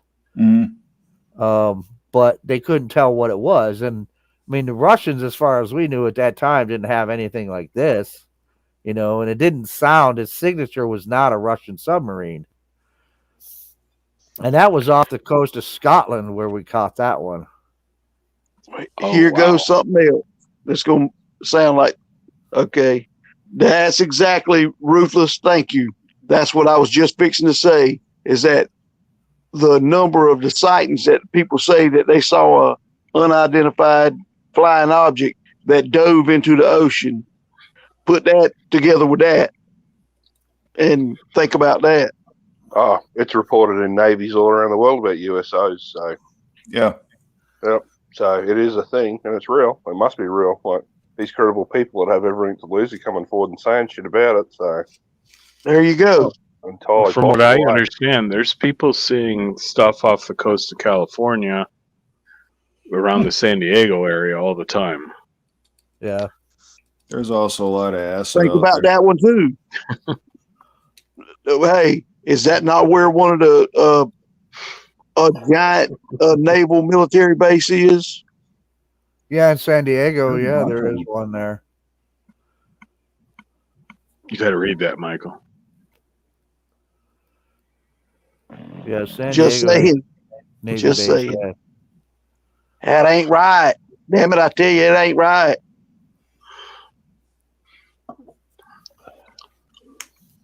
Just food for thought from a common, everyday old redneck. Yeah, hey man, like I said, all I can say is, I don't know what it was, but I mean, if it's classified, there's a fair old fucking chance. Yeah, it's something beyond this realm. Well, it was classified above my classification, my security clearance. So, but I mean, news travels on a 150-foot boat, man. I mean, you're gonna hear about it. Whether I don't know. They probably knew exactly what it was, but I'm not gonna find out because it's need to know kind of shit. Well, back in the 70s, everyone used to pay attention to planes flying across the sky. Planes were getting bigger, and the flights weren't as popular. The sky wasn't so crowded with flights. So if you're driving at night and you see a light going across the sky, you paid attention to it. Well, I was with my grandma, and we saw a light zooming across the sky faster than we'd ever seen one before. And it took a 90-degree turn. This was the 70s. Yeah. So that's my only experience with something weird. Yeah, shooting stars and meteors don't take 90-degree turns. No, that they don't. Or 747s. Right. Or yeah, right. Close. Or I mean, not unless they're in serious trouble. Yeah. You don't know the truth, Lester? My wife and I was standing out the back between my house and my shed. You've seen I've done a walk around. Yep. Yeah, same dealio one night. The pair of us just simultaneously walked back inside together. That was the end of that. I couldn't explain it, man. I've never seen lights in the sky just stop and then turn 90 degrees and start moving again. Fucking phenomenal. Yeah, it is. I was a kid. I was a young kid, I was being drugged to bingo, sucking up cigarette smoke all night. It had to be really something to stick with me this long, Yeah. Yep. Yeah. Yeah. I was up outside here, and I was just, looking around, and this oblong silver thing moving across the sky into the clouds, out of the clouds, and then it just poof, took off, gone, and it was just this oblong silver Tic Tac looking thing. It wasn't big. It wasn't, well, I don't know. It was farther away, but yeah, it was just like floating along, and then went through the clouds, came out of the cloud, and boop, gone. Wow, amazing, eh? I mean, nobody looks up anymore for the most part. Yeah. So, and that's true. I mean, I gotta admit, I don't look up a lot, to tell you the truth. Probably one of the reasons why I've never seen a UFO, because I've never looked up that much. But I don't doubt that they're, that they're out there. I'm just curious that they're here, whatever they may be, and some of them may be something that can be explainable. I don't think that's par for every one of them. I think some of them, like I said earlier, man, I mean, out of all of the people that say they've seen, and even the stuff I've seen, that you look at it and you go, well, that's not somebody like manipulating video. Those are lights in the freaking sky, man. Those, they're exactly what, so it's like, I'm like, but it's been thousands and thousands of years. I mean, human beings have been here for at least the last 200,000 years, Homo sapiens. And I'm like, why are they still hanging around? Why are we so fascinating? What is the deal? Why would they be coming here time after time? What's going on with that? Why? Maybe they're the perennial gods that they You know what I mean? They're the gatekeepers, Seeing how much of a making sure threat we we don't are. drop nuclear. Yeah, or making sure we don't drop nuclear bombs on each other and shit.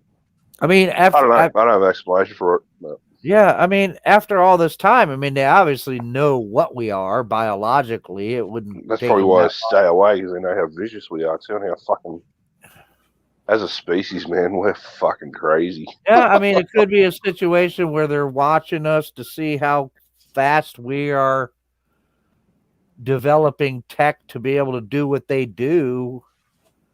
And maybe they're a little concerned about that, because if we get the tech to be able to do that, what are we going to do? Are we going to fuck up everything in outer space like we have here? You know? There's a story about one of the sled drivers. That SR-71 capable of Mach 3.5 back in like 1968 or something. They reckon that whatever it was came up on them, caught up to them, came up on them at Mach 3.5, and then accelerated past them. How fucked up would that be? You'd be shitting yourself, wouldn't you? Yeah, absolutely. A damn alien chewing off his hot rod. Well, I mean, there were reports of them like being at nuclear test sites, and they would shoot something up, and they would disable it, and the thing would fall back out of the sky, and it was. Oh, Jen, where'd you go, Dom? Oh, what happened? Damn it. Yep. You okay, Jen? Yeah, I'm here. Let's. Okay. Oh, there it is. What happened there? You just lost your avatar and everything. Yeah. I don't know. Y'all keep talking about the damn aliens. Yeah, well, you know, Match more than Avatar here in a minute. TR3B. I'm, you know, I mean, I don't know. There's something going on. Obviously, we know that. Why there's Fucking aliens? Ruthie's at it again. I love the way he thinks. Having a crack right. at other fuckers. Yeah. I love the way you operate, man. You're a fucking legend, mate. I'm glad to call you friend.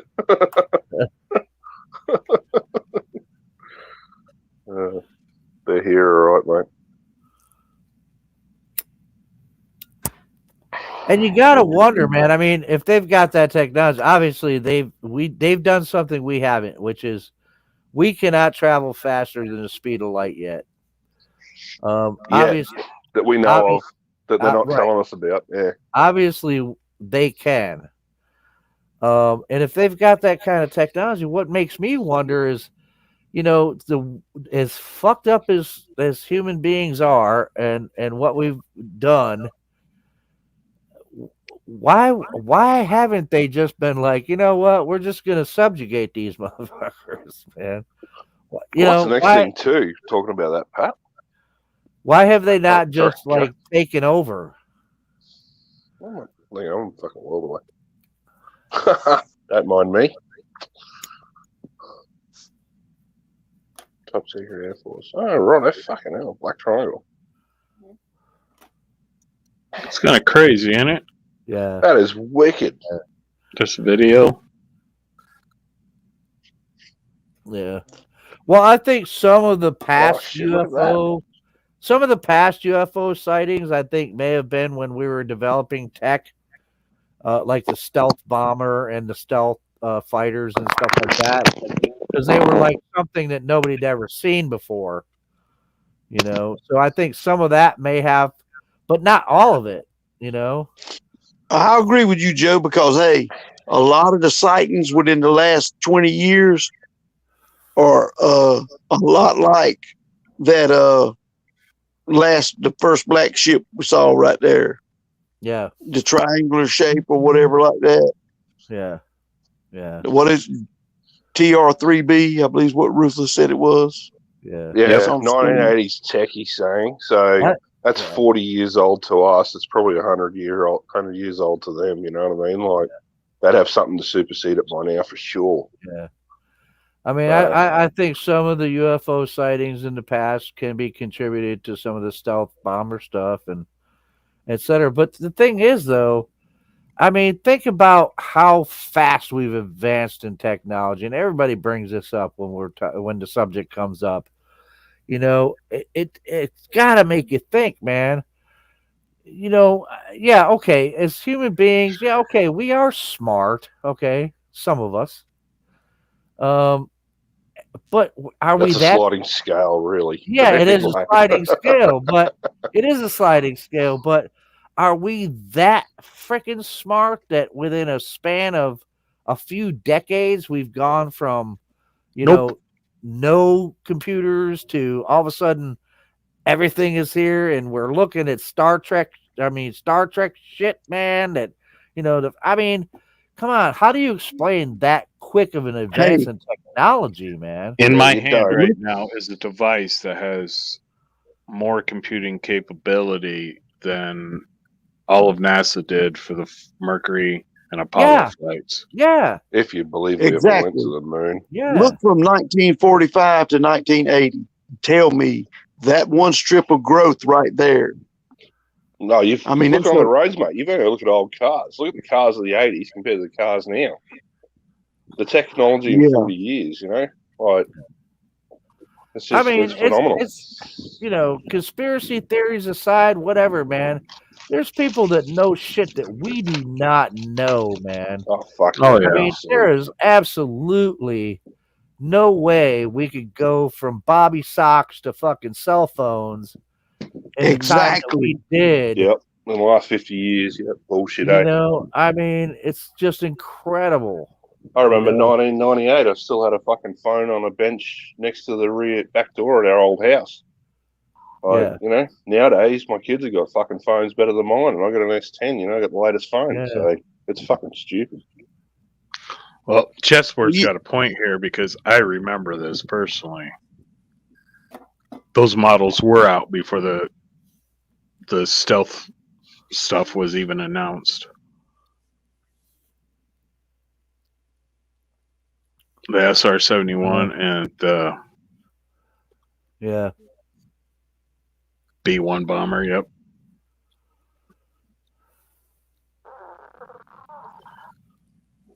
Chessboard is Ruthless. our encyclopedia. Yeah. Right. Yeah. Ruthless, that's classified information. You can't tell about Agent Dick Tracy and talking into his radio watch. Well, that's true. He did. He fucking did. Yeah, Dick Tracy had a watch phone. And what is it? From that time till now, we actually have watch phones now. Yeah, Chessboard, man. He Exactly. fucking always makes a good point. Yeah. Thanks, Chess. I mean, Yeah, Revol models had models of the SR-71, B1, and F117 5 or 6 years before they were announced to the public. So, yeah, that is Hobby.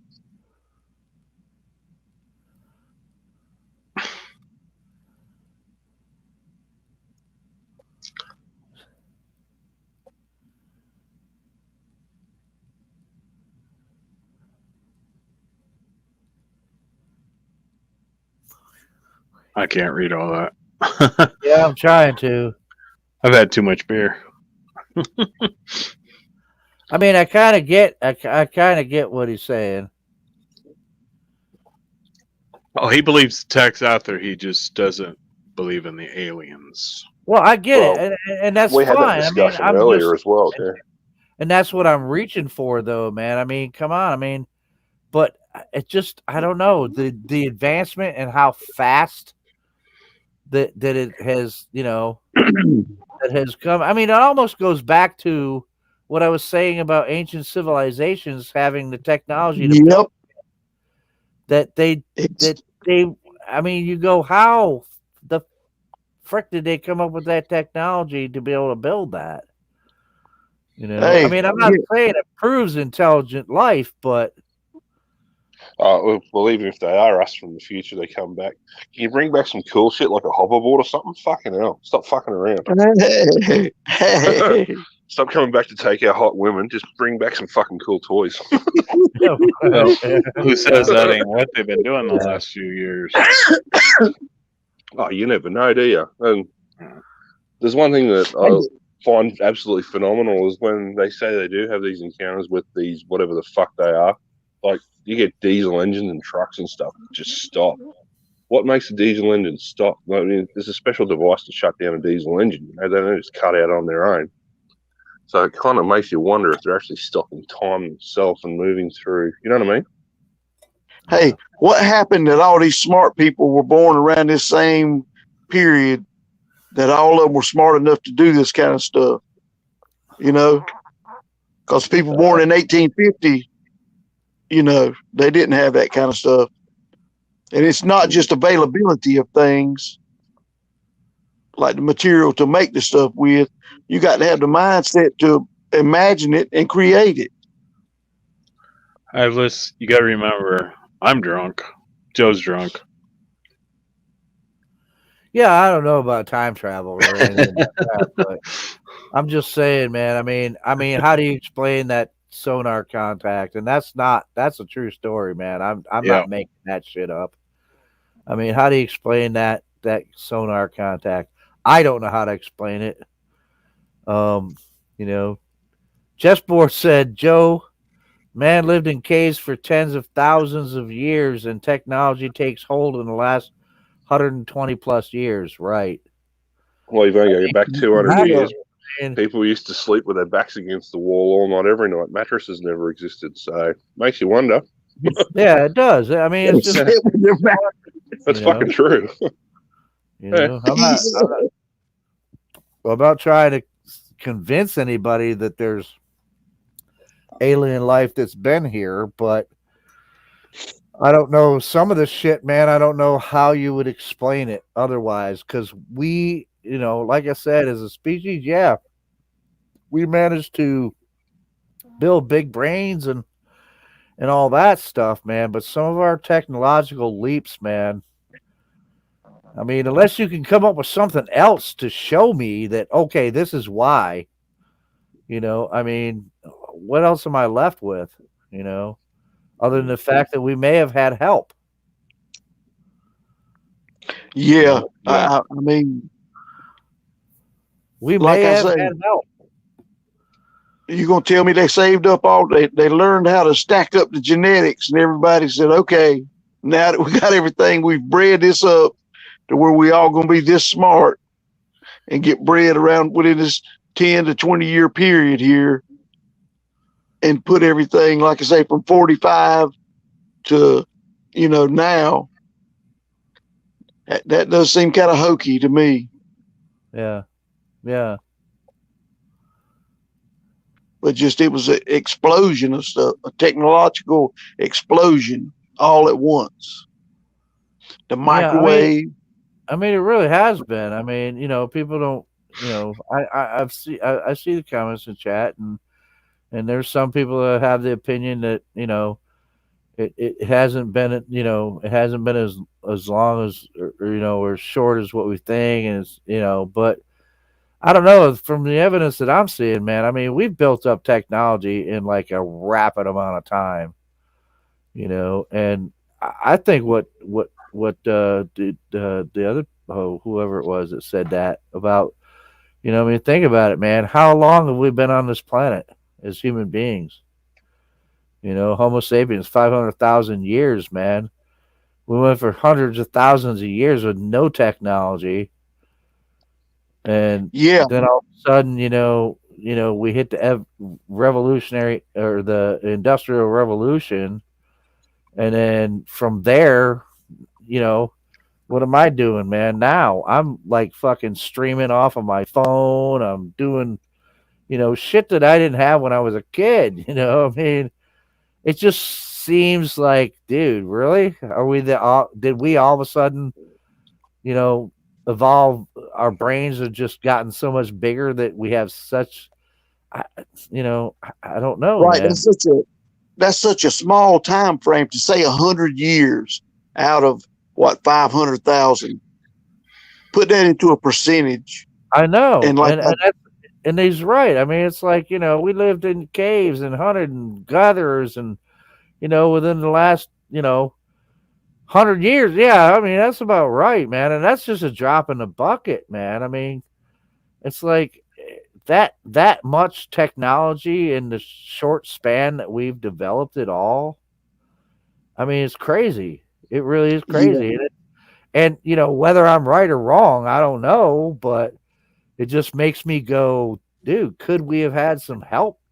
You know, It does make you question it. I mean, we know that there's UFOs that are unidentified, and that means that it's not natural phenomenon. It's, you know, I mean, well, where else the hell is it going to come from except for somewhere else in the freaking universe?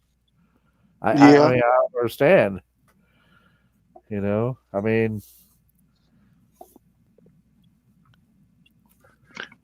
well, I'm not smart enough to figure it out. I haven't got a fucking clue either. I'll go to work tomorrow and drive my truck and get paid money. You know what I mean? It doesn't affect me. And it won't stop me going to bed tonight. It certainly won't stop my alarm going off in the morning. I really, you know. There you go. Yeah, you know what I mean? I haven't got a horse in the race, really. And it's not going to affect the way I feel about anyone else because they've got different opinions. So, you know, right. It's fucking true. Like, yeah.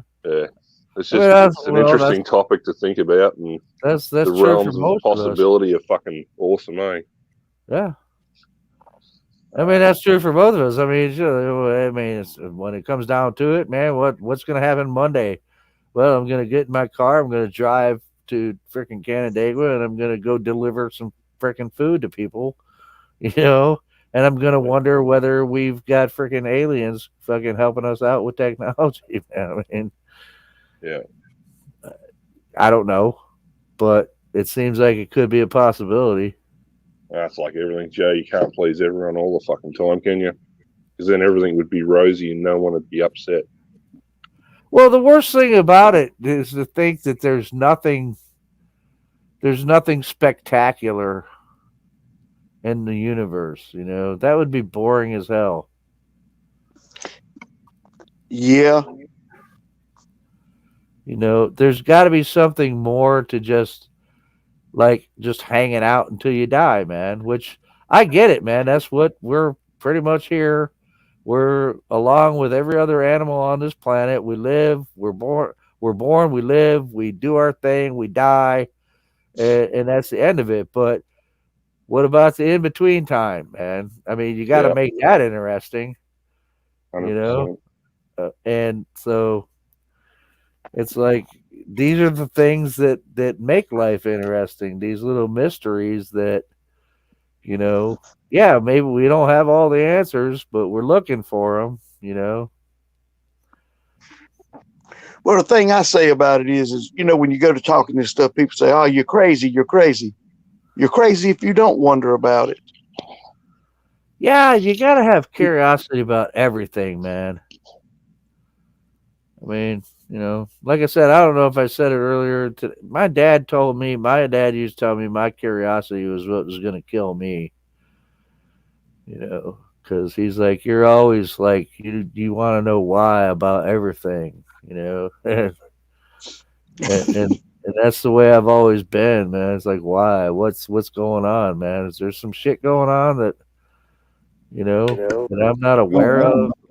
It's, you know, I want to know. Explain it to me, you know.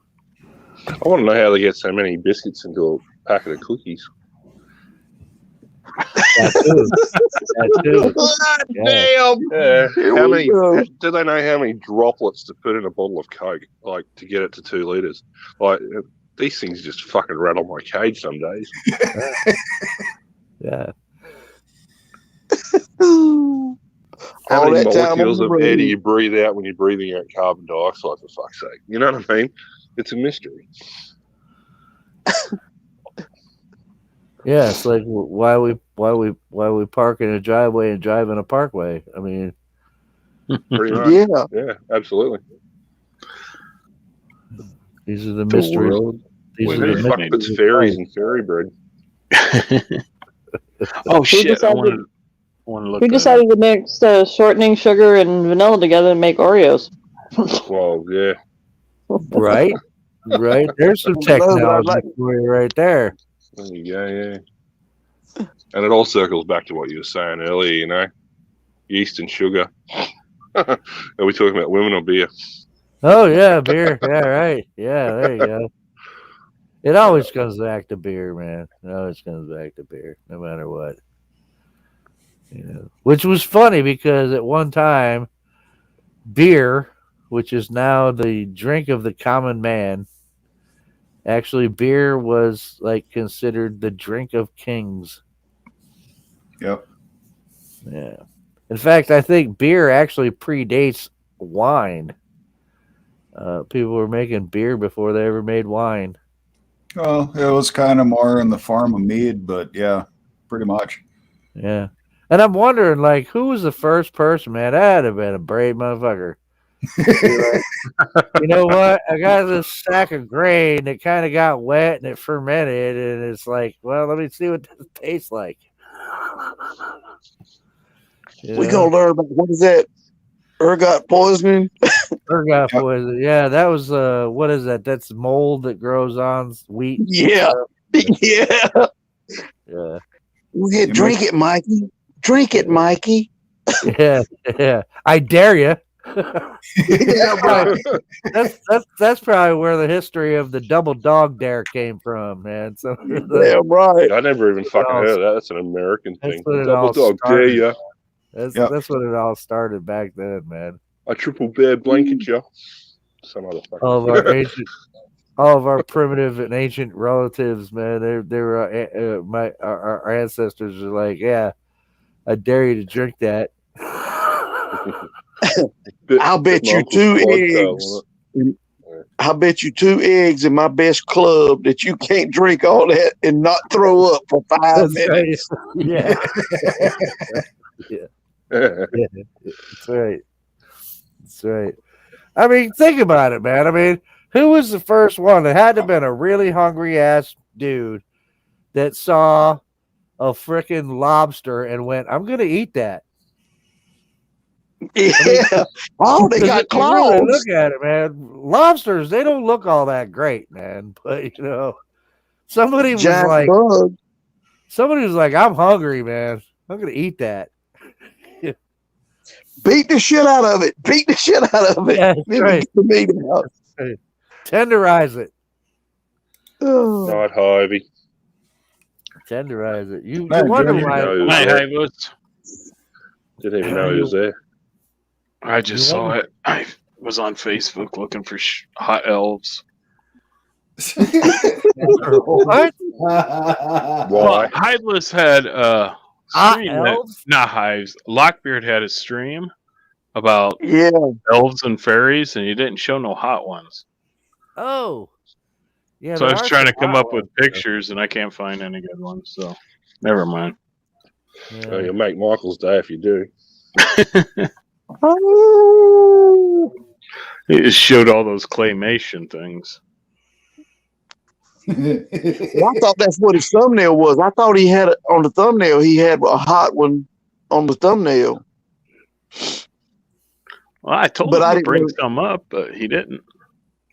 Yeah, but on the thumbnail, because remember he asked, "Does anybody know what that was from? What movie that was from, or whatever?" And I couldn't place it. I couldn't either. Yeah. Hottest elf I've ever seen was Liz Tyler. You're damn right. You're damn right. She made a good elf. Yeah. She was a good one. Liz Tyler looks nothing like her dad, man, which is a good thing. You know, I've never seen a picture of her mom though. So, but like you say, yeah, Steven wasn't throwing a whole hell of a lot in there. Maybe hair color. Yeah, what Steven threw in there. Yeah, she's kind of got his mouth, but but it's okay. It's okay with her though. Yeah. Because I don't. Look, this is so wrong on so many fucking levels. All right, it's bad. Pump the brakes, Jack. You're out of control. Bad, but I'm going to put it out there. I'm not thinking about it. I'm not. You don't thinking have about to. You getting know, a it's Starlet fine, from mate. Steven Tyler, man. But when you look at Liz Tyler, you're like snarling. Yeah, okay, I get it. Now I know where the lips are coming from. Yeah, I think in that movie though, that was the pointy ears that got me. Oh, I know. Because you ever think about that? Well, I was like, wow, you know, that's probably why I got turned down by all the female Vulcans in Star Trek. I don't know. Oh, what Just was the her pointy name? damn ears. To Paul. Yeah. I know who you're talking about. That was in Star Trek. When I found out those boobs were faked, I cried that day. with Scott Bakula. Yeah. I spent an hour talking to Yeah. Who? Who was the actress's? Jolene Blaylock. Yeah, Jolene Blaylock. Her Yeah. boobs are fake. Who's Oh, that? don't tell me that, man. Yes. Watch Oh, Stargate. dude. Oh, I'll no. tell you Star Trek. 7 of 9. She was in Star Trek, but she was also in Stargate. Really? Is it the same girl? Yeah, she was Jaffa. If you ever Was she watched 7 of Stargate, 9? What's that? I can't remember. Yeah, well, anyway, 7 of 9. I spent an hour talking to Lockbeard about that. Oh well, 7 and 9 after her trans. But you know what, man? If you were ever watching that show and you saw 7 and 9 before her transformation, and if you saw her before that when she was an actual Borg, and you were like, and you don't admit that, yeah, I'd still do that, then you're lying. Oh, mate, fucking hell! There should be a law against that type of physique or finesse. I'm a married man, for fuck's sake. Jolene Blaylock was in Enterprise. Yeah, Enterprise. Yeah, yeah. With Scott Bakula. Yeah. Yep. Yeah. Yeah. Yeah. That's when we went, holy crap, Vulcan females are hot. Yeah, changes your perspective, especially when you get like the likes of Jason Alexander dressed as cyborgs and shit too. Oh man, I saw that one with Jason Alexander from Seinfeld. He was on that one called Think Tank. Yeah, he was awesome in that. Fuck man, really like smart guy. Seinfeld did him no justice compared to the level of acting he does. Did you ever see him on the Orville? He was the bartender on the Orville with Was he? Yeah, he's the bartender on the Orville with Seth MacFarlane and all them. Oh yeah. Yeah, the mate, Orville's he was coming back. Oh fuck Wow, yeah! I didn't even realize that, man. Yeah, mate. Yep, he's the bartender. Holy shit! I fucking love. Dude, Bortus. I love that reckon show. Bortus is shit hot. The Orville. I love that show, man. Yeah, Bortus. It was like favorite. one of the greatest spoofs on sci-fi shows, like Covers Star all Trek. of it. Yeah. It was awesome, dude. It was awesome. Fuck yeah. I love that show. Yeah, Seth MacFarlane. He's just creative as fuck, and he's funny as hell. Fucking oath, Jen. Absolutely. Bortus. Yeah, he sits on a fucking egg. Anyway. Oh yeah, the dude that's yeah. They've got like they're like neither of them are like male or female. It's the those guys. Yeah, those I like the Blob dude too. What was his name? I forget his. That's Norm Macdonald. He died. Good night, B. Good to see you, mate. Sorry I didn't pick up on it earlier. Norm Macdonald played the Blob. Fucking awesome talking to you earlier, B. Yeah, the Blob guy was in love with the doctor. Yep. Yeah. Yeah, the Blob. Yeah. Yeah, that was Norm Macdonald. He's no longer with us. Who was that guy that what was the name of the robot? He was there smarter than everyone. He used to tell him. Oh yeah. Yeah, he turned out to be freaking in too. Love you, B. Good night, brother. Man, I can't believe he's still awake. Well, it's daytime for him now. Damn. Dracula was his uncle. Oh, righto. Yeah, I guess. Everyone follow Hivos B. He's got a really great show. We've been having fun on there lately. It's got some production to it. Yes, he does. Yeah, the echo machine and the lights in the background. Is that what his channel is under? Is Hivos B? Yes. Yep. Yes. Yep. Cool. He actually has one where this Fight Club where he just does everything he can to make his chat room pissed at him. It's pretty cool. Yeah, the midweek chill stream's fucking awesome. But nothing's off topic. Hey, it's great. What were you saying, Sir Jen? But I miss roast night. Roast night was fun. Yeah. Yeah. I'll be right back. That's the night I learned Jen had a sense of humor.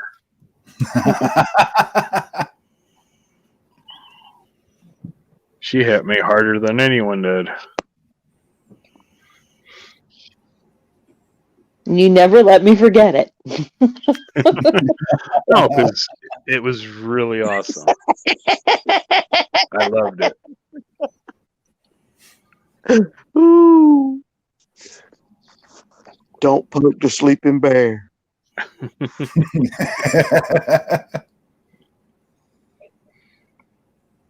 I think it was rigged. First, it was Michael that got roasted, then me. And I got roasted. It was supposed to be, 10 minutes, and I got roasted for a half hour. Oh yeah, that's right. You were just stuck up there for a while, weren't you? Yep. I gave as good as I got, though. You got to admit that. Yeah, you're not just a taker. Ruthless. Timing is everything, brother. Sarcasm counts too, though.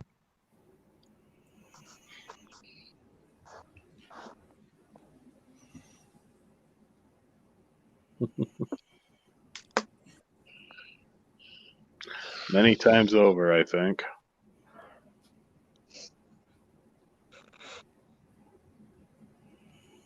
And all I have to say for Lester is poop rock. That was hilarious. I'm not kidding you. I was freaking sound asleep, and somehow Jackie's stream come up on my YouTube, and I heard Jackie say something like, "Yes, Jen, that's where Poop Rock is." I had to run to the laptop and say, "Did Jen just say Poop Rock?" What I just walked back into? A shitty situation. Yeah.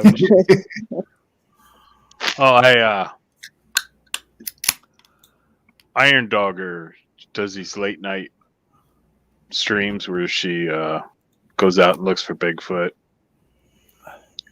And I'd fell asleep with YouTube on. And for some reason, I woke up hearing, "Yes, Jen, that's where Poop Rock is over there." Awesome. So I had to jump on my laptop.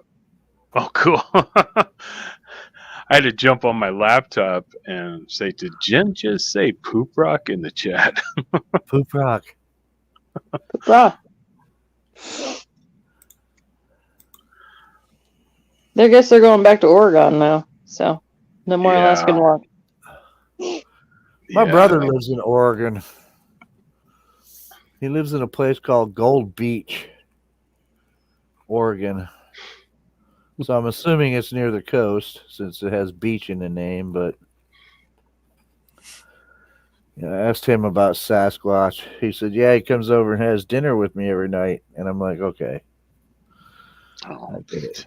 Yeah. Yeah. Well, that's when Ruth It's my older brother. It's my older brother. None of my family believes a word of what I say. Well, actually, no, that's not true. My great niece, I told her about my encounter and stuff, and she actually believes me, which is cool. But yeah, so like my brother, I'm like, dude, you are like you're in freaking one of the hot zones. And he's a hunter and fisher, and he's been that way all his life. And I said, "You're really going to honestly tell me you've never heard anything or seen anything strange ever, ever?"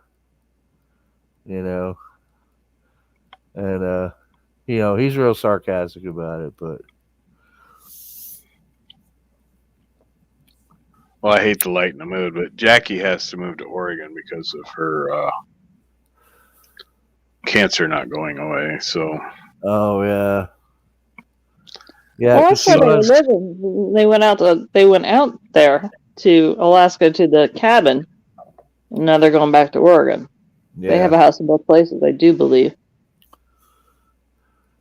No. Yeah. I hope she battles it well, man. She's a good. I like Jackie, man. You know. She's got such an upbeat personality. It's just inspirational. Yeah. Yeah. Well, you know, she's amazing, man. I've been wanting to get her on. We had plans to get her on the show, and it may happen still when she can get her partner to come on. And I told her, I said, I don't even want to do it as anything about Bigfoot. I want to get you on the show and talk about, because you know she was a part of the team. She was one of the only women team to complete that freaking Iron Dog sled run. Her and her partner, man, only women that have ever done it, man, which I thought was amazing. And I'm like, dude, I want you to come on the show and talk about that, man. Tell me about it, because I think that's hardcore, man. You know, definitely. I couldn't do it. Even in my best days, I couldn't do it. Hell no, I hate the cold. Hell no. I mean, I know nothing about sled dogs or. Well, she thought they're running. They you know. I mean, I don't know anything about that shit, man. You know, I mean, it was snowmobiles. Yeah, snowmobiles. But I mean, I don't know anything. You know, I come from an area where classically, you know, New York's supposed to be snow, but like I said, we're not getting the snow we used to get anymore. And as a kid, I'll tell you honest truth, I never rode snowmobiles when I was a kid. I mean, I did a lot of stuff outside and snow, but I never had snowmobiles when I was a kid or anything like that. And but I mean, just in Alaska, dude. I mean, doing that kind of a long run, you know, race. It's just amazing to me, man. Especially with the temperatures you're dealing with out there, too. You know, and the woods. I mean, yeah, she was saying that the Iron Dogger actually was what would break the trail for the Iditarod. Yeah. That's cool. Yeah, I hope you do get her on. That would be awesome to hear about that. Yeah, man, that's what I was working on, man. I'm like, man, I need to get you on, and it all has to do with when her partner can come on, you know.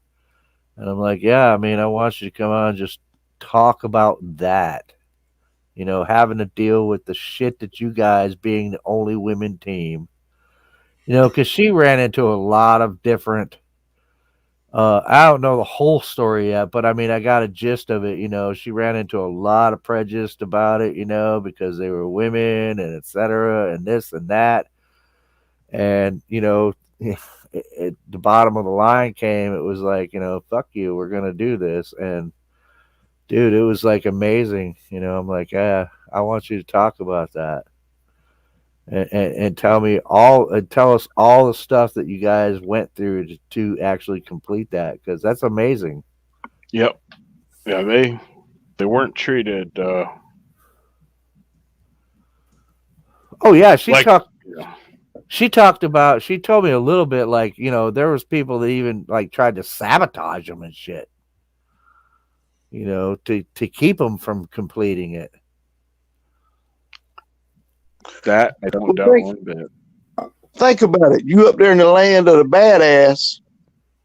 What's it gonna make the men look like if two women run through a race like that and win it? Or hey, even just finish it. Yeah. That's true. I'd be on their side, but I'm not a typical dickhead, so I'm just an asshole. Yeah, well.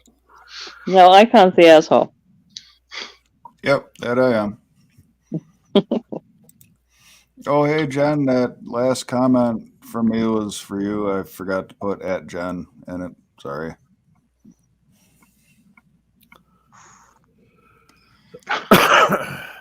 Was there a discussion on the Oregon Trail at Compton? No, she was just out doing a night hike, or might not even been a night hike. It was coming into nighttime, and just like in the middle of this trail next to the lake, there's pee, there's a little poop, and right after the poop, there was a rock. And she's like, "Pee poop rock." So it became poop rock. Oh, okay. Yeah, but that's a canine signature, like a fox or a coyote or whatever like that. They'll take the highest, which it might not be but a couple of inches, but for some reason they have to take the highest piece of material surrounding there. I had one do the same thing on my rabbit box one time,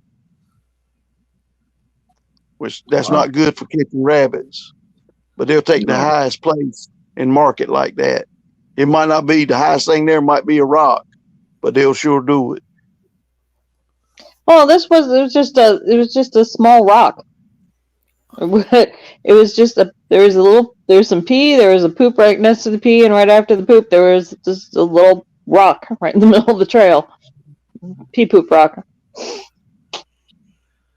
It just became Poop Rock Trail. That's funny. That's funny. The funny part is I'm losing sleep over it. I'd only slept like 2 hours, and that woke me wide awake, and I was up for hours after that. That was just Jen's voice. Jen's voice. It didn't have to do with what was said.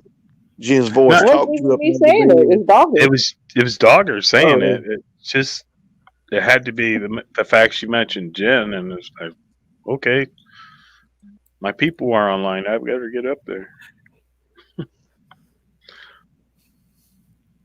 Well, damn it, I was wrong again. I'm trying to figure out. And again. Trying to figure out chessboard comment. Joe, I rode large Coca-Cola signs downhill in the snow. Yeah, that's fun. Yeah. And car hoods too. Shit. Yeah, because we didn't have I had like a sled, the ones that used to have the actual metal runners, like the like the radio flyers. Flexible flyer, yeah. And if we didn't have that, there was one year, and I was actually not even a kid, man. I was in my mid-20s, and me and a buddy of mine in Virginia, it was one time we got some decent snow in Virginia, and we didn't have any sleds or anything, and we came up with what we called knee surfing, and I just grabbed the I had an old Ford Fiesta, and in the back, where the spare tire is, you had that fiberboard cover over the spare tire. And pull the fiberboard cover out of the back of it and use that, and we were going down this hill, basically sledding down this hill on our knees on these things that we found. Like I got mine was that thing from the back of my car. He was using something else, and we were just like extreme knee snow sledding down this hill, dude. It was funny as hell. Yeah, I remember when my grandparents bought me my runner sled like that with the 2 rails, and Grandpa showed me how to soap the rails down so it give you less friction on the snow, so you go faster. And yeah, good old days. Well, I used to live in the Pocono Mountains, and we used to climb up to the top of the biggest hill, and slide, come down, and then try to, drift bank a turn to go onto our road. So you skitter halfway across the road on the sled. Yeah. Did we lose Scotty? We did. Good night, Chessboard. I'm glad you joined us. It's not the same without you, that's for sure. Yeah, absolutely. That's for certain. You have a good night, Chessboard. Night, Chess. Love you, Chessboard. Take care, brother.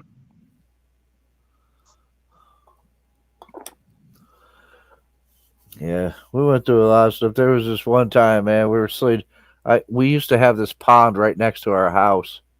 It was just in a cow field, but there were everywhere else they call them bullhead, but here we call them catfish. I mean, we call them, wow, I've drank a lot. We call them bullhead here. Everybody else calls them catfish. But we had a pond full of bullhead, and next to our house, and it had frozen over. And my buddy Vernon, man, I remember, had this huge hill that went down to that pond, and it wasn't a huge pond, but it was big enough. And we thought, yeah, this is gonna be cool, man. So we're sliding. We're gonna like get to the top of the hill. We're gonna see who can slide all the way across the pond, and in one shot. And so he goes and he slides down this hill, and he gets out and he gets to the middle of the pond and slows down. And all of a sudden, you hear this crack, and all I hear is Vernon go, "Uh-oh."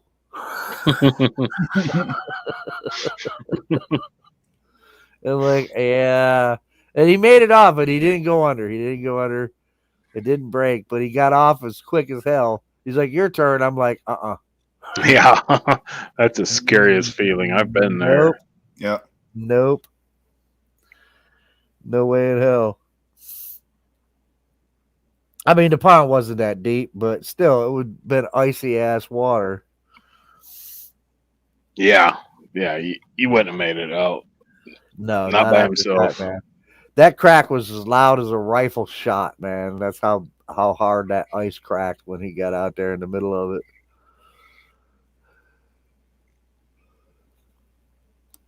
Yeah, I was a dumbass kid too, and would test the ice all the time. Thank God I never broke through. I guess I was smart enough just to not push it too much. Yeah. Well, it's funny up here, man. I mean, it's like there had been times where even Lake Ontario would actually freeze enough to where I saw people actually driving like trucks out onto the ice. And I'm like, yeah, no way, man. I'm not doing that. I mean, I've been out on small lakes ice fishing, but and all you really need is like a few inches of ice, really. I mean, and it's as long as you got about 6 inches of ice, you're not gonna. It's gonna be okay. But uh, Lake Ontario, that's a huge lake, man. Yeah. And even if it's frozen, I mean, it's like, dude, really? But yeah, I saw people. They would go out there, man, and have. And the thing that freaked me out was the first time I ever saw anybody build a bonfire on a freaking frozen lake. And I'm like, what are you, stupid? I mean, how does that work, man? How does it not just melt through the freaking ice and all of y'all just are in the drink? You know? Yeah, no doubt. But they do it, man. It's like weird, man. I'm like, wow, dude. You build a bonfire out on a frozen lake and you're fine. I'm like, yeah, okay. That's cool. All right. Einstein Awards there. Darwin. Well, Iron just did Darwin, it. Her, yeah. and her and her husband and her son went out on the lake and they bored a couple of fishing holes, lit a fire, put the chairs around it. Wow. Okay. Wow. I wouldn't do it. Ain't no way in hell. Yeah, now ice fishing for me, when I went ice fishing, it consisted of going out on a body of water that had sufficient thick ice to where I had to like chop through it for about a half an hour before I could freaking get a hole, and then I sat there with a chair and a freaking 12-pack of beer, and that's it, man. No fire, no nothing, just freezing my ass off, drinking beer, hoping I'm gonna catch a fish. Yeah, I went to my first wife. Her grandfather was a big ice fisherman up in Michigan, up in Houghton Lake. And he tried to get me to go ice fishing with him. It's like, hell no. I love fishing, but no, I'm not sitting on a block of frickin' ice. There ain't no way. I don't care how much beer's involved. Well, the beer kind of warms you up a little, but yeah, I imagine it does. But if you got enough of them, no. But now they got all these freaking modules, man. You take them out, all these Like these, I've seen like ice fishing shacks that I'm like, that's nicer than my house. Yep. You know, Yeah. it's like, what the hell, dude? What? Well, that was another thing where he wanted to take me. These little houses were all over the place, heated, but he didn't want me to go in one of those. We had to be right out there in the wind, and Yeah, no, yeah. Well, that's when you get down to the point about, man, if I catch a fish, this motherfucker better taste awesome. yeah, definitely. It's like, man, this better be the best fish I've ever had in my entire life. And there better be 10 pounds of it after it's cleaned. Maybe that's how we get that 8-pound crappie, Michael. Dude, 8-pound crappie. That's a big crappie. You better have an awful big ISO. Oh yeah, That's a big crappie. My friend caught a bluegill in this farm park pond. There was a place in Virginia. We used to go fishing. It was called Wolf Trap Farm Wolf Trap. And it was a music venue, but it used to be a farm before that. And there had a couple of ponds on the property.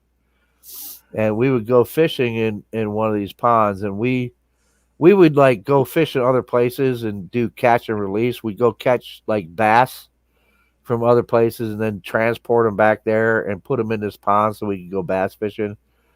And he caught, I couldn't believe it. It was one of the biggest, ugliest. And it was so big. I mean, that was why it was ugly, because it was so big. This bluegill was, he took a picture of it too. He put it on a 12-pack box of beer. And this thing just covered the entire box. wow. And I mean, it was huge, dude. I was like, that is the biggest freaking bluegill I've ever seen. That thing is monstrous. It's ugly as hell. And he took it home. I said, dude, you gotta get that thing stuffed or something. And we took pictures of it and everything. And he actually took it home, put it in his freezer. And it was a while later, man. I was like, dude, what did you ever do with that bluegill, man? He's like, well, it sat in my freezer for like 3 years, and then I finally threw it out. Oh no. Yeah. I mean, that had to have been a record bluegill, at least for there, anyway. I mean, I mean, this thing was huge, man. If you think about what a 12-pack box, the size of a 12-pack box, and that thing covered the 12-pack box. It was crazy, man. Biggest ass bluegill I've ever seen in my life. Of course, that was the same pond I've seen that had one of the biggest snapping turtles in my life I've ever seen, man. That thing was huge. And it had to have been, that turtle had to have been like a couple 100 years old, man, for real. Yeah. Yeah, I've seen a couple like that. And he was nasty. That thing was nasty. Yeah, those snappers have a bad disposition. Yes, they do. Yes, they do. We had a buddy, Crispy, that we would take out there all the time. We called him Crispy. His name was Chris. But we called him Crispy because he smoked a lot of dope. Well, like the rest of us. But this guy, man, I've never seen anybody in my life have as much problem with wildlife as this guy did. Every time he'd go out to the woods, man, and go fishing, man. I mean, he's been chased by just about everything, man, that walks, crawls, swims, or flies, dude. He got bit by a bullfrog one time, believe it or not. Yeah. He's had a beaver. There was a beaver in this pond that we would go to. And this beaver had a lodge, and we saw the beaver swimming around, and it kept getting closer to us, we were standing out along the shore, kept getting closer and swimming in circles and getting closer and closer. And I was standing back a little ways, and I was like, dude, Crispy, man, you're pissing that beaver off, dude, because he was doing shit like, I'm like, you're pissing him off, dude. He's like, I'm like, he's coming for you, dude. He's like, he was like, fuck that beaver, man. That beaver comes up here, I will kick him. I'll kick him a mile. And I'm like, okay. And sure enough, man, that freaking beaver came up out of the water at him, dude. And this was a big fucking beaver, man. And that thing came up out of the water after him. Yeah, kick it? No. Crispy was like, dropped his shit and ran, dude. And I'm standing there. I swear to God, this is no bullshit. He ran, and that beaver started to go back into the water, and it stopped. And I'm standing up the trail just a little ways away, and that beaver looked at me like, "You want some of this?" And I'm like, no, dude. And he slid back into the water and swam away, dude. But yeah, I told him, I was like, Crispy, man, I don't know if I can fish with you much more, man. I mean, every time I got bit in the ass. I got bit in the ass by a wild Canadian goose because of that dude. Wow. Yeah. Yeah. It was hilarious, man. The shit that I mean, this guy, he's gotten bit by a catfish. Well, we call him bullhead, but down there they call him catfish still in Virginia.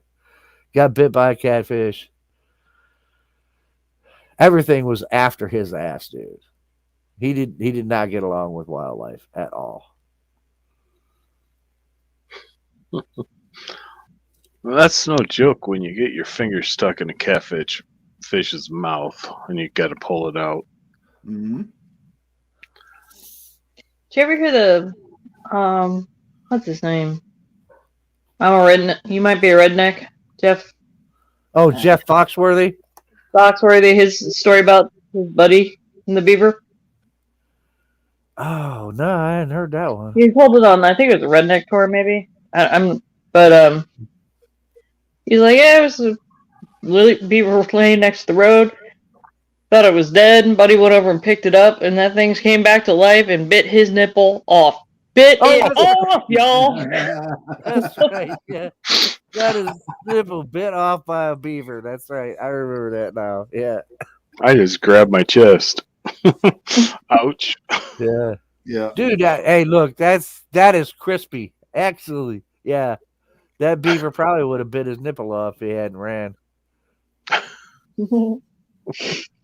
But that was the funniest shit I'd ever seen, man. I mean, because I swear, man, I was like, that beaver was actually, you go like, how intelligent are animals? It's like that. I swear to God, that beaver looked at me like, you want some of this? And I'm like, yeah, nope. That's the largest rodent in America, man. A beaver. And that was a big ass beaver in that pond. I'm like, there's Ron no White. way. Ruthless. Jeff Worthy's funny and the drunk guy. That's Ron White. That's tater salad. Tater salad. Yeah. They call me Tater. Call my son Tater Tot. That's right. Tater Tot.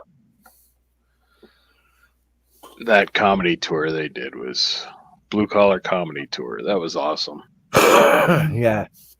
It was funny. Damn. I'm going through beers like it's water. Yeah, I ran out of mine already. I'm fucked. Ah, damn. I wish I had well, you know what? Technology is going, man. So pretty soon we'll have technology where I could just like transport one to you. Yep, we need teleporters. I'll get Elon Musk on that shit. Like the thing at the bank, drop it in. The sucky tube. Yeah, the pneumatic tube. Those things are awesome. That's what my granddaughter used to call them, the sucky tube.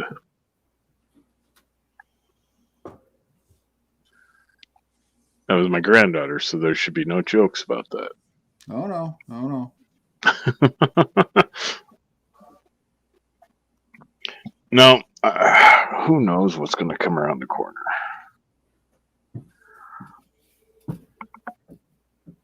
All right, guys. It's 3:13 in the morning for me, and I have to get some sleep because I do have to go into work tomorrow and close. But oh wow, sorry we kept you up so late. Dang. no, I'm fine. I mean, I don't have to be in until 1, so I got plenty of time. Well, I should actually close this down because we've been streaming for 5 hours, guys. Wow. Time flies when you're having fun. That's what I was telling you. First stream was 7 hours. It was supposed to be a 15-minute test. And this is the quietest I think Michael's ever been. Yeah, you feeling okay, Michael? Probably been intermittently napping. He's muted right now. Either that or Batman's chewing on his neck or something. Yeah. Right. He has 3 chihuahuas. 2 chihuahuas and a pit bull. Well, that's what I'm saying is 3 chihuahuas. The pit bull thinks he's a chihuahua. So he has dog wars on his lap daily.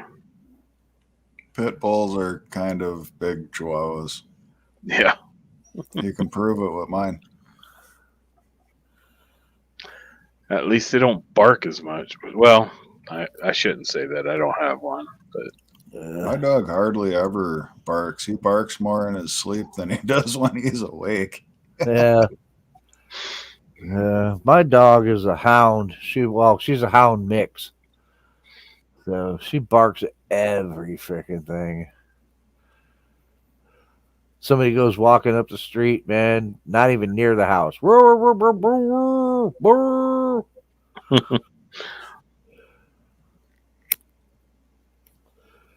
But she's great to have out in the woods, man. I love taking her out in the woods with me.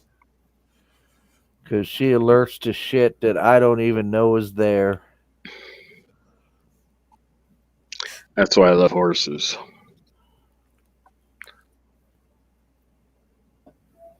Yeah, horses are smart too, yeah. Yep. They'll let you know something's wrong without doing a sound. Yep.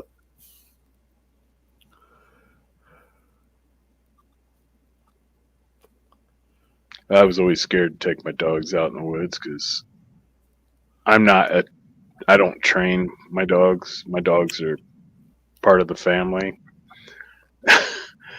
And I always raise collies, so they love to run. Yeah. And I don't want to chase them. Yeah. Well, it's funny because my dog, she acts totally different when we're out in the woods than she does when she's here at home. And I mean, she's a good dog, man. I love her to death. That's my girl. But yeah, when I'm out in the woods, man, she is like invaluable out there, man. She doesn't get that far from me. And the minute I call her, she comes right back. And I had an instance where I was actually in an area where I go to research, and I actually started following this game trail, and I got to a point to where I'm like, I was looking around. I forgot what the hell caught my attention. I was looking at something, and all of a sudden I realized, I looked around, I went, shit, I have no idea where the fuck I am. and she was right there, and I'm like, Sally, let's go home. Take us home. And dude, she inerrantly, man, took me right back to the trail where we'd come in on. I mean, she took me right there. She knew exactly where the freaking car was parked. She knew what trail we came on. Yeah, that hound knows, man. She just smelled that shit, man. And I was like, yeah, okay. I'm like, that was when I was like, I'm never coming out in the woods without her again. Cool. Because awesome. She knows her way, man. I'm like, I can't get lost. So like, people are like, well, you should take GPS. I said, yeah, that's my GPS right there. That four-legged furry critter right there. That's my GPS. She knows exactly where we're at. Well, That's being awesome. part hound, she can just smell her way back out. Yep. Follow the trail. Yep.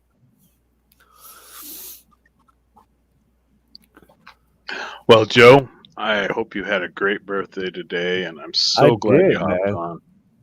I did. I'm glad you invited me, man. This was awesome, dude. This is awesome. This made this a really good birthday, man. It really did. Cool. I'm glad to hear that. And you are more than welcome to jump on anytime you feel like it. I try to post a couple days ahead of time. I'll probably be doing late Saturday nights like this Cool. every week after Lockbeard. Cool. Yeah, well, I subscribe to your channel and hit the notifications so I'll know when you pop up and when you're having stuff.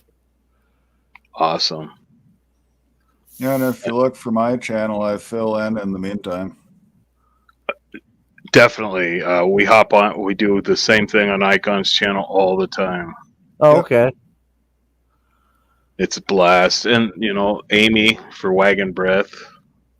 And then Hiveless Bee also. We all kind of do the same thing. And they have more structure than I have. Mine's just, let's get drunk and have some fun. Yeah. Hive's got more. He wants to have debates and structures and. Wagon But- just wants to talk. Amy's awesome. She's She's funny as hell. Her and Michael, they get together, and my lord, you can't get a word in edgeways. Nope. But I want to thank everyone for stopping in the chat. And, Yeah, absolutely, man. Yeah, it's been fun. Yeah, you guys are my family, so you know what I think is. So thanks for helping me out tonight. I had a good time. Thank you, Lester. Oh, Thank he's you, awake. Lester. He's alive. See? Well, Batman didn't need him. Right. That's right. But he's called Z Haywood for a reason. He has actually fallen asleep during 4 live streams now, Michael. It might be. It might be that. Chessboard has recordings. Yeah. I got my own snoring video. Oh, you're gonna have to play that sometime.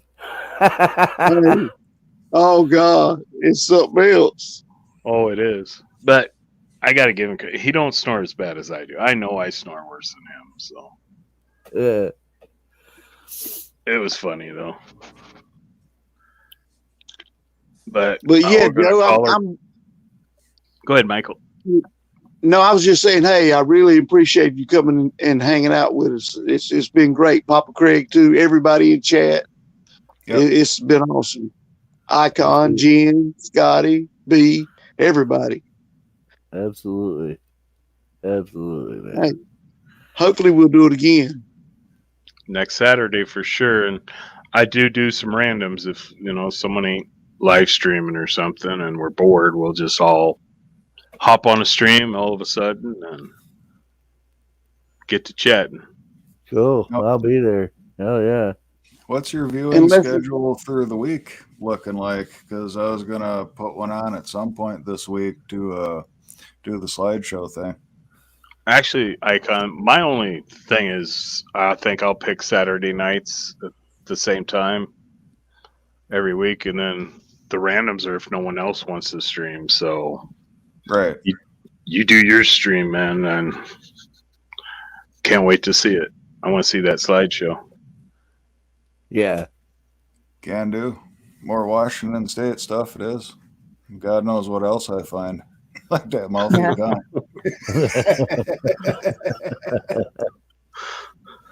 I do like to have fun with the pictures. Yes, I you think do. they're awesome because it's like a trip. If you've never been to a place, you get to see all the stuff. It's just like a vacation in a way. I loved it. Absolutely. Oh, It that's sucks when- I can't put up a map too, but that would totally bog down my computer and crash the system, and I would be unhappy. Right. Yeah, Like that when wouldn't be good. Scotty took us on that little walkabout in his camping spot.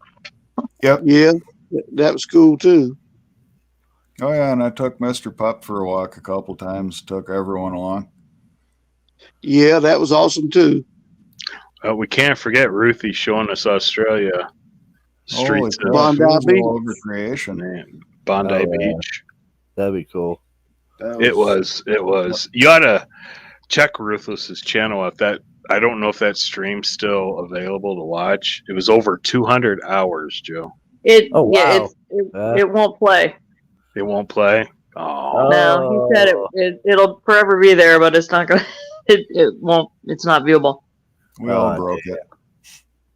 We all Yeah, broke. we broke it. We broke it. well, the thing was, you know how many free hours you get a month off StreamYard, right? Right. So the whole idea was to break StreamYard. See, they don't cut you off midstream. So he went over 100 times what his free stream was supposed to be.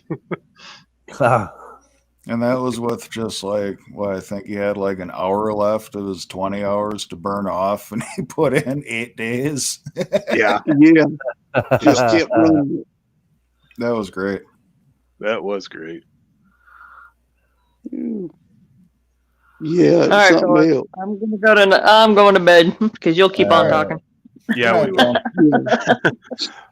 Good night, everyone, and thanks for showing up. It's been fun. I loved Yeah, it. thanks for having me. It, Yep. and thank you for providing the place, Lester.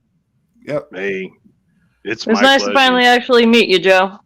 You Yeah, too. that was cool. You too. Absolutely. Yeah, Joe. Yeah. Oh, Good cool, to meet you, man. brother. And happy birthday once again.